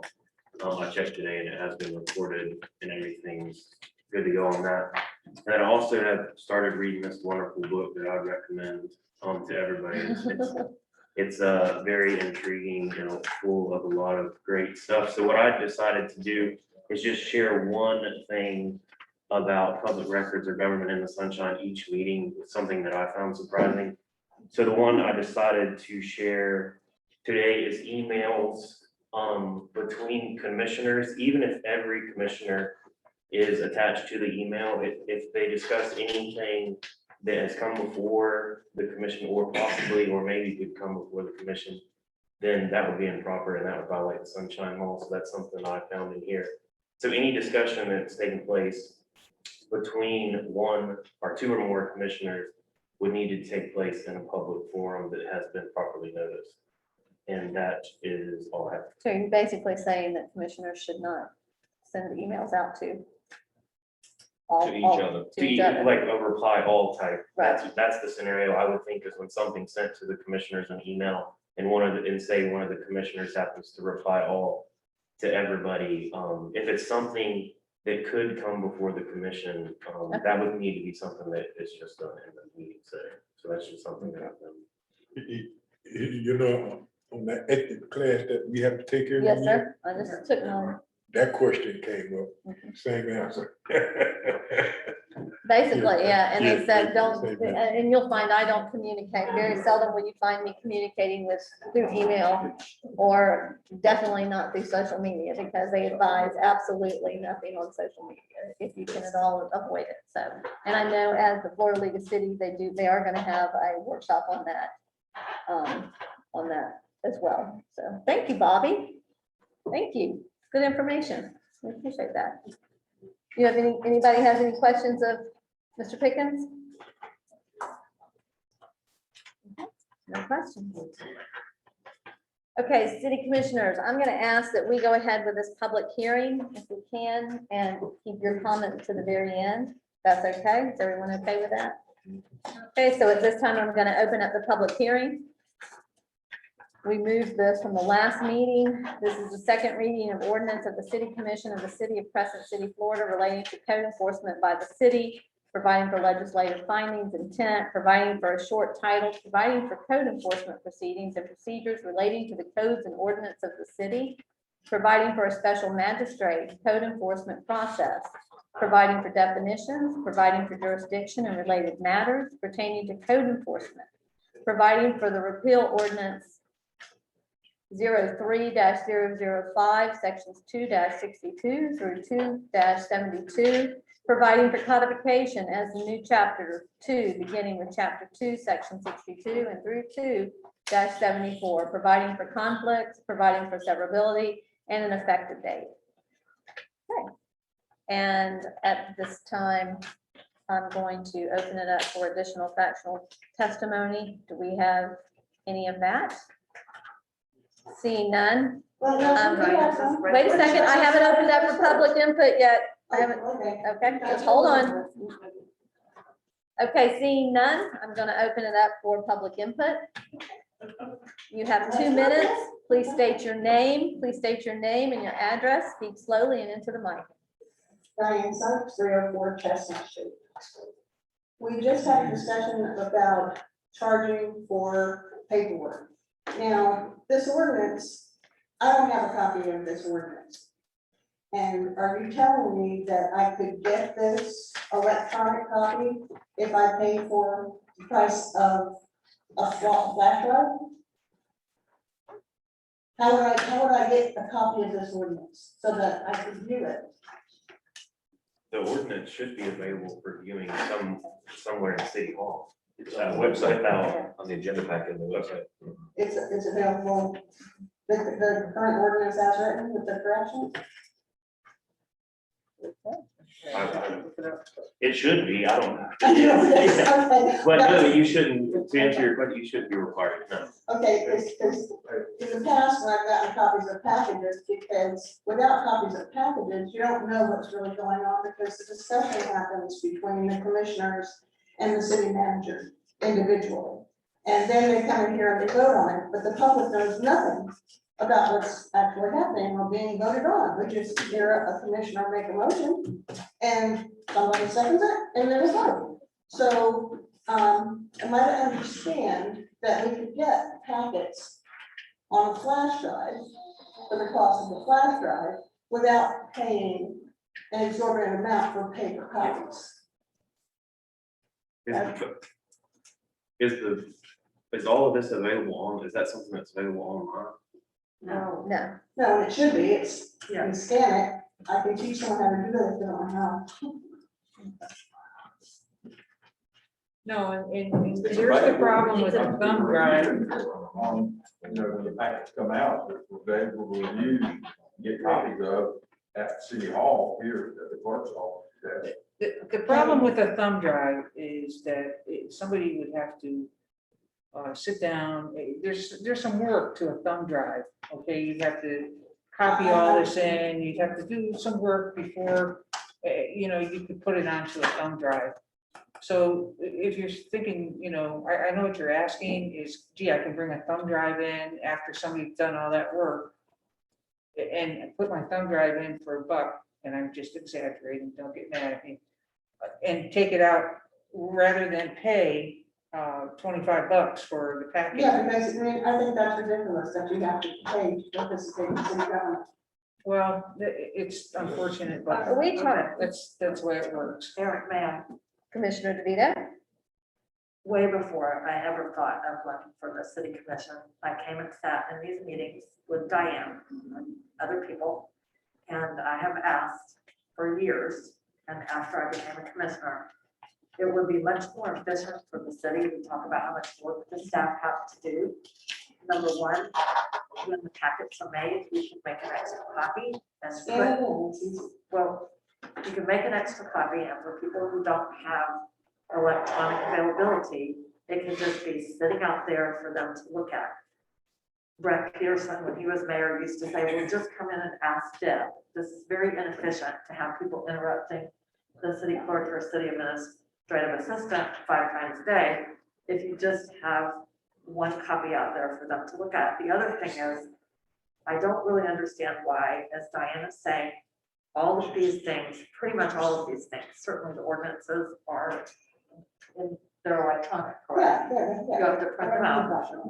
So some cities make these things available electronically. I don't know about the ADA issues about some cities have their packets available just the way we have our agenda available.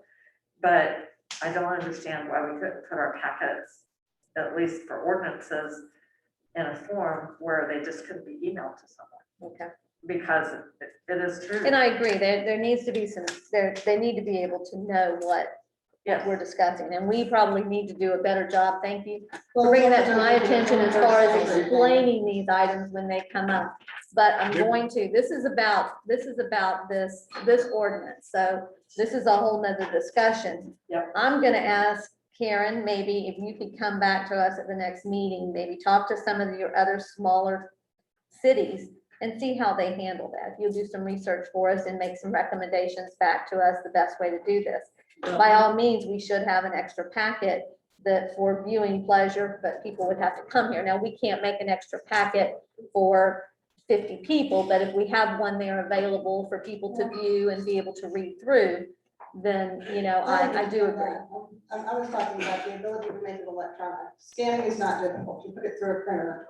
We understand how to do, we understand how to do all that. And, since we Okay. are moving into the 21st century and spent all this Okay. money on paperwork and equipment, we Diane, should have off-site backups. Diane, thank which you. means that Thank we you. have time. I knew it was gonna get this way. Thank you. Okay. Do we have any other comments about the ordinance? Gonna ask you, Chris, if you would just introduce yourself one more time with your address. All right, Christopher Coleman, 407 South Main Street. Just had a question. This part in the ordinance, it says providing for the repeal ordinance number 3-05, section 262 through 272. Just trying to figure out what are we repealing? What is the code? Okay, all right, thank you. Thanks. Okay, do we have any other public input?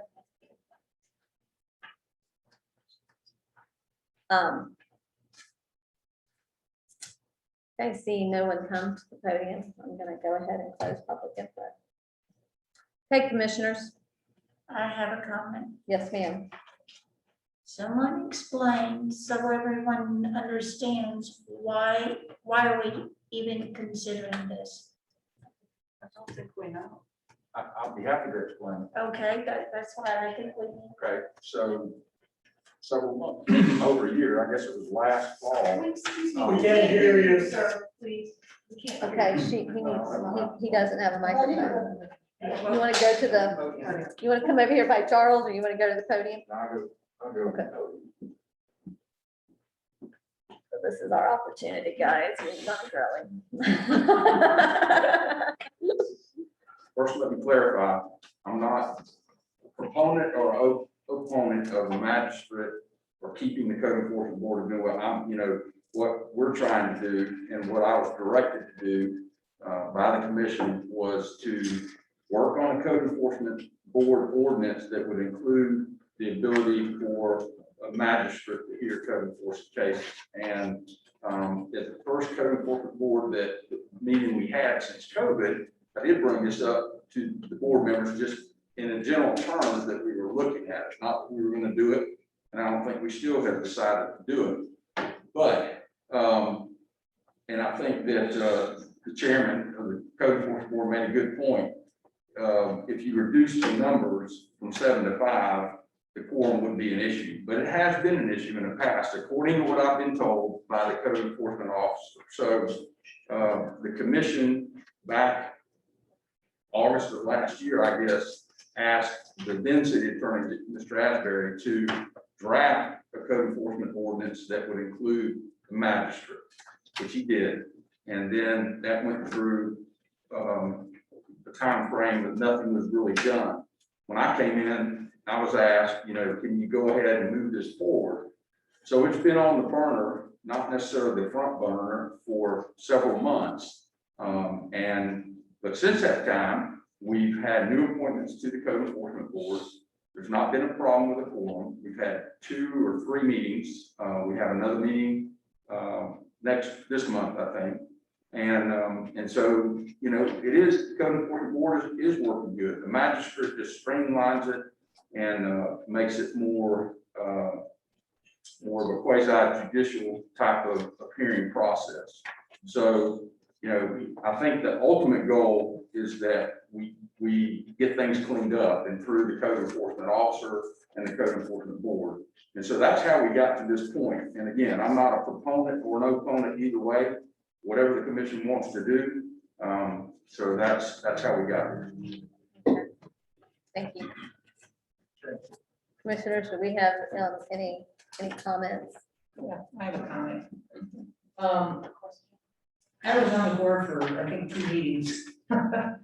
And basically, you know, this has been going on really, I think, since not last April, actually, it was in 2019, I believe, that we started talking about having a magistrate here in the city.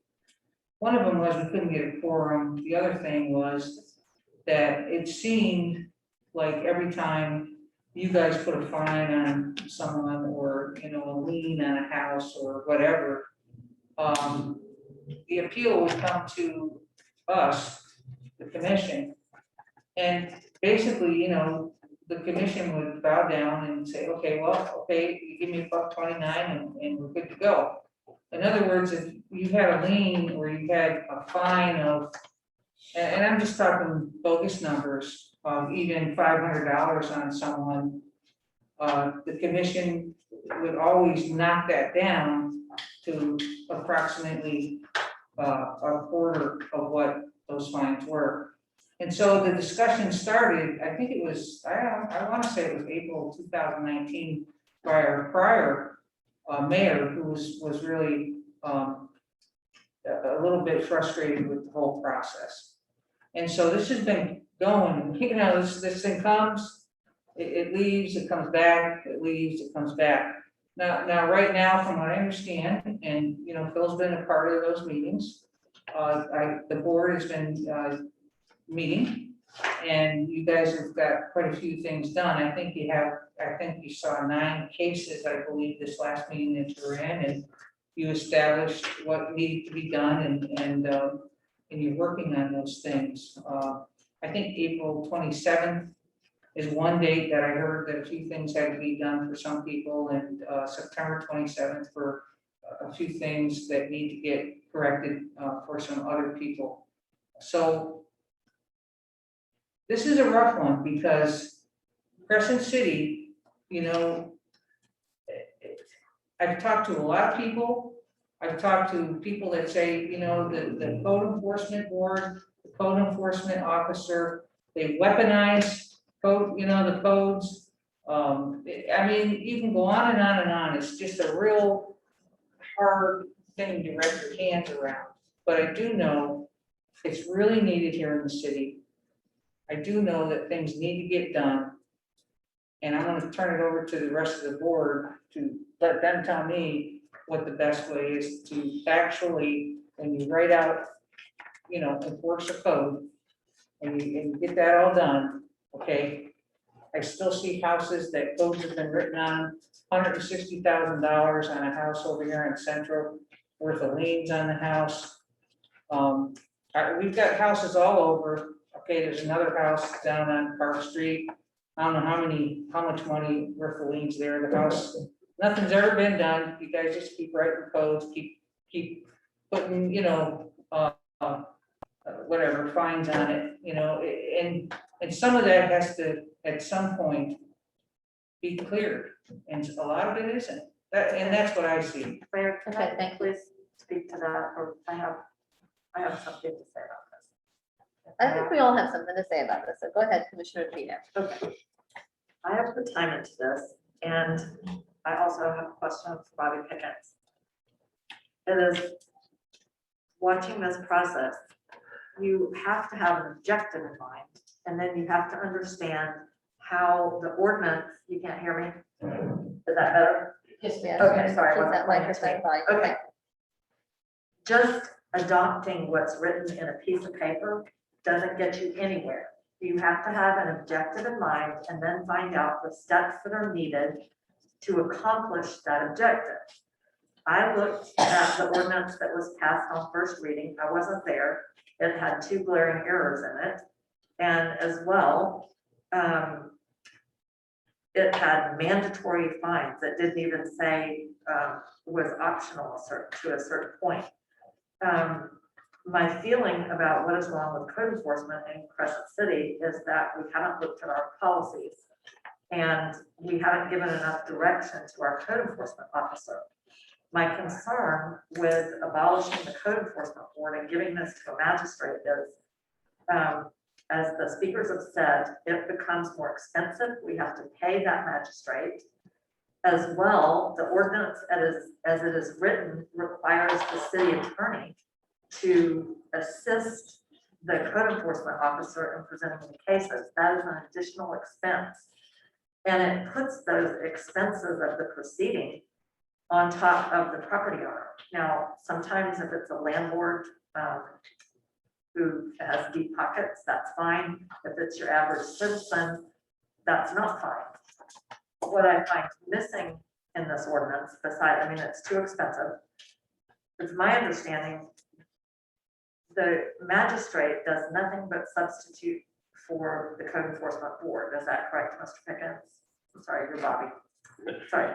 I mean, in other words, the magistrate substitutes for the code board and making the findings of fact and having the proceeding, correct? Yes, ma'am. Okay, but to actually enforce a fine or a lien, don't you have to take the property? If they don't pay up, you have to take them to court, correct?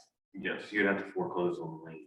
Okay, so you haven't changed what happens to actually enforce the fine. For scofflaws, we, the city, still have to take the property to court, correct? Yes, ma'am.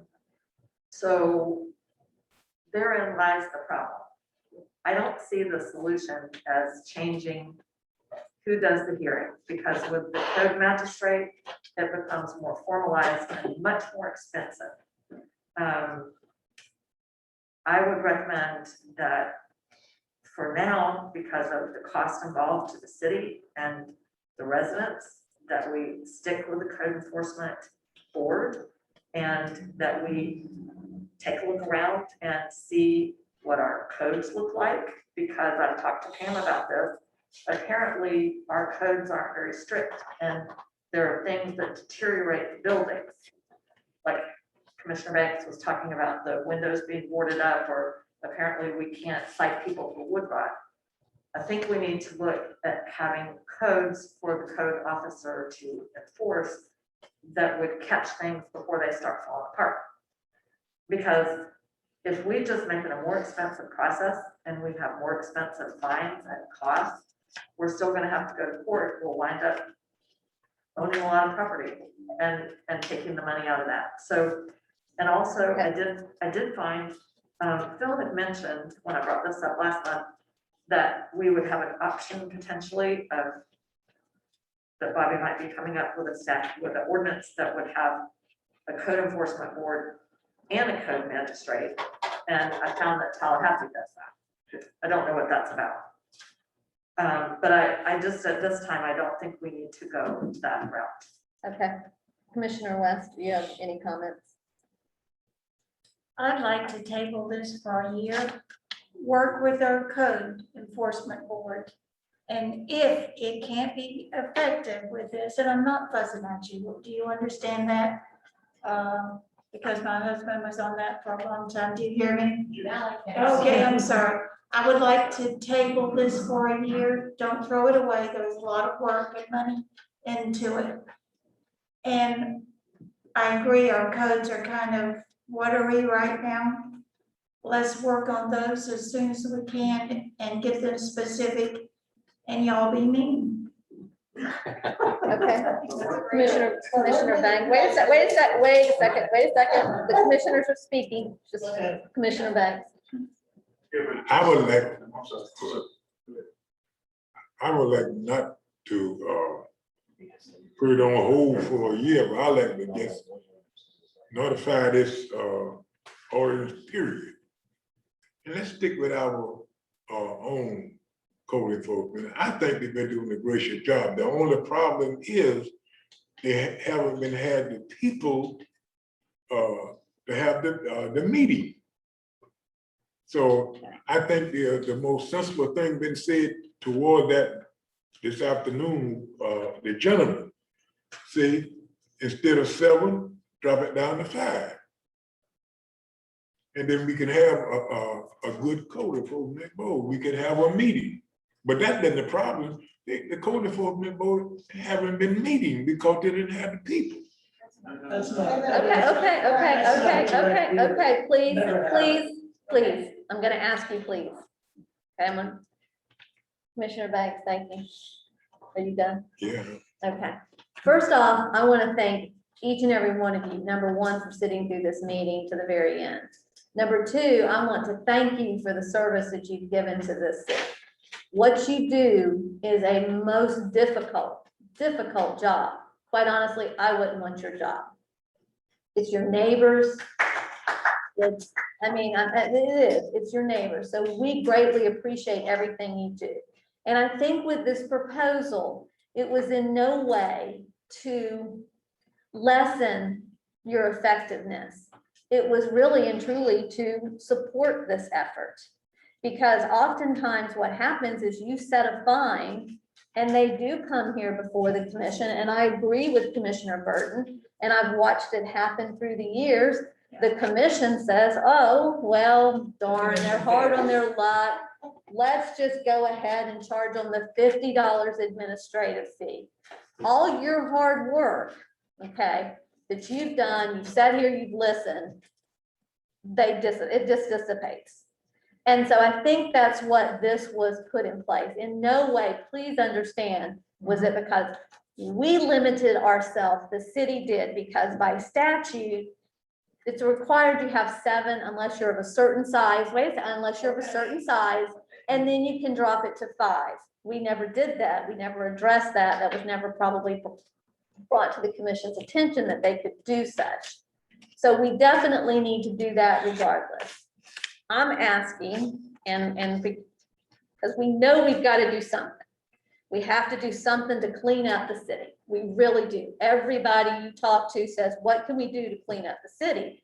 Is there any way, Mr. Pickens, that we can do a hybrid? That we can have a hybrid that where it goes to them first, okay? And somehow or another, if they're not willing to pay, then it goes to a magistrate.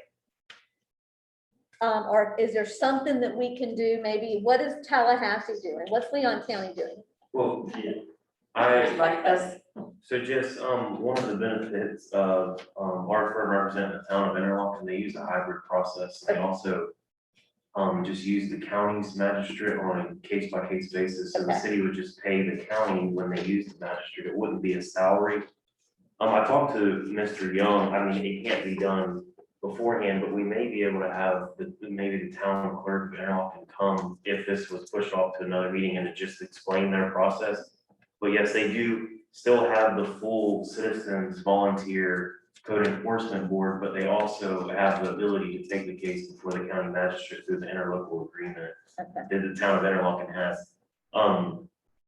And I just think that they may be a good example because I think they would, approximate size would be more in line than this. And that would help justify them sitting up here for all the time they do and trying to do the job that they're doing. And then all of a sudden they come before us and we do away with it. So, okay. Okay, So Commissioner. that is a possibility. Okay. Okay, commissioners.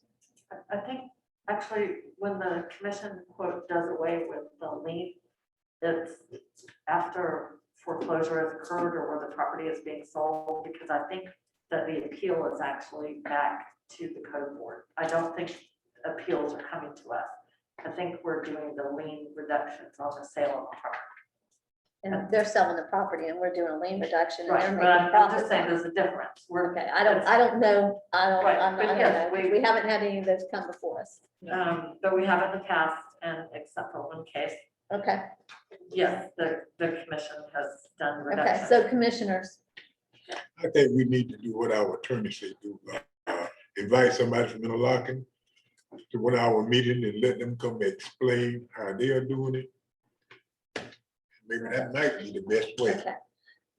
let me ask, But I want to keep our board. I do, board members, Sorry. okay, he said to have, like, Mr. Pickens recommended that maybe the city of Interlochen come and explain to us how they do it. They have a hybrid where they still have their board, but they also work with a magistrate.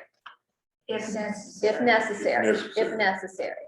And so we would, you know, so we could have, I guess, a presentation from them, from somebody. Yeah, I mean, in I'll ask to Interlochen. make sure we have, Okay. that was just something that we threw around the day. just so- Regardless, we would bring it back for discussion and presentation. Just so, because I don't know their entire process, so just so it could be totally explained to everybody. So do you and you, the board, I mean, are you amenable to that? Yeah, Okay. we just, I think yes, we are, but we just want support. If we put a fine, or we don't wanna sit there all night long, make decisions, and then turn around and find out, oh, they took that. They reduced Yeah, that fine, right. they did this and that. So it makes like we're not doing what we're supposed to do, so Exactly. if they can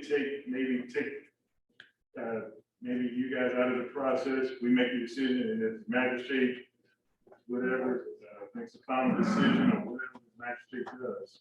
Okay. I like what you just said, take us out of the. And that's it really, because it needs to take out. I think we're the ones that kind of. We're the problem. We're the problem. We the problem. You're the problem. So I think And I something to really, I take that out. sincerely mean that, you know, Okay. I saw that, so. Okay, That's exactly right. okay, commissioners, I need to do something with this ordinance at this time. So, I move, go ahead. Who wants to make a motion? I move that we cancel ordinance 2021-05. Second. Okay. I don't know if I cancel it. I think that we should move it. Okay. And I think we should open up for a discussion with, Let me Want to reword your motion? let me reword my motion. Rescind your second, yes. I rescind the second. Thank you very much. Go ahead. Let's take ordinance 2021-05 and table it. And ask Interlochen or information from Interlochen how that's used. Continue with our board. Try to find a way to get the commission out of the final decision because we're weak. yeah. Can we take that, table that to, we really, can we Right. table it to October, do you think, Bobby? You have to continue the hearing if you're gonna. So we're gonna continue it, okay, Or we'll have to re-advertise it. okay, so we're gonna, so we would have to continue it, so you're gonna have to say that we would have to continue it. Continue the ordinance into September, October, October. Second. Second. okay. Can we do that, or we, is that, Yeah, I mean, if they're not available, then I'll. then we'll just get as table much it again, we'll information. table it to the next one. I think we'll be able to get somebody. I think we should be able to get somebody, and that, by that time, you should be able to look at Leon County. Okay, so commissioners, we have a motion to table this ordinance until the October general meeting. Do I have a second? Second. To take, Yes, sir. continue it to October. Yeah, I'm sorry, to continue it, yes. Thank you, Bobby. We have a motion to continue this late. We have a motion to continue this until the October meeting. We have a I so move. second. Everyone in favor, say aye. All right. Aye. All opposed, nay. Okay, let's continue. Now, commissioners, do you have any comments? I talked to Bill Yes, sir. about a year ago, when it was our manager, he had talked with DOT about something they had promised, that they were going to put lights from Lee Hardy all the way to Rundle Avenue Okay, on both sides of the road. okay, And somehow that fell through. But we were told that they were gonna put it in this year's budget, the budget passed budget. So I reckon I'm asking somebody if they can get on to that, because it's very dark coming in almost every city you come in, it is lit up. Excuse me, we can't hear. Okay, Thank you. sorry about that. Almost every city you come in, it's lit up. Crescent City, if you ain't careful, you run in the ditch trying to get the windows. Cause it's very hard to see if the road is not lit up. Who's where were they gonna put those lights? It's supposed to be from Lee Harvey. Lee Harvey? Yeah, that's where the Chinese food place at there. All the way in down to Vernon Avenue. They're supposed to do it, and my understanding is supposed to do it on both sides of the road. Lee Harvey to Burn Avenue? Yeah, to Vernon Avenue, 308. 308. 308. Vernon Avenue, the city. So we'll look into that. I'll look into that. See if I can Yeah, figure it right, out. yeah. It should be some data somewhere on that. A letter. It would be it'd be on the work plan, the DOT work plan, I would imagine. Yeah, pretty sure. Okay, you good? Commissioner Burton? Okay, Commissioner West? I'm done. Hey, Commissioner DeVito? Well, I wanted to follow up at the first budget hearing.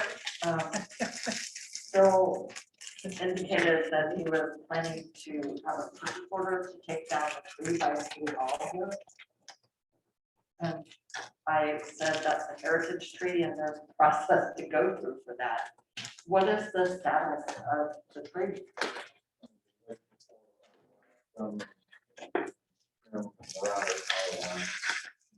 Was the tree that's by City Hall? Okay,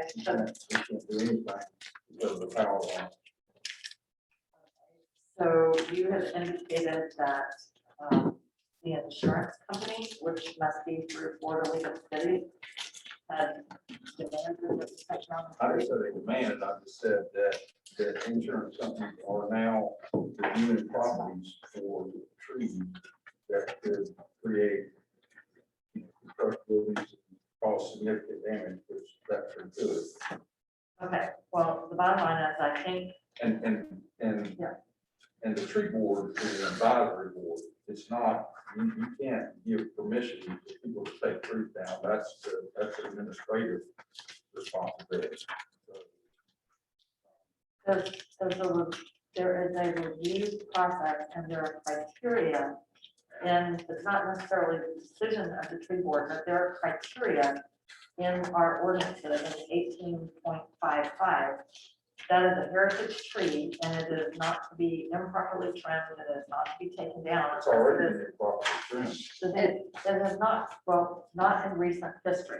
The tree was evaluated, this commission authorized the expenditure. Commissioner Banks and Commissioner West was here.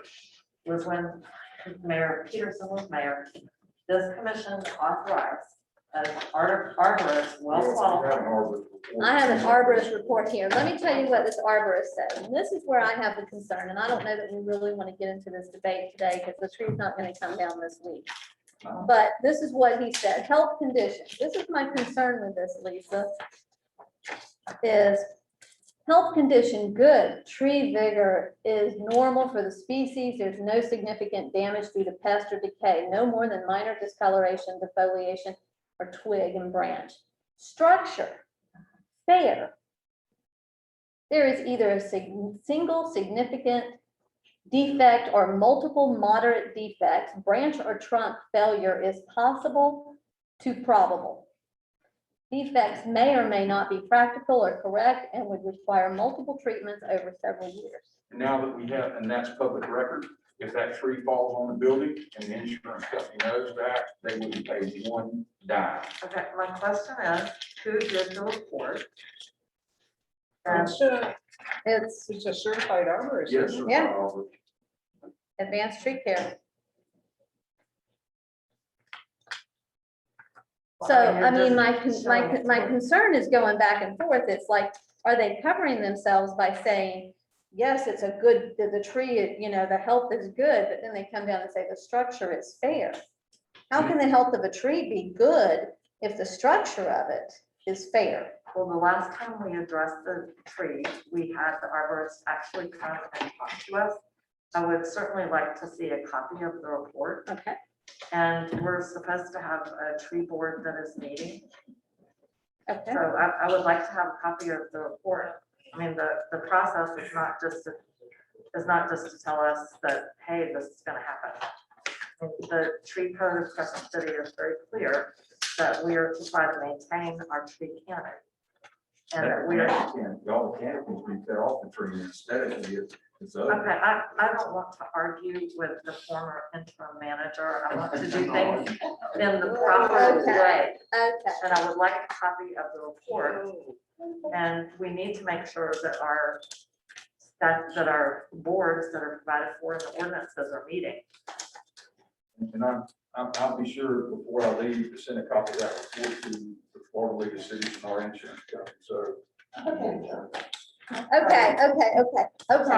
This sounds, I don't. Okay, appreciate Commissioner that Bill DeVito, would I do that. Commissioner DeVito, can we just, do you have anything else? the meeting. No, she still has her on her time.